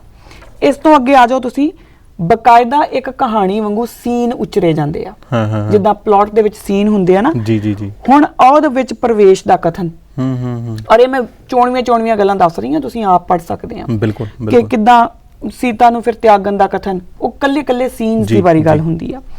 ਸੋ ਇਹ ਸਾਰਾ ਤਾਂ ਹੋ ਗਿਆ ਜੀ ਕਿ ਇਥੋਂ ਤੱਕ ਇਹ ਸਿੱਧ ਹੋ ਜਾਂਦਾ ਆ ਕਿ ਰਾਮ ਅਵਤਾਰ ਜਦੋਂ ਲਿਖਦੇ ਆ, ਇੱਕ ਤਾਂ ਉਹ ਰਾਮ ਦੇ ਪ੍ਰਤੀ ਭਗਤੀ ਪੂਰਵਕ ਹੋ ਕੇ ਨਹੀਂ ਲਿਖਦੇ, ਦੂਜਾ ਰਾਮ ਅਵਤਾਰ ਨੂੰ ਉਹ ਬਕਾਇਦਾ ਕਹਾਣੀ ਦੇ ਪੈਰਾਮੀਟਰਸ ਦੇ ਉੱਤੇ ਲਿਖਦੇ ਆ। ਮਤਲਬ ਆਪਾਂ ਇਹ ਕਹਿ ਸਕਦੇ ਹਾਂ ਕਿ ਉਹਦਾ ਉਲੱਥਾ ਜਾਂ ਉਹਦੀ ਕਥਾ ਵਾ, ਨਾ ਕਿ ਉਹਨੂੰ ਰਾਮਾਇਣ ਨਹੀਂ ਕਹਿ ਸਕਦੇ ਆਪਾਂ। ਨਹੀਂ, ਉਹ ਸਟੋਰੀ ਆ। ਉਹ ਵੀ ਕਿਉਂ ਰਾਮਾਇਣ ਨਹੀਂ ਕਹਿ ਸਕਦੇ? ਕਿਉਂਕਿ ਰਾਮਾਇਣ ਦੇ ਵਿੱਚ ਜੋ ਕੁਝ ਵੀ ਹੈ ਵੀ ਨਹੀਂ, ਉਹ ਰਾਮ ਦੇ ਭਗਤ ਵੀ ਸਿੱਧ ਨਹੀਂ ਹੁੰਦੇ, ਉਹ ਵੀ ਨਹੀਂ ਹੁੰਦੇ, ਔਰ ਬਕਾਇਦਾ ਇੱਕ ਕਹਾਣੀਕਾਰ ਵਾਂਗੂ ਜੀ ਇੱਕ ਕਹਾਣੀ, ਇੱਕ ਕਾਵਿ ਰਚਿਆ ਗਿਆ। ਇੱਥੇ ਥੋੜਾ ਜਿਹਾ ਆਪਾਂ ਇਹ ਵੀ ਦੇਖੀਏ ਕਿ ਉਹਨਾਂ ਸਮਿਆਂ ਦੀ ਜਦੋਂ ਆਪਾਂ ਗੱਲ ਕਰਦੇ ਹਾਂ, ਤੇ ਜੇ ਆਪਾਂ ਅਸਲ ਦੇ ਵਿੱਚ ਦੇਖੀਏ ਕਿ ਮਾਹੌਲ ਕੀ ਉਸ ਟਾਈਮ ਤੇ ਹੈਗਾ, ਮਾਹੌਲ ਉਸ ਟਾਈਮ ਤੇ ਇਹ ਹੈਗਾ ਕਿ ਬ੍ਰਾਹਮਣ ਤੇ ਕਸ਼ਤਰੀਆ ਤਾਂ ਉਹ ਲੈ ਸਕਦਾ, ਐਜੂਕੇਸ਼ਨ ਸਿਸਟਮ ਦੇ ਵਿੱਚ ਜਾ ਸਕਦਾ, ਪਰ ਉਸ ਤੋਂ ਇਲਾਵਾ ਜਿਹੜਾ ਹੈਗਾ ਸ਼ੂਦਰ ਨੂੰ ਜਿਹੜੀ ਹੈਗੀ ਆ ਬਿਲਕੁਲ ਹੀ ਇਹ ਚੀਜ਼ ਅਲਾਉ ਨਹੀਂ ਹੈਗੀ ਕਿ ਉਹ ਜਾ ਕੇ ਜਿਹੜਾ ਦੂਸਰੇ ਧਰਮ ਬਾਰੇ ਜੇ ਕੋਈ ਸਿੱਖਿਆ ਲਵੇ। ਤੇ ਜੇ ਆਪਾਂ ਕਿ ਉਸ ਟਾਈਮ ਤੇ ਸਿੱਖਾਂ ਨੂੰ ਜੇ ਉੱਥੇ ਜਾ ਕੇ ਸਿੱਖਿਆ ਲੈਣੀ ਪਵੇਗੀ ਤੇ ਉਹ ਵੀ ਕਿਤੇ ਨਾ ਕਿਤੇ ਪੋਸੀਬਲ ਨਹੀਂ ਆ, ਕਿਉਂਕਿ ਬਹੁਤ ਸਾਰੇ ਲੋਕ ਜਿਹੜੇ ਉੱਥੋਂ ਆਏ ਹੋਏ ਆ, ਤੇ ਗੁਰੂ ਸਾਹਿਬ ਆਪਣੇ ਆਪ ਦੇ ਵਿੱਚ ਜੀ ਉਹਨਾਂ ਨੇ 52 ਕਵੀ ਗੁਰੂ ਸਾਹਿਬ ਨੇ ਆਪਣੇ ਕਹੀਏ ਕਿ ਰੱਖੇ ਹੋਏ ਸੀ ਉਸ ਟਾਈਮ ਤੇ ਗੁਰੂ ਸਾਹਿਬ ਕੋਲ ਰਹਿੰਦੇ ਸੀ, ਤੇ ਉਹਨਾਂ ਨੇ ਵੀ ਜਿਹੜਾ ਹੈਗਾ ਕਿ ਇਸ ਤਰੀਕੇ ਦੇ ਨਾਲ ਹੀ ਕਾਵਿ ਰਚਨਾ ਉਹਨਾਂ ਨੇ ਵੀ ਰਚੀ, ਬਹੁਤ ਸਾਰੇ ਗ੍ਰੰਥਾਂ ਦੇ ਉਲਾਥੇ ਕੀਤੇ ਗਏ। ਇਹ ਵੀ ਸਾਨੂੰ ਪਤਾ ਲੱਗਦਾ ਹੈ ਕਿ ਕਿਸ ਤਰੀਕੇ ਦੇ ਨਾਲ ਜਿਹੜੀ ਚਣਕਿਆ ਨੀਤੀ ਉਸ ਤੇ ਵੀ ਉਲਾਥੇ ਕੀਤੇ ਗਏ। ਸਿੱਖ ਨੂੰ ਰਾਜਨੀਤੀ ਪੜ੍ਹਨੀ ਚਾਹੀਦੀ ਹੈ, ਇਹ ਵੀ ਗੁਰੂ ਸਾਹਿਬ ਦੇ ਹੁਕਮਾਂ ਦੇ ਵਿੱਚ ਆਉਂਦਾ ਹੈ, ਕਿਉਂਕਿ ਗੁਰੂ ਸਾਹਿਬ ਸਿੱਖ ਨੂੰ ਨਿਪੁੰਨ ਬਣਾਉਣਾ ਚਾਹੁੰਦੇ ਸੀ। ਗੁਰੂ ਸਾਹਿਬ ਇਹ ਨਹੀਂ ਸੀ ਚਾਹੁੰਦੇ ਕਿ ਮੇਰਾ ਸਿੱਖ ਜਿਹੜਾ ਹੈ ਇੰਨਾ ਹੀ ਭਰਮ ਜਾਲਾਂ ਦੇ ਵਿੱਚ, ਇੰਨਾ ਹੀ ਕਰਮਕਾਂਡਾਂ ਦੇ ਵਿੱਚ ਫਸਿਆ ਰਵੇ। ਜੀ ਕਿਰਨਪ੍ਰੀਤ ਜੀ। ਹਾਂਜੀ, ਹੁਣ ਜਿਹੜੀ ਮੈਂ ਤੁਹਾਨੂੰ ਗੱਲ ਕੀਤੀ ਸੀਗੀ ਕਿ ਹਰ ਇੱਕ ਜਿੰਨੇ ਟਰਾਂਸਲੇਸ਼ਨਸ ਕੀਤੀਆਂ ਉਹਨੇ ਆਪਣੇ ਅਕੋਰਡਿੰਗ ਇੱਕ ਆਈਡੀਓਲੋਜੀ ਦੇਣ ਨੂੰ ਕੀਤੀਆਂ ਜੀ। ਹੁਣ ਜਦੋਂ ਗੁਰੂ ਗੋਬਿੰਦ ਸਿੰਘ ਮਹਾਰਾਜ ਟਰਾਂਸਲੇਸ਼ਨ ਕਰ ਰਹੇ ਆ ਤੇ ਉਹ ਕੀ ਆਈਡੀਓਲੋਜੀ ਦੇ ਰਹੇ ਆ? ਉਹ ਆਈਡੀਓਲੋਜੀ ਇਹ ਦੇ ਰਹੇ ਆ, ਇਹ ਜਗਤ ਧੂਏ ਦੇ ਮਹੱਲ ਵਰਗਾ ਹੈ, ਦੱਸੋ ਕਦੀ ਕਿਸੇ ਦੇ ਕੰਮ ਆਇਆ ਹੈ? ਸ਼੍ਰੀ ਰਾਮ ਤੋਂ ਬਿਨਾ ਸੀਤਾ ਨਹੀਂ ਜੀ ਸਕਦੀ ਤੇ ਸੀਤਾ ਤੋਂ ਬਿਨਾ ਰਾਮ ਨਹੀਂ ਜੀ ਸਕਣਗੇ, ਤੇ ਇਸ ਕਰਕੇ ਦੋਨੋਂ ਹੀ ਨਾਸ਼ਵਾਨ ਔਰ ਉਹ ਨਾਸ਼ ਹੋ ਜਾਂਦੇ। ਅੱਗੇ ਸਾਰਾ ਕੁਝ ਲਿਖਿਆ ਹੋਇਆ, ਉਹ ਨਾਸ਼ ਹੋ ਜਾਂਦੇ ਆ। ਫਾਈਨਲੀ ਉਹ ਬੜਾ ਕਲੀਅਰ ਕਰਕੇ ਸਾਨੂੰ ਸਾਰਿਆਂ ਨੂੰ ਦੱਸਦੇ ਆ ਕਿ ਕਿਤੇ ਮੈਨੂੰ ਇਸ ਚੱਕਰ ਦੇ ਵਿੱਚ ਨਾ ਪੈ ਜਾਓ ਕਿ ਤੁਸੀਂ, ਸ਼ਾਇਦ ਉਹ ਇੰਨੇ ਦੂਰਦ੍ਰਿਸ਼ਟੀ ਵਾਲੇ ਹੋਣਗੇ ਕਿ ਉਹਨਾਂ ਨੂੰ ਪਤਾ ਹੋਣਾ ਕਿ ਕੋਈ ਗਿਆਨੀ ਇਕਬਾਲ ਸਿੰਘ ਜੀ ਸਾਨੂੰ ਅੰਡਰਲਾਈਨ ਕਰਕੇ ਦਿਖਾਉਣਗੇ, ਤਾਂ ਬਕਾਇਦਾ ਤੁਸੀਂ ਵੀ ਦਿਖਾ ਦਿਓ। ਆਹੀ ਉਹਨਾਂ ਨੇ ਲਾਈਨ ਨੂੰ ਅੰਡਰਲਾਈਨ ਕੀਤਾ ਸੀਗਾ, ਜਿਹੜੇ ਬਹੁਤ ਸਾਰੇ ਸਾਡੇ ਜਿਹੜੇ ਯੰਗਸਟਰਸ ਆ ਉਹਨਾਂ ਦੇ ਅੰਦਰ ਇਹ ਭੁਲੇਖਾ ਪਾਇਆ। ਇਤ ਸ਼੍ਰੀ ਬਚਿੱਤਰ ਨਾਟਕ ਗ੍ਰੰਥ ਰਾਮਾਇਣ ਸਮਾਪਤਮ, ਠੀਕ ਆ ਜੀ, ਪਰ ਉਹਦੇ ਉੱਪਰ ਵਾਲੀ ਗੱਲ ਜਿਹੜੀ ਉਹਨਾਂ ਨੇ ਨਹੀਂ ਦਿਖਾਈ, ਔਰ ਉਹਨਾਂ ਦੀ ਤਸਵੀਰ ਉਹੀ ਤਸਵੀਰ ਦੇ ਵਿੱਚ ਜਿਹੜੀ ਉਹ ਚੀਜ਼ ਕਲੀਅਰਲੀ ਦਿਖ ਰਹੀ ਹੈ, ਔਰ ਉਹ ਦਿਖਾਈ ਨਹੀਂ। ਹੁਣ ਉਹਦੇ ਵਿੱਚ ਕੀ ਆ, पाए गए जब ते तुमरे तबते को आँख तरे नहीं आन्यो, राम रहीम पुराण कुरान अनेक कहे मत एक ना मान्यो, सिमरत शास्त्र वेद सबे बहु भेद कहे हम एक न जान्यो, श्री अस्पान कृपा तुमरी कर मैं ना कहो सब तोहे बखान्यो। जी जी। हुण अस्पान कौन आ वो आपां गल कर चुके ऑलरेडी, ਉਹ ਸਪਸ਼ਟ ਕਰ ਚੁੱਕੇ। ਸੋ ਇਹ ਜਿਹੜੀ ਰਾਮ ਅਵਤਾਰ ਹੈ ਨਾ, ਉਹਨੂੰ ਤੁਸੀਂ ਸੇਧ ਲੈਣ ਨੂੰ ਜੇ ਪੜੋ ਤੇ ਤੁਹਾਨੂੰ ਪਤਾ ਲੱਗੂਗਾ ਕਿ ਗੁਰੂ ਪਾਤਸ਼ਾਹ ਕਹਿ ਰਹੇ ਸਭ ਜਗ ਚੱਲਣਹਾਰ, ਇੱਥੇ ਕੋਈ ਨਹੀਂ ਰਹਿਣਾ। ਔਰ ਬਕਾਇਦਾ ਉਹ 24 ਅਵਤਾਰਾਂ ਦੇ ਵਿੱਚ ਜੋ ਲਿਮਿਟੇਸ਼ਨ ਸੀਗੀਆਂ ਉਹਨੂੰ ਉਜਾਗਰ ਕਰਦੇ ਆ, ਔਰ ਉਸ ਤੋਂ ਬਾਅਦ ਤੁਹਾਨੂੰ ਕਹਿੰਦੇ ਆ ਕਿ ਮੈਂ ਕਿਸੇ ਨੂੰ ਨਹੀਂ ਮੰਨਦਾ, ਸਾਡਾ ਆਪਣਾ ਇੱਕ ਨਿਰਾਲਾ ਪੰਥ ਹੈ। ਜੀ ਬਿਲਕੁਲ ਜੀ, ਔਰ ਆਪਣਾ ਸਿਧਾਂਤ ਜਿਹੜਾ ਹੈ ਦੇ ਦਿੰਦੇ ਆ, ਔਰ ਇਸੇ ਤਰੀਕੇ ਦੇ ਨਾਲ ਜਿਹੜਾ ਹੈ ਗੁਰੂ ਸਾਹਿਬ ਕ੍ਰਿਸ਼ਨ ਅਵਤਾਰ ਦੇ ਵਿੱਚ ਵੀ ਆਪਣਾ ਸਿਧਾਂਤ ਦੇ ਦਿੰਦੇ ਆ। ਗੁਰੂ ਸਾਹਿਬ ਇਹ ਵੀ ਕਹਿੰਦੇ ਹੈਗੇ ਮੈਂ ਨਾ ਗਨੇਸੇ ਪ੍ਰਥਮ ਬਣਾਉ, ਕਿਸਨ ਬਿਸਨ ਕਮਹੂ ਨਾ ਤਿਆਉ, ਕਾਂ ਸੋਨੇ ਪਹਿਚਾਨ 300 ਲਿਵ ਲਾਗੀ ਮੋਰੀ ਭਗੈਂਸੋ, ਕਿ ਮੈਂ ਇਹਨਾਂ ਦੇ ਬਾਰੇ ਨਹੀਂ ਜਾਣਦਾ ਹੈਗਾ, ਮੈਂ ਇਹਨਾਂ ਨੂੰ ਨਹੀਂ ਪੂਜਦਾ ਹੈਗਾ। ਗੁਰੂ ਸਾਹਿਬ ਇਹ ਗੱਲਾਂ ਕਨਫਰਮ ਕਰਦੇ ਨੇ ਕਿਉਂਕਿ ਉਹਨਾਂ ਨੂੰ ਪਤਾ ਹੈ ਕਿ ਆਉਣ ਵਾਲੇ ਸਮੇਂ ਦੇ ਵਿੱਚ ਇਸ ਤਰ੍ਹਾਂ ਦੀਆਂ ਜਿਹੜੀਆਂ ਗੱਲਾਂ ਨੇ ਸਾਹਮਣੇ ਆਉਣੀਆਂ ਨੇ। ਤੇ ਜਥੇਦਾਰ ਜੀ ਹੁਣ ਆਪਾਂ ਇੱਥੇ ਕਹੀਏ ਕਿ ਜੋ ਹਮਲੇ ਹੁੰਦੇ ਨੇ, ਜੋ ਸਿਧਾਂਤਕ ਹਮਲੇ ਹੁੰਦੇ ਨੇ, ਉਹਨਾਂ ਦੀ ਆਪਾਂ ਇੱਥੇ ਗੱਲ ਕਰ ਰਹੇ ਹਾਂ। ਤੇ ਇੱਕ ਵੱਡਾ ਸਿਧਾਂਤਕ ਹਮਲਾ, ਕਿਉਂਕਿ ਇਸ ਦੇ ਨਾਲ ਇੱਕ ਹੋਰ ਗੱਲ ਬੜੀ ਪ੍ਰਚਾਰੀ ਜਾ ਰਹੀ ਹੈ, ਗੁਰੂ ਗ੍ਰੰਥ ਸਾਹਿਬ ਜੀ ਦੇ 400 ਸਾਲਾ ਪ੍ਰਕਾਸ਼ ਪੁਰਬ ਤੇ ਗੋਬਿੰਦ ਸਦਨ ਵੱਲੋਂ ਇੱਕ ਪੁਸਤਕ ਜਿਹੜੀ ਹੈ ਕਿਤਾਬਚਾ ਉਹਨਾਂ ਵੱਲੋਂ ਛਾਪਿਆ ਗਿਆ, ਔਰ ਉਸ ਦੇ ਵਿੱਚ ਉਹਨਾਂ ਨੇ ਇਹ ਸਿੱਧ ਕਰਨ ਦੀ ਕੋਸ਼ਿਸ਼ ਕੀਤੀ ਹੈ ਕਿ ਗੁਰੂ ਗ੍ਰੰਥ ਸਾਹਿਬ ਜੀ ਦੇ ਵਿੱਚ 2533 ਵਾਰੀ ਜੋ ਰਾਮ ਸ਼ਬਦ ਆਉਂਦਾ ਹੈ, ਕੀ ਇਹ ਸ਼੍ਰੀ ਰਾਮਚੰਦਰ ਜੀ ਨੇ ਜੋ ਕਿ ਹਿੰਦੂਆਂ ਦੇ ਅਵਤਾਰ ਨੇ? ਇਹਦੇ ਬਾਰੇ ਥੋੜਾ ਜਿਹਾ ਤੁਸੀਂ ਕਲੈਰੀਫਿਕੇਸ਼ਨ ਦਿਓ। ਔਰ ਇਸ ਦੇ ਨਾਲ ਇਹ ਵੀ ਜਿਹੜੀ ਗੁਰਬਾਣੀ ਦੇ ਵਿੱਚ ਵੀ ਤੁਕ ਆਉਂਦੀ ਹੈਗੀ ਹੈ ਕਿ ਸਤਿਯੁਗ ਤੈ ਮਾਣਿਓ ਛਲਿਓ, ਬਲ ਬਾਵਨ ਭਾਇਓ, ਤ੍ਰੇਤੇ ਤੇ ਮਾਣਿਓ ਰਾਮ ਰਘੁਵੰਸ਼ ਕਹਾਇਓ, ਇਸ ਨੂੰ ਵੀ ਉਹ ਨਾਲ ਜੋੜ ਕੇ ਇਹ ਸਾਬਤ ਕਰਨ ਦੀ ਕੋਸ਼ਿਸ਼ ਕਰਦੇ ਨੇ ਕਿ ਇਹ ਜਿਹੜਾ ਰਾਮਚੰਦਰ ਜੀ ਹਨ ਜਾਂ ਇਸ ਰਾਮ ਦੀ ਜਿਹੜੀ ਗੱਲ ਕੀਤੀ ਹੈ ਉਹ ਅਯੋਧਿਆ ਵਾਲੇ ਰਾਮਚੰਦਰ ਜੀ ਹਨ। ਕੀ ਇਸ ਦਾ ਤੁਸੀਂ ਦੱਸੋਗੇ? ਇਹਦਾ ਸਰਦਾਰ ਜੀ ਜਿਹੜਾ ਮਗਰਲਾ ਸਵਾਲ ਆ ਉਹਨੂੰ ਟਾਈਮ ਲੱਗ ਜਾਣਾ, ਜੇ ਟਾਈਮ ਹੋਇਆ ਤਾਂ ਆਪਾਂ ਕਲੀਅਰ ਕਰ ਲੈਂਦੇ ਹਾਂ। ਤੁਸੀਂ ਇਹ ਵਾਲਾ ਦੱਸ ਦਿਓ। ਇਹ ਜਿਹੜਾ ਗੁਰੂ ਗ੍ਰੰਥ ਸਾਹਿਬ 'ਚ ਰਾਮ ਸ਼ਬਦ ਆਉਂਦਾ ਉਹ ਆਉਂਦਾ ਜਿਹੜਾ ਕਿਰਨਪ੍ਰੀਤ ਹੋਣਾ ਨੇ ਬੜਾ ਸਪਸ਼ਟ ਕਰਤਾ, ਜਿਹੜਾ ਰਮਿਆ ਹੋਇਆ ਪਰਮਾਤਮਾ ਇੱਕ ਹੈ ਜੀ। ਪਰ ਜਿੱਥੇ ਜਸਰਤ ਦੇ ਪੁੱਤ ਰਾਮਚੰਦਰ ਦੀ ਗੱਲ ਆਉਂਦੀ ਉੱਥੇ ਉਹਦਾ ਨਾਮ ਰਾਮਚੰਦ ਆਉਂਦਾ। ਵੈਸੇ ਇਦਾਂ ਕਿ ਜਿਹੜੀਆਂ ਮਿੱਥ ਜਿਹੜੇ ਇਹ ਹਵਾਲੇ ਵਿੱਚ ਕਿਉਂ ਦਿੱਤੇ ਗਏ ਜੀ, ਇਹ ਜਗਜੀਤ ਸਿੰਘ ਜੀ ਥੋੜਾ ਜਿਹਾ ਇਹਨੂੰ ਸਪਸ਼ਟ ਕਰਨਾ ਜ਼ਰੂਰੀ ਹੈ। ਇਹ ਸੰਸਾਰ ਦੇ ਪ੍ਰਸਿੱਧ ਧਾਰਮਿਕ ਗ੍ਰੰਥਾਂ 'ਚ ਪ੍ਰਾਚੀਨ ਸਮੇਂ ਵਿੱਚ ਹੋਏ ਸੰਤਾਂ ਭਗਤਾਂ ਦੇ ਹਵਾਲੇ ਮਿਲਦੇ ਰਹੇ। ਬਾਈਬਲ 'ਚ ਮੂਸਾ ਦਾ ਹਵਾਲਾ ਹੈ, ਕੁਰਾਨ 'ਚ ਈਸਾ ਦਾ ਕਥਨ ਹੈ। ਇਸੇ ਤਰ੍ਹਾਂ ਸ੍ਰੀ ਗੁਰੂ ਗ੍ਰੰਥ ਸਾਹਿਬ ਵਿੱਚ ਪ੍ਰਹਲਾਦ, ਹਰਨਾਕਸ਼, ਧਰੂ ਇਹ ਸੰਕੇਤ ਜਿਹੜੇ ਮੰਨੇ ਗਏ ਆ ਜੀ। ਪਰ ਇੱਥੇ ਫਰਕ ਇਹ ਆ ਕਿ ਗੁਰੂ ਸਾਹਿਬ ਜਿਹੜੇ ਜਦੋਂ ਰਾਮਚੰਦਰ ਦੀ ਗੱਲ ਕਰਦੇ ਤਾਂ ਉਹ ਇਸ ਸੰਦਰਭ 'ਚ ਦੋ ਵਾਰੀ ਆਉਂਦਾ। ਇੱਕ ਜਿੱਥੇ ਆਪਾਂ ਕਹਿੰਦੇ ਆ ਰੋਵੇ ਰਾਮ ਨਕਾਲਾ ਪਿਆ, ਸੀਤਾ ਲక్ష్మణ ਵਿਛੜ ਗਿਆ ਜੀ।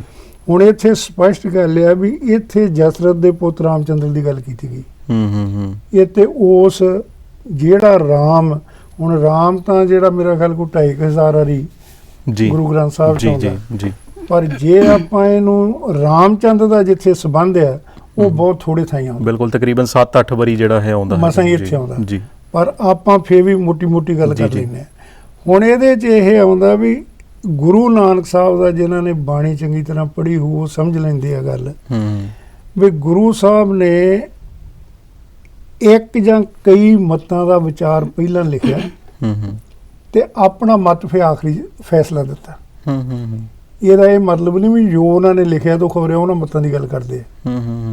ਇਹ ਪਹਿਲਾਂ ਦਾ ਜਿਹੜਾ ਗੁਰੂ ਗ੍ਰੰਥ ਸਾਹਿਬ ਦਾ ਸਾਨੂੰ ਇਹ ਵਿਗਿਆਨਕ ਤੌਰ ਤੇ ਗੱਲ ਸਮਝਣੀ ਪਊ ਜੀ ਵੀ ਗੁਰੂ ਨਾਨਕ ਸਾਹਿਬ ਪਹਿਲਾਂ ਕਈਆਂ ਮਤਾਂ ਦੀ ਗੱਲ ਕਰਦੇ ਆ ਤੇ ਛੇਕੜ ਫੈਸਲਾ ਜਿਹੜਾ ਉਹ ਆਪਣਾ ਦਿੰਦੇ ਆ ਜੀ। ਹੁਣ ਇਸੇ ਤਰ੍ਹਾਂ ਜਿਹੜਾ ਬੜਾ ਲੰਮਾ ਚੌੜਾ ਸ਼ਬਦ ਆਉਂਦਾ ਸਹੰਸਰਦਾਨ ਦੇ ਅੰਦਰ ਲਵਾਇਆ ਪਰਸਰਾਮ ਰੋਵੇ ਕਰ ਆਇਆ, ਆਪਾਂ ਇਹ ਕਈ ਗੱਲ ਕਰਿਆ। ਇਹ ਉਪਰੋਕਤ ਸ਼ਬਦ ਜਿਹੜਾ ਗੁਰੂ ਨਾਨਕ ਸਾਹਿਬ ਨੇ ਅੰਦਰ ਪਰਸਰਾਮ, ਅਜੇ, ਰਾਮਚੰਦਰ, ਸੀਤਾ, ਪਾਂਡਵਾਂ ਦੀਆਂ ਮਿਸਾਲਾਂ ਦੇ ਕੇ ਦੱਸਿਆ।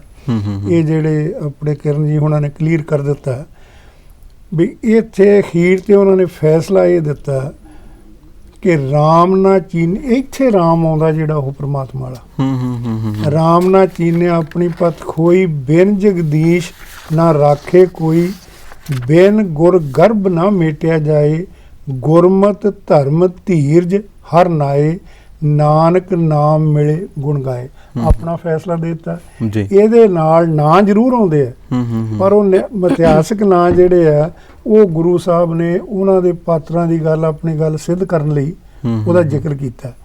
ਦੂਜਾ ਇਹ ਆ ਵੀ ਪ੍ਰਮਾਤਮਾ ਦੇ ਅਨੇਕਾਂ ਤੇ ਸੰਖ ਨਾਮ ਗੁਰੂ ਗ੍ਰੰਥ ਸਾਹਿਬ 'ਚ, ਉਹਨੂੰ ਕੋਈ ਬ੍ਰਹਮਾ ਵਿਸ਼ਨੂੰ ਸ਼ਿਵ ਨਾਲ ਯਾਦ ਕਰੇ ਤੇ ਕਰੇ, ਸਾਨੂੰ ਕੋਈ ਇਤਰਾਜ਼ ਨਹੀਂ ਜੀ। ਪਰ ਜਿਹੜੇ ਗੁਰੂ ਗ੍ਰੰਥ ਸਾਹਿਬ 'ਚ ਰਾਮ ਦੀ ਗੱਲ ਕੀਤੀ ਗਈ ਹੈ ਉਹਦੇ ਪਿਛੋਕੜ 'ਚ ਸੰਕਲਪ ਕਿਸੇ ਸਮੇਂ ਸਥਾਨ ਦੀ ਸੀਮਾ 'ਚ ਬੱਝੇ ਬਿਨਸਰਹਾਰ ਜਿਹੜੇ ਗੁਣਾਂ ਦੇ ਧਾਰਨੀ, ਜਿਹੜਾ ਬ੍ਰਹਮਾ ਸ਼ਿਵ ਵਿਸ਼ਨੂੰ ਸਾਰੇ ਬਿਨਸਰਹਾਰ ਆ ਜੀ, ਇਹਨਾਂ ਦੇ ਨਾਲ ਉਹਨਾਂ ਦਾ ਨਾਂ ਨਹੀਂ ਜੁੜਨਾ ਚਾਹੀਦਾ। ਮਤਲਬ ਉਹਦੇ ਨਾਲ ਉਹਨਾਂ ਦੀ ਹਸਤੀ ਨਹੀਂ ਜੁੜੀ ਜਾਂਦੀ। ਉਹ ਰੱਬ ਮੰਨਦੇ ਆ, ਮੰਨਣ। ਉਹ ਕਹਿੰਦੇ ਆ ਇਸ ਕਰਕੇ ਬਿਨਸਨਹਾਰ ਸੀਮਤ ਸਮਰੱਥਾ ਦੇ ਗੁਣਾਂ ਦੇ ਧਾਰਨੀ ਕਲਪਤ ਦੇਵੀ ਦੇਵਤੇ ਨਹੀਂ ਹੋਣਾ ਚਾਹੀਦਾ, ਸਗੋਂ ਅਜਿਹਾ ਨਾਮ ਕਿਸੇ ਅਵਿਨਾਸ਼ੀ, ਅਕਾਲ, ਅਮਰ, ਅਜੂਨੀ, ਸਰਬ ਵਿਆਪਕ ਅਤੇ ਸਰਬ ਸ਼ਕਤੀਮਾਨ ਸਿਰਜਣਹਾਰ ਪਾਰ ਬ੍ਰਹਮ ਦਾ ਲਖਾਇਕ ਹੋਣਾ ਚਾਹੀਦਾ। ਹੁਣ ਇਹਦਾ ਲਖਾਇਕ ਵੀ ਜਿਹੜਾ ਆਉਂਦਾ ਆਪਾਂ ਇੱਥੇ ਵੇਖਦੇ ਹਾਲੇ, ਇਹਦਾ ਜਿਹੜਾ ਨਾਮ ਆ ਉਹ ਕਹਿੰਦੇ ਨਾਮ ਦਾ ਭਾਵ ਆ ਸਰਬ ਵਿਆਪੀ ਆਤਮਾ ਜੀ।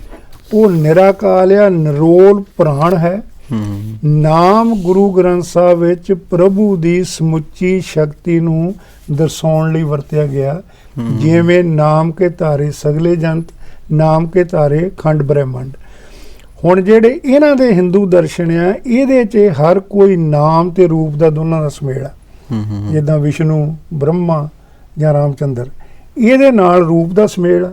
ਪਰ ਗੁਰੂ ਗ੍ਰੰਥ ਸਾਹਿਬ 'ਚ ਪਰਮਾਤਮਾ ਦੇ ਨਾਲ ਰੂਪ ਦਾ ਸੁਮੇਲ ਨਾ ਰਵੇ, ਇਸ ਕਰਕੇ ਰੂਪ ਵਿੱਚੋਂ ਕੱਢਣ ਲਈ ਉਹਨਾਂ ਨੇ ਨਾਮ ਦਾ ਸ਼ਬਦ ਵਰਤਿਆ। ਇਹਦੇ ਲਈ ਨਾਮ ਸ਼ਬਦ ਆ ਪਰਮਾਤਮਾ ਲਈ ਵਰਤਿਆ, ਇਹਦੇ 'ਚੋਂ ਰੂਪ ਪਾਸੇ ਕਰ ਦਿੱਤਾ। ਜਿਹੜੇ ਇਹਨਾਂ ਦੇ ਰੱਬ ਆ, ਇਹਦੇ ਨਾਲ ਰੂਪ ਦੀ ਗੱਲ ਜੁੜਦੀ, ਜਿੱਦਾਂ ਬ੍ਰਹਮਾ, ਵਿਸ਼ਨੂੰ, ਮਹੇਸ਼, ਜਾਂ ਆਪਾਂ ਸਾਰਾ ਇਹ ਕਿਰਨ ਬੇਟੇ ਨੇ ਸਾਰੀ ਗੱਲ ਕਲੀਅਰ ਕਰ ਦਿੱਤੀ। ਸੋ ਇੱਕ ਇਹ ਫਰਕ ਆ। ਦੂਜਾ ਇਹ ਆ ਵੀ ਜਿਹੜਾ ਰਾਮਚੰਦਰ ਆ, ਇਹਦੇ ਆਪਣੇ ਆਖਰੀ 2 ਮਿੰਟ 'ਚ ਆਪਾਂ ਗੱਲ ਵੇੜ ਲੈਂਦੇ ਹਾਂ।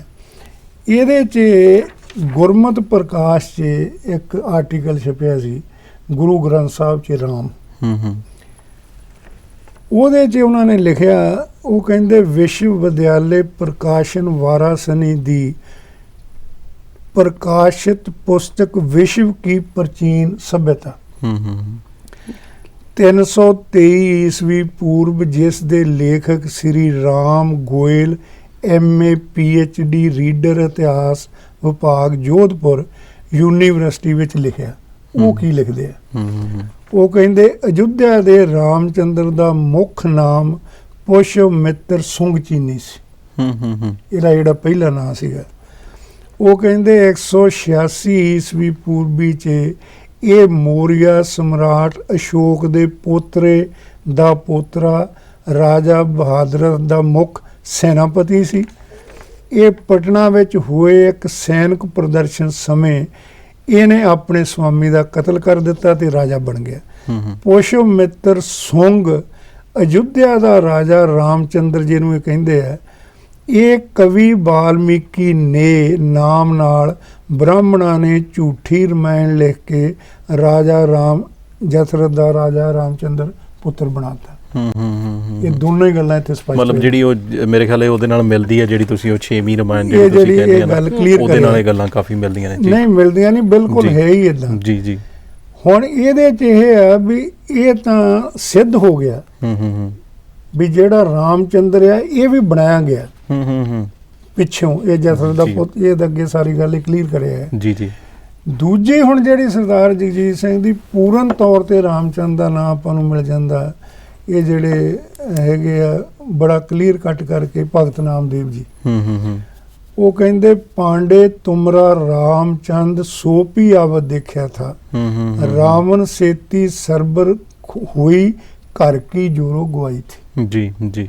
ਹੁਣ ਇਸ ਰਾਮਚੰਦ ਦਾ ਹਵਾਲਾ ਗੁਰੂ ਗ੍ਰੰਥ ਸਾਹਿਬ 'ਚ ਇਦਾਂ ਆਉਂਦਾ। ਬਿਲਕੁਲ। ਜਿਹੜਾ ਜਸਰਥ ਦਾ ਪੁੱਤ ਰਾਮਚੰਦਰ ਆ, ਉਹਦਾ ਹਵਾਲਾ ਇਦਾਂ ਆਇਆ ਵੀ ਉਹਨੇ ਆਪਣੇ ਘਰ ਵਾਲੀ ਗਵਾਲੀ ਬਕਾਇਦਾ ਲਿਖਿਆ। ਪਰ ਜਿਹੜਾ ਰਾਮ 2500 ਗੁਰੂ ਗ੍ਰੰਥ ਸਾਹਿਬ 'ਚ ਆਉਂਦਾ, ਉਹ ਜਸਰਥ ਦਾ ਪੁੱਤ ਰਾਮਚੰਦਰ ਨਹੀਂ ਹੈ।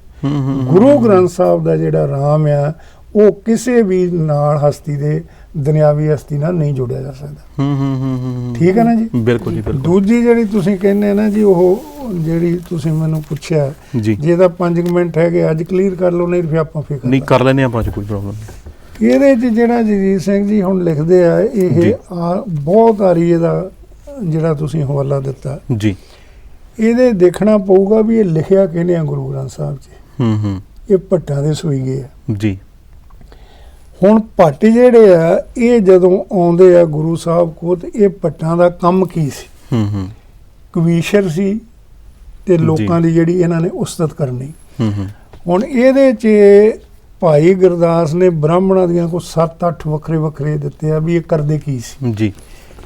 ਉਹਦੇ 'ਚ ਉਹਨਾਂ ਨੇ ਬੜਾ ਸਪਸ਼ਟ ਕਰਕੇ ਦੱਸਿਆ, ਕਿਤੜੇ ਬ੍ਰਾਹਮਣ ਸਾਰ ਸੁਤ ਵਿਰਤੀ ਸਰ ਲਗਾਇਤ ਲੋਏ, ਕਿਤੜੇ ਗੌੜ ਕਨੌਜਗੇ ਤੀਰਥ ਵਾਸੀ ਕਰਦੇ ਢੋਏ, ਕਿਤੜੇ ਲਖ ਸਨੌੜਗੇ ਪਾਂਦੇ ਪੰਡਤ ਵੈਦ ਖਲੋਏ, ਕੇਤੜਿਆਂ ਲਖ ਜੋਤ ਕੀ ਵੇਦ ਵਦੋਏ ਲਖ ਪਲੋਏ, ਕੇਤੜੇ ਲਖ ਕਵੀਸ਼ਰਾਂ ਬ੍ਰਹਮ ਭਾਟ ਬ੍ਰਹਮ ਖੋਏ, ਕੇਤੜਿਆਂ ਅਭਿਆਗਤਿਆਂ ਕਰ ਕਰ ਮੰਗਦੇ ਲੇਕਿਨ ਸੋਏ। ਹੁਣ ਆਖਰੀ 2 ਆਪਾਂ ਗੱਲ ਕਰਦੇ, ਗੱਲ ਲੰਮੀ ਹੁੰਦੀ ਹੈ ਜੀ। ਉਹ ਕਹਿੰਦੇ ਜਿਹੜੇ ਜੀ ਇਹ ਭਾਟਿਆ, ਇਹ ਤਾਂ ਹੈਗੇ ਆ ਕਵੀਸ਼ਰ ਲੋਕ ਜਿਹੜੇ ਕਵਿਤਾ ਲਿਖਦੇ ਆ ਜਾਂ ਉਪਮਾ 'ਚ ਲਿਖਦੇ ਆ ਜੀ। ਉਹ ਕਹਿੰਦੇ ਇਹਨਾਂ 'ਚ ਉਹ ਵੀ ਹੈਗੇ ਆ ਜਜਮਾਨੀ ਪ੍ਰੋਤ ਵਾਲੇ ਵੀ, ਉਹ ਕਰ ਕਰ ਮੰਗਦੇ ਫਿਰਦੇ ਆ। ਵੀ ਕਿਸੇ ਦੇ ਵਧਾਈ ਹੋਈ ਜਾਂ ਲਈਏ, ਇਸ ਕਿਸਮ ਦੇ ਬ੍ਰਾਹਮਣ ਵੀ ਹੈਗੇ ਆ। ਹੁਣ ਇਹ ਜਿਹੜੇ ਭੱਟ ਆ, ਇਹ ਜਦੋਂ ਗੁਰੂ ਦਰਬਾਰ 'ਚ ਆਉਂਦੇ ਆ, ਇਹਨਾਂ ਨੇ ਗੁਰੂ ਸਾਹਿਬ ਦੀ ਦਵੱਲੀ ਸ਼ਖਸੀਅਤ ਦਾ ਵਰਣਨ ਕੀਤਾ, ਜਿਹੜੀ ਨੋਟ ਕਰਨ ਵਾਲੀ ਗੱਲ ਆ ਜੀ। ਭੱਟ ਬਾਣੀ ਵਿੱਚ ਗੁਰੂਆਂ ਦੀ ਦਵੱਲੀ ਸ਼ਖਸੀਅਤ ਦਾ ਵਰਣਨ ਆ। ਭੱਟਾਂ ਅਨੁਸਾਰ ਗੁਰੂ ਅਧਿਆਤਮਕ ਤੇ ਸੰਸਾਰਕ ਦੋਵਾਂ ਖੇਤਰਾਂ ਵਿੱਚ ਕਿਰਿਆਸ਼ੀਲ ਆ। ਉਹ ਅਧਿਆਤਮਕ ਤੇ ਸੰਸਾਰੀ ਦੋਹਾਂ ਸ਼ਕਤੀਆਂ ਦੇ ਪ੍ਰਤੀਕ ਬਣ ਚੁੱਕੇ ਆ। ਗੁਰੂਆਂ ਦੀ ਦਵੱਲੀ ਸ਼ਖਸੀਅਤ ਤੇ ਗੁਰੂ ਘਰ ਵਿੱਚ ਧਰਮ ਤੇ ਰਾਜ ਦੇ ਸੰਯੋਗ ਨਾਲ ਲਕਾਈ ਦੀ ਮਤਲਬ ਪੰਥ ਦੀ ਜਿਹੜੀ ਉਹ ਸਿਰਜਣਾ ਹੋ ਰਹੀ ਹੈ। ਹੁਣ ਆਪਾਂ ਸਾਰੇ ਨਹੀਂ ਪੜ੍ਹ ਸਕਦੇ, ਪਰ ਉਹਨਾਂ ਨੇ ਭੱਟਾਂ ਨੇ ਜੀ ਗੁਰੂ ਨਾਨਕ ਸਾਹਿਬ ਨੂੰ ਜਿਸ ਢੰਗ ਦੇ ਨਾਲ ਉਹਨਾਂ ਦੀ ਉਪਮਾ ਕਰਦੇ, ਇਹ ਉਪਮਾ ਕਰ ਰਹੇ ਆ ਭੱਟ ਜੀ। ਅੱਜ ਜਿਹੜਾ ਤੁਸੀਂ ਸ਼ਬਦ ਪੜਿਆ ਪਾਂਗੇ ਜੀ ਜੀ, ਇਹ ਭੱਟ ਗੁਰੂ ਨਾਨਕ ਦੀ ਉਪਮਾ ਕਰ ਰਿਹਾ। ਮਤਲਬ ਦੇਖਣਾ ਇਹ ਪਵੇਗਾ ਕਿ ਉਸ ਟਾਈਮ ਉਹ ਕੀ ਸੋਚਦੇ ਨੇ, ਉਹਨਾਂ ਲਈ ਸੁਪਰੀਮ ਕੀ ਹੈ, ਕੰਟੈਕਸਟ ਕੀ ਉਹਨਾਂ ਦਾ ਕੰਟੈਕਸਟ ਕੀ ਹੈ, ਉਹਨਾਂ ਨੇ ਲਿਖਿਆ। ਜੀ ਜੀ ਜੀ। ਹੁਣ ਪਹਿਲਾਂ ਇਹ ਵੀ ਲਿਖਦੇ ਆ, ਗੁਰੂ ਰਾਮਦਾਸ ਜੀ ਬਾਰੇ ਭੱਟ ਕਲਸਾਰ ਦਾ ਕਥਨ ਹੈ ਕਿ ਗੁਰੂ ਨਾਨਕ, ਗੁਰੂ ਅੰਗਦ, ਗੁਰੂ ਅਮਰਦਾਸ ਅਕਾਲ ਪੁਰਖ ਵਿੱਚ ਲੀਨ ਹੋਣ ਤੋਂ ਬਾਅਦ ਉਹਨਾਂ ਨੇ ਉਸ ਰਸ ਨੂੰ ਜਾਣਿਆ, ਜਿਹਨੂੰ ਭੱਟਾਂ ਨੇ ਇਦਾਂ ਲਿਖਿਆ ਜੀ। ਗੁਰੂ ਨਾਨਕ ਅੰਗਦ ਅਮਰ ਭਗਤ ਹਰ ਸੰਗ ਸਮਾਣੇ, ਇਹ ਰਾਜ ਜੋਗ ਗੁਰ ਰਾਮਦਾਸ ਤੂੰ ਹੋ ਰਸ ਜਾਣੇ। ਇਹਦਾ ਰਸ ਉਹ ਜਾਣ ਸਕਦਾ। ਇਹਦੇ 'ਚ ਭੱਟਾਂ ਨੇ ਗੁਰੂ ਸਾਹਿਬ ਦੀ ਰਾਜਿਆਂ ਦੇ ਰੂਪ 'ਚ ਵੀ ਉਸਤਤ ਕੀਤੀ ਹੈ। ਗੁਰੂ ਗ੍ਰੰਥ ਸਾਹਿਬ ਦੇ ਇਹ ਤੁਸੀਂ ਸਾਰੇ ਵਿੱਚ ਪੰਨੇ ਪੜ੍ਹ ਲਿਓ। ਗਾਵੇ ਇੰਦਰਾਂਦ ਭਗਤ ਪਹਿਲਾਦਕ ਆਤਮ ਰਸ ਜਿਨ ਜਾਣਿਓ। ਇਹਨਾਂ ਨੇ ਰਾਜਿਆਂ, ਗੁਰੂ ਸਾਹਿਬ ਨੂੰ ਰਾਜਿਆਂ ਦੇ ਮੁੱਖ, ਉਹਨਾਂ ਦਾ ਤਾਂ ਕੰਮ ਇਹ ਹੈ ਨਾ ਵੀ ਸਿਫਤ ਕਰਨੀ ਜੀ। ਉਹਨਾਂ ਨੇ ਰਾਜਿਆਂ ਵਾਂਗੂ ਉਹਨਾਂ ਦੀ ਸਿਫਤ ਕੀਤੀ। ਗਾਂ ਕਹਿੰਦੇ ਗਾਵੇ ਇੰਦਰਾਂਦ ਭਗਤ ਪਹਿਲਾਦਕ ਆਤਮ ਰਸ ਜਿਨ ਜਾਣਿਓ। ਗਾਵੇ ਜਨਕਾਦ ਜੁਗਤ ਜੁਗੇਸਰ ਹਰ ਰਸ ਪੂਰਨ ਸਭ ਕਲਾ। ਬਹੁਤ ਸਾਰੇ ਆਪਾਂ ਨੂੰ ਮਿਲ ਜਾਂਦੇ ਆ। ਉਹ ਕਹਿੰਦੇ ਆ ਗੁਰੂ ਅੰਗਦ ਸਾਹਿਬ ਦੀ ਉਸਤਤ ਕਰਨ ਵਿੱਚ ਕਲਹਾਰ ਕਹਿੰਦਾ ਵੀ ਮੈਨੂੰ, ਉਹ ਹੁਣ ਉਹਨਾਂ ਦੀ ਆਪਣੀ ਕਲਪਨਾ, ਇਹ ਉਹਨਾਂ ਦੀ ਆਪਣੀ ਕਲਪਨਾ ਜੀ। ਉਹ ਕਹਿੰਦਾ ਕਿ ਮੈਨੂੰ ਤਾਂ ਤੁਹਾਡੇ 'ਚ ਜਨਕ ਰਾਜੇ ਦਾ ਅਵਤਾਰ ਦੀਦਾ। ਇਹ ਉਹਦੀ ਕਲਪਨਾ, ਉਹ ਕਹਿ ਸਕਦਾ। ਬਿਲਕੁਲ ਸਮਝਦੇ ਨਾ। ਇਹ 'ਚ ਗੁਰੂ ਗ੍ਰੰਥ ਸਾਹਿਬ ਦੀ ਵਿਚਾਰਧਾਰਾ ਨਾਲ ਕੋਈ ਲੈਣ ਦੇਣ ਨਹੀਂ। ਹੁਣ ਉਹ ਕਹਿ ਰਿਹਾ ਤੂੰ ਤਾਂ ਜਨਕ ਰਾਜਾ ਅਵਤਾਰ ਸ਼ਬਦ ਸੰਸਾਰ ਸਾਰ ਰਹੇ ਜਗਤਰ ਜਲ ਪਦਮ ਵਿਚਾਰ। ਹੁਣ ਆਪਾਂ ਨੇੜੇ ਐ ਸ਼ਬਦ ਤੇ ਲਿਆਉਣੇ ਆ ਗੱਲ ਜੀ। ਦੇਖੋ ਉਹ ਜਿਹੜੇ ਕਿੱਦਾਂ ਆ, ਇੱਥੇ ਜਿਹੜਾ ਹੈ ਨਾ ਜੀ ਭੱਟ ਕਲਸਾਰ, ਹੁਣ ਉਹ ਗੁਰੂ ਰਾਮਦਾਸ ਨੂੰ ਜਦੋਂ ਬੇਨਤੀ ਕਰਦੇ ਆ ਜੀ, ਉਹ ਹੁਣ ਪ੍ਰਮਾਣ ਜਿਹੜੇ ਉਹ ਦੇ ਰਿਹਾ ਜੀ, ਉਹ ਪ੍ਰਮਾਣ ਦੇ ਰਿਹਾ, ਗੁਰੂ ਗ੍ਰੰਥ ਸਾਹਿਬ ਦੀ ਵਿਚਾਰਧਾਰਾ ਨਹੀਂ ਹੈ। ਉਹ ਕਹਿੰਦਾ ਰੱਖੋ ਦਾਸ ਭਾਟ ਕੀ ਲਾਜ, ਜੈਸੇ ਰਾਖੀ ਲਾਜ ਭਗਤ ਪਹਿਲਾਦ ਕੀ। ਹਰਨਾਖਸ ਫਾਰੇ ਕਰ ਆਜ, ਫੁਨ ਦਰੋਪਤੀ ਲਾਜ ਰੱਖੀ ਹਰ ਪ੍ਰਭ ਜੀ। ਸ਼ੀਨਤ ਬਸਤਰ ਦੀਨ ਬਹੁ ਸਾਜ, ਸੋ ਦਾਮਾ ਅਪਦਾ ਤੇ ਰੱਖਿਆ। ਗਨੇਕਾ ਪੜਤ ਪੂਰੇ ਤੇ ਕਾਜ, ਸ੍ਰੀ ਸਤਗੁਰ ਸੁਭ ਪ੍ਰਸੰਨ ਕਲਯੁਗ ਹੋਏ। ਰੱਖੋ ਦਾਸ ਭਾਟ ਕੀ ਲਾਜ ਜੀ ਜੀ। ਜਿੱਦਾਂ ਉਹਨੇ ਦ੍ਰਿਸ਼ਟਾਂਤ ਦਿੱਤੇ ਆ, ਉਹਨਾਂ ਦੀ ਲਾਜ ਰੱਖੀ, ਮੇਰੀ ਵੀ ਲਾਜ ਰੱਖੋ, ਉਦਾਂ ਲਾਜ ਰੱਖੋ। ਮਤਲਬ ਉਹਦੇ ਨਾਲ ਗੁਰੂ ਗ੍ਰੰਥ ਸਾਹਿਬ ਜੀ ਦਾ ਸਿਧਾਂਤ ਉਹ ਨਹੀਂ ਹੋ ਜਾਂਦਾ, ਨੇੜੇ ਤੇੜੇ ਵੀ ਨਹੀਂ ਜੀ ਜੀ। ਉਹ ਇੱਕ ਪ੍ਰਮਾਣ ਦੇ ਰਹੇ ਆ। ਔਰ ਇਸੇ ਤਰ੍ਹਾਂ ਜਿਹੜਾ ਆਪਨੇ ਬਹੁਤ ਵਾਰੀ ਇਹ ਵੀ ਕਹਿੰਦੇ, ਦੇਖੋ ਜੀ ਇਹ ਲਿਖਿਆ ਹੋਇਆ ਜੀ ਜੀ। ਸਤਜੁਗ ਤੈ ਮਾਣਿਓ ਛਲਿਓ ਬਲਬਾਵਨ ਭਾਇਓ, ਤ੍ਰੇਤੇ ਤੈ ਮਾਣਿਓ ਰਾਮ ਰੰਗਵੰਸ ਕਹਾਇਓ। ਦੁਆਪਰ ਕ੍ਰਿਸ਼ਨ ਮਨਾਰ ਕੰਸ ਕਰਤਾਰਥ ਕੀਓ, ਉਗਰ ਸੈਨ ਕੋ ਰਾਜ ਭੈ ਭਗਤ ਜਨ ਦਿਓ। ਕਲਯੁਗ ਪ੍ਰਮਾਨ ਗੁਰੂ ਨਾਨਕ ਗੁਰ ਅੰਗਦ ਅਮਰ ਕਹਾਇਓ। ਸ੍ਰੀ ਗੁਰੂ ਰਾਜ ਅਬਚਲ ਅਟਲ ਆਦਿ ਪੁਰਖ ਫਰਮਾਇਓ। ਹੁਣ ਇੱਥੇ ਕੀ ਹੈ, ਭੱਟ ਜਿਹੜੇ ਆ ਉਹ ਗੁਰੂ ਸਾਹਿਬ ਨੂੰ ਉਸ ਦੇ ਨਾਲ ਉਹਨਾਂ ਦੀ ਉਪਮਾ ਇਸ ਢੰਗ ਨਾਲ ਕਰ ਰਹੇ ਆ। ਮਤਲਬ ਆਪਾਂ ਦੇਖੀਏ ਤੇ ਉਹਨਾਂ ਨੇ ਕਿਸੇ ਨਾਲ ਤਾਂ ਉਹਨਾਂ ਨੂੰ ਕੰਪੇਅਰ ਕਰਨਾ ਹੋਊਗਾ, ਤੇ ਉਹ ਕੰਪੈਰੀਜ਼ਨ ਦੇ ਵਿੱਚ ਜਿਹੜੇ ਇੰਨੇ ਅਵਤਾਰ ਹੈਗੇ ਉਹਨਾਂ ਨਾਲੋਂ ਵੀ ਉੱਪਰ ਕੰਟੈਕਸਟ ਹੋਈ, ਔਰ ਉੱਪਰ ਵੀ ਉੱਪਰ ਜਿਹੜਾ ਹੈਗਾ ਉਹ ਕਰ ਰਹੇ, ਕੰਪੇਅਰ ਕਰ ਰਹੇ ਨੂੰ। ਉਹ ਜੀ ਅਕਾਲ ਪੁਰਖ ਦਾ ਰੂਪ ਮੰਨ ਕੇ ਉਸਤਤ ਕਰ ਰਿਹਾ ਜੀ ਜੀ। ਉਹ ਕਹਿੰਦੇ ਤੂੰ ਹੀ ਸੀ, ਮਤਲਬ ਪਰਮਾਤਮਾ ਹੀ ਸੀ। ਬਿਲਕੁਲ। ਇੱਥੇ ਉਹ ਗੁਰੂ ਨਾਨਕ ਦੇ ਸਰੀਰ ਦੀ ਗੱਲ ਨਹੀਂ ਕਰ ਰਹੇ। ਜੀ ਜੀ ਜੀ ਜੀ ਜੀ। ਭੱਟਾਂ ਨੇ ਗੁਰੂ ਸਾਹਿਬ ਦੇ ਆਪਾਂ ਉੱਤੇ ਗੱਲ ਕਰਿਆ ਨਾ ਵੀ ਦੋਲੀ ਸ਼ਖਸੀਅਤ ਦੀ ਗੱਲ ਕੀਤੀ ਹੈ ਜੀ। ਇਹਦੇ ਵਿੱਚ ਭੱਟ ਸਾਹਿਬ ਕਹਿ ਰਹੇ ਆ ਉਸ ਪ੍ਰਮਾਤਮਾ ਨੂੰ ਵੀ ਉਹ ਪ੍ਰਮਾਤਮਾ ਹੀ ਸਾਰੇ ਜਿਹੜਾ ਉਹਦਾ ਪਸਾਰਾ ਹੈ। ਇਹਦਾ ਮਤਲਬ ਇਹ ਨਹੀਂ ਕਿ ਗੁਰੂ ਗ੍ਰੰਥ ਸਾਹਿਬ ਨੇ ਮੰਨਿਆ ਵੀ ਇਹ ਜਿਹੜਾ ਇਹ ਗੁਰੂ ਨਾਨਕ ਉਹੀ ਹੈ, ਐਸਾ ਇਹਦਾ ਸਿੱਧ ਨਹੀਂ ਹੁੰਦੀ ਹੈ ਗੱਲ। ਜਦੋਂ ਇਹਨੂੰ ਪੂਰੇ ਧਿਆਨ ਨਾਲ ਸਾਰੇ ਭੱਟਾਂ ਦੇ ਸੋਈਏ ਪੜਾਂਗੇ ਜੀ। ਭੱਟਾਂ ਦਾ ਜਿਹੜਾ ਕਾਰਜ ਬੜਾ ਸਪਸ਼ਟ ਇੱਥੇ ਆਪਣੇ ਉਹਨਾਂ ਨੇ ਭਾਈ ਕਾਹਨ ਸਿੰਘ ਨਾਭਾ ਉਹਨਾਂ ਨੇ ਲਿਖਿਆ ਵੀ ਭੱਟ ਪਿਤਾ ਪੁਰਖੀ ਪੇਸ਼ਾਵਰ ਮਹਿਮਾ ਗਾਉਣ ਵਾਲੇ ਕਵੀ ਸੀ। ਭਾਈ ਕਾਹਨ ਸਿੰਘ ਨਾਭਾ ਅਨੁਸਾਰ ਭੱਟ ਤੋਂ ਭਾਵ ਉਸਤਤ ਪੜ੍ਹਨ ਵਾਲਾ ਕਵੀ। ਇਹ ਰਾਜਾ ਤੇ ਯੋਧਿਆਂ ਦੇ ਜਸ ਕਰਨ ਵਾਲੇ ਵਿਅਕਤੀ, ਪਰ ਭੱਟਾਂ ਦਾ ਗੁਰੂ ਦਰਬਾਰ 'ਚ ਹਾਜ਼ਰ ਹੋਣਾ ਤੇ ਫਿਰ ਸੰਗਤ ਦੇ ਸਨਮੁਖ ਹੋ ਕੇ ਗੁਰੂ ਅਰਜਨ ਸਾਹਿਬ ਦੀ ਹਜ਼ੂਰੀ ਵਿੱਚ ਗੁਰੂਆਂ ਦੀ ਉਸਤਤ ਕਰਨੀ ਇੱਕ ਨਵੀਂ ਗੱਲ ਸੀ ਜੀ। ਰਾਜਿਆਂ ਦੇ ਦਰਬਾਰ ਛੱਡ ਕੇ ਭੱਟਾਂ ਦਾ ਗੁਰੂ ਦਰਬਾਰ ਵਿੱਚ ਆਉਣਾ ਅਨੇਕੀ ਇੱਕ ਅਨੋਖੀ ਘਟਨਾ ਆ।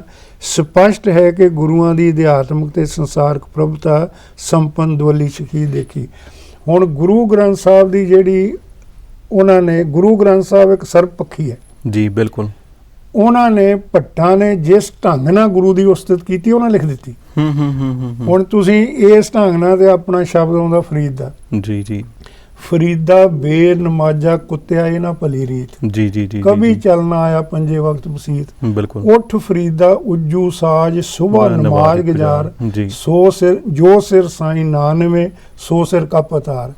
ਹੁਣ ਸਿੱਖ ਨੇ ਤਾਂ ਮਸੀਤ ਨਹੀਂ ਜਾਣਾ ਨਾ ਜੀ ਜੀ ਜੀ ਜੀ। ਮਤਲਬ ਉੱਥੇ ਸਿਧਾਂਤ ਦੀ ਗੱਲ, ਸਿਧਾਂਤ ਨੂੰ ਗੱਲ ਸਮਝਣਾ। ਉੱਥੇ ਭੱਟਾਂ ਨੇ ਗੱਲ ਜਿਹੜੀ ਗੁਰੂ ਦੀ ਉਸਤਤ ਚ ਕੀਤੀ ਆ, ਨਾ ਕਿ ਇਹਦਾ ਜਿਹੜਾ ਸੰਬੰਧ ਆ ਉਹ ਰਗਵਸ਼ ਕੁਲ ਦੇ ਨਾਲ ਜੋੜਿਆ ਜਾ ਸਕਦਾ। ਬਿਲਕੁਲ ਜੀ। ਔਰ ਜੇ ਆਪਾਂ ਕਹੀਏ ਕਿ ਪ੍ਰੋਗਰਾਮ ਦੇ ਵਿੱਚ ਬਹੁਤ ਸਾਰੀਆਂ ਜਿਹੜੀਆਂ ਗੱਲਾਂ ਨੇ ਉਹ ਕਲੀਅਰ ਹੋ ਗਈਆਂ ਹੋਣਗੀਆਂ, ਤੇ ਕਿਰਨਪ੍ਰੀਤ ਜੀ ਤੁਸੀਂ ਅਖੀਰ ਦੇ ਵਿੱਚ ਕੁਝ ਕਹਿਣਾ ਚਾਹੋਗੇ? ਜੀ ਬਸ ਮੈਂ 1 ਮਿੰਟ ਲਵਾਂਗੀ। 3 ਚੀਜ਼ਾਂ ਮੈਂ 3 ਗੱਲਾਂ ਕਹਿਣੀਆਂ। ਇੱਕ ਤਾਂ ਪਹਿਲੀ ਗੱਲ ਜਿਹੜੀ ਗਿਆਨੀ ਇਕਬਾਲ ਸਿੰਘ ਹੋਣਾ ਦੇ, ਕਿਉਂਕਿ ਉਹਨਾਂ ਦਾ ਮੈਨੂੰ ਨਾ ਜਿਹੜੀ ਇੰਟਰਵਿਊ ਸੀ ਉਹ ਬੜੀ ਚੁਭੀ ਆ।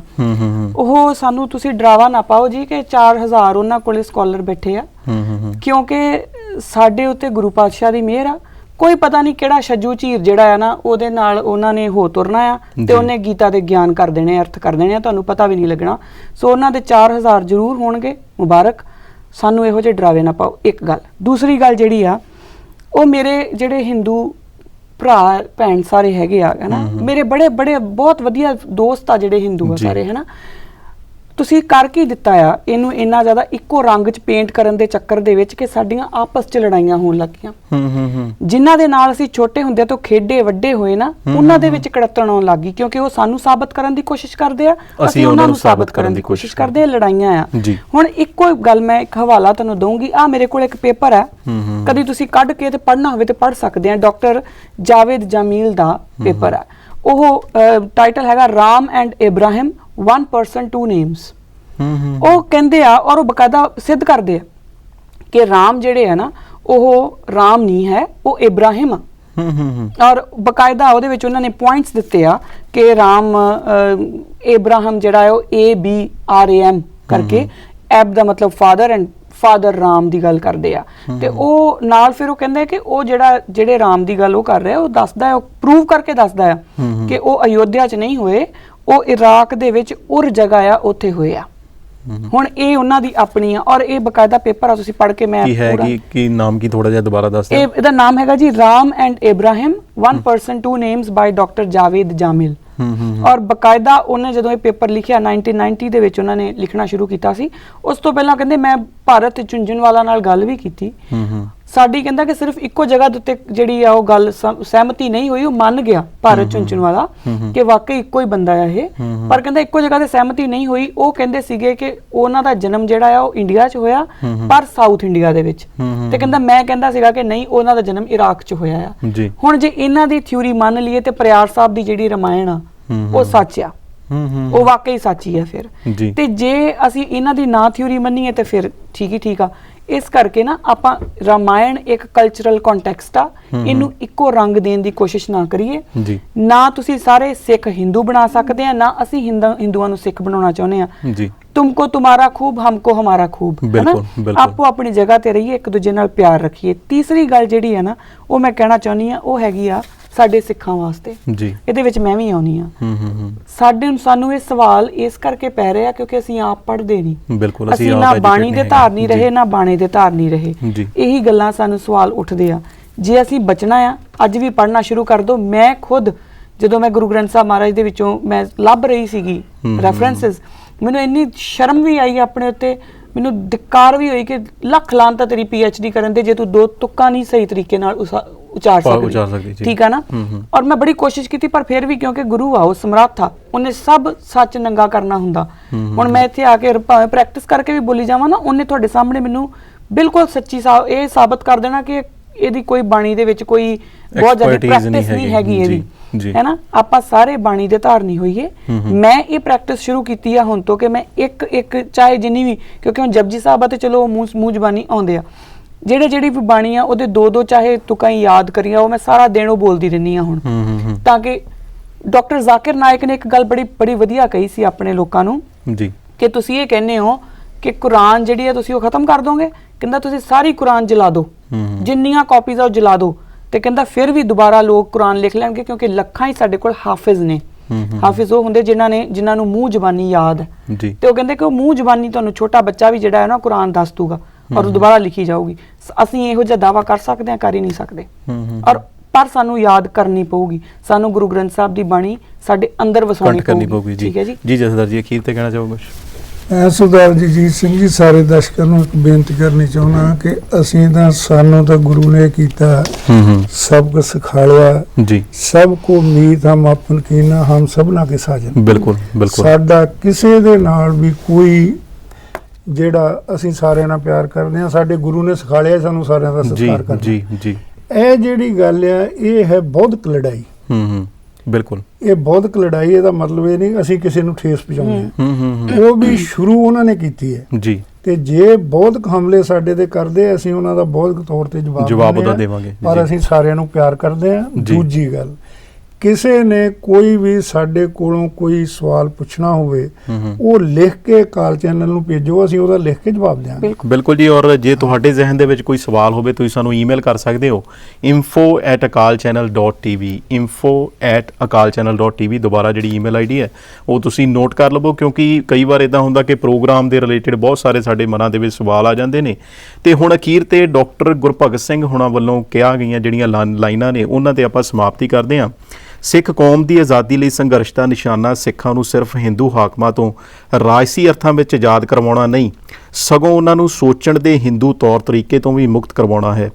ਸਿੱਖ ਵਿਰਾਸਤ ਦੀ ਤਰਾਸਦੀ ਇਹ ਹੈ ਕਿ ਇਸ ਦੀ ਵਿਆਖਿਆ ਉਹਨਾਂ ਵਿਦਵਾਨਾਂ ਜਾਂ ਇਤਿਹਾਸਕਾਰਾਂ ਦੇ ਹੱਥ ਵਿੱਚ ਰਹੀ ਹੈ ਜੋ ਇਸ ਨੂੰ ਹਿੰਦੂ ਪ੍ਰਮੁੱਖ ਗ੍ਰੰਥਾਂ ਦੀ ਲੌ ਵਿੱਚ ਦੇਖਦੇ ਹਨ।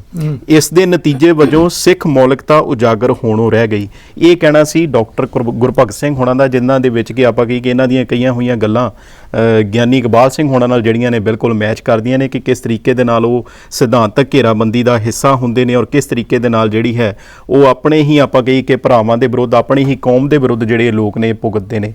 ਅੱਜ ਦੇ ਪ੍ਰੋਗਰਾਮ ਦੇ ਵਿੱਚ ਇੰਨਾ ਹੀ। ਪ੍ਰੋਗਰਾਮ ਕਰਦਿਆਂ ਬਹੁਤ ਸਾਰੀਆਂ ਗਲਤੀਆਂ ਹੋ ਗਈਆਂ ਹੋਣਗੀਆਂ, ਜਿਹਦੇ ਲਈ ਅਸੀਂ ਖਿਮਾ ਦੇ ਜਾਚਕ ਹਾਂ ਤੇ ਅਸੀਂ ਧੰਨਵਾਦ ਕਰਦੇ ਹਾਂ ਜਥੇਦਾਰ ਮਹਿੰਦਰ ਸਿੰਘ ਹੋਣਾ ਦਾ, ਬੀਬੀ ਕਿਰਨਪ੍ਰੀਤ ਕੌਰ ਹੋਣਾ ਦਾ, ਕਿ ਇਹਨਾਂ ਨੇ ਪੂਰੇ ਰੈਫਰੈਂਸਿਸ ਦੇ ਆਧਾਰ ਤੇ ਉੱਤੇ ਦੁੱਧ ਦਾ ਦੁੱਧ ਤੇ ਪਾਣੀ ਦਾ ਪਾਣੀ ਕਰ ਦਿੱਤਾ ਔਰ ਇਹ ਸਾਬਿਤ ਕਰ ਦਿੱਤਾ ਕਿ ਸਿੱਖ ਇੱਕ ਵੱਖਰੀ ਕੌਮ ਹੈ। ਤੇ ਅਖੀਰ ਦੇ ਵਿੱਚ ਸਾਂਝੇ ਰੂਪ ਦੇ ਵਿੱਚ ਫਤਿਹ ਦੀ ਸਾਂਝ ਪਾਉਂਦੇ ਹਾਂ ਜੀ। ਵਾਹਿਗੁਰੂ ਜੀ ਕਾ ਖਾਲਸਾ, ਵਾਹਿਗੁਰੂ ਜੀ ਕੀ ਫਤਿਹ।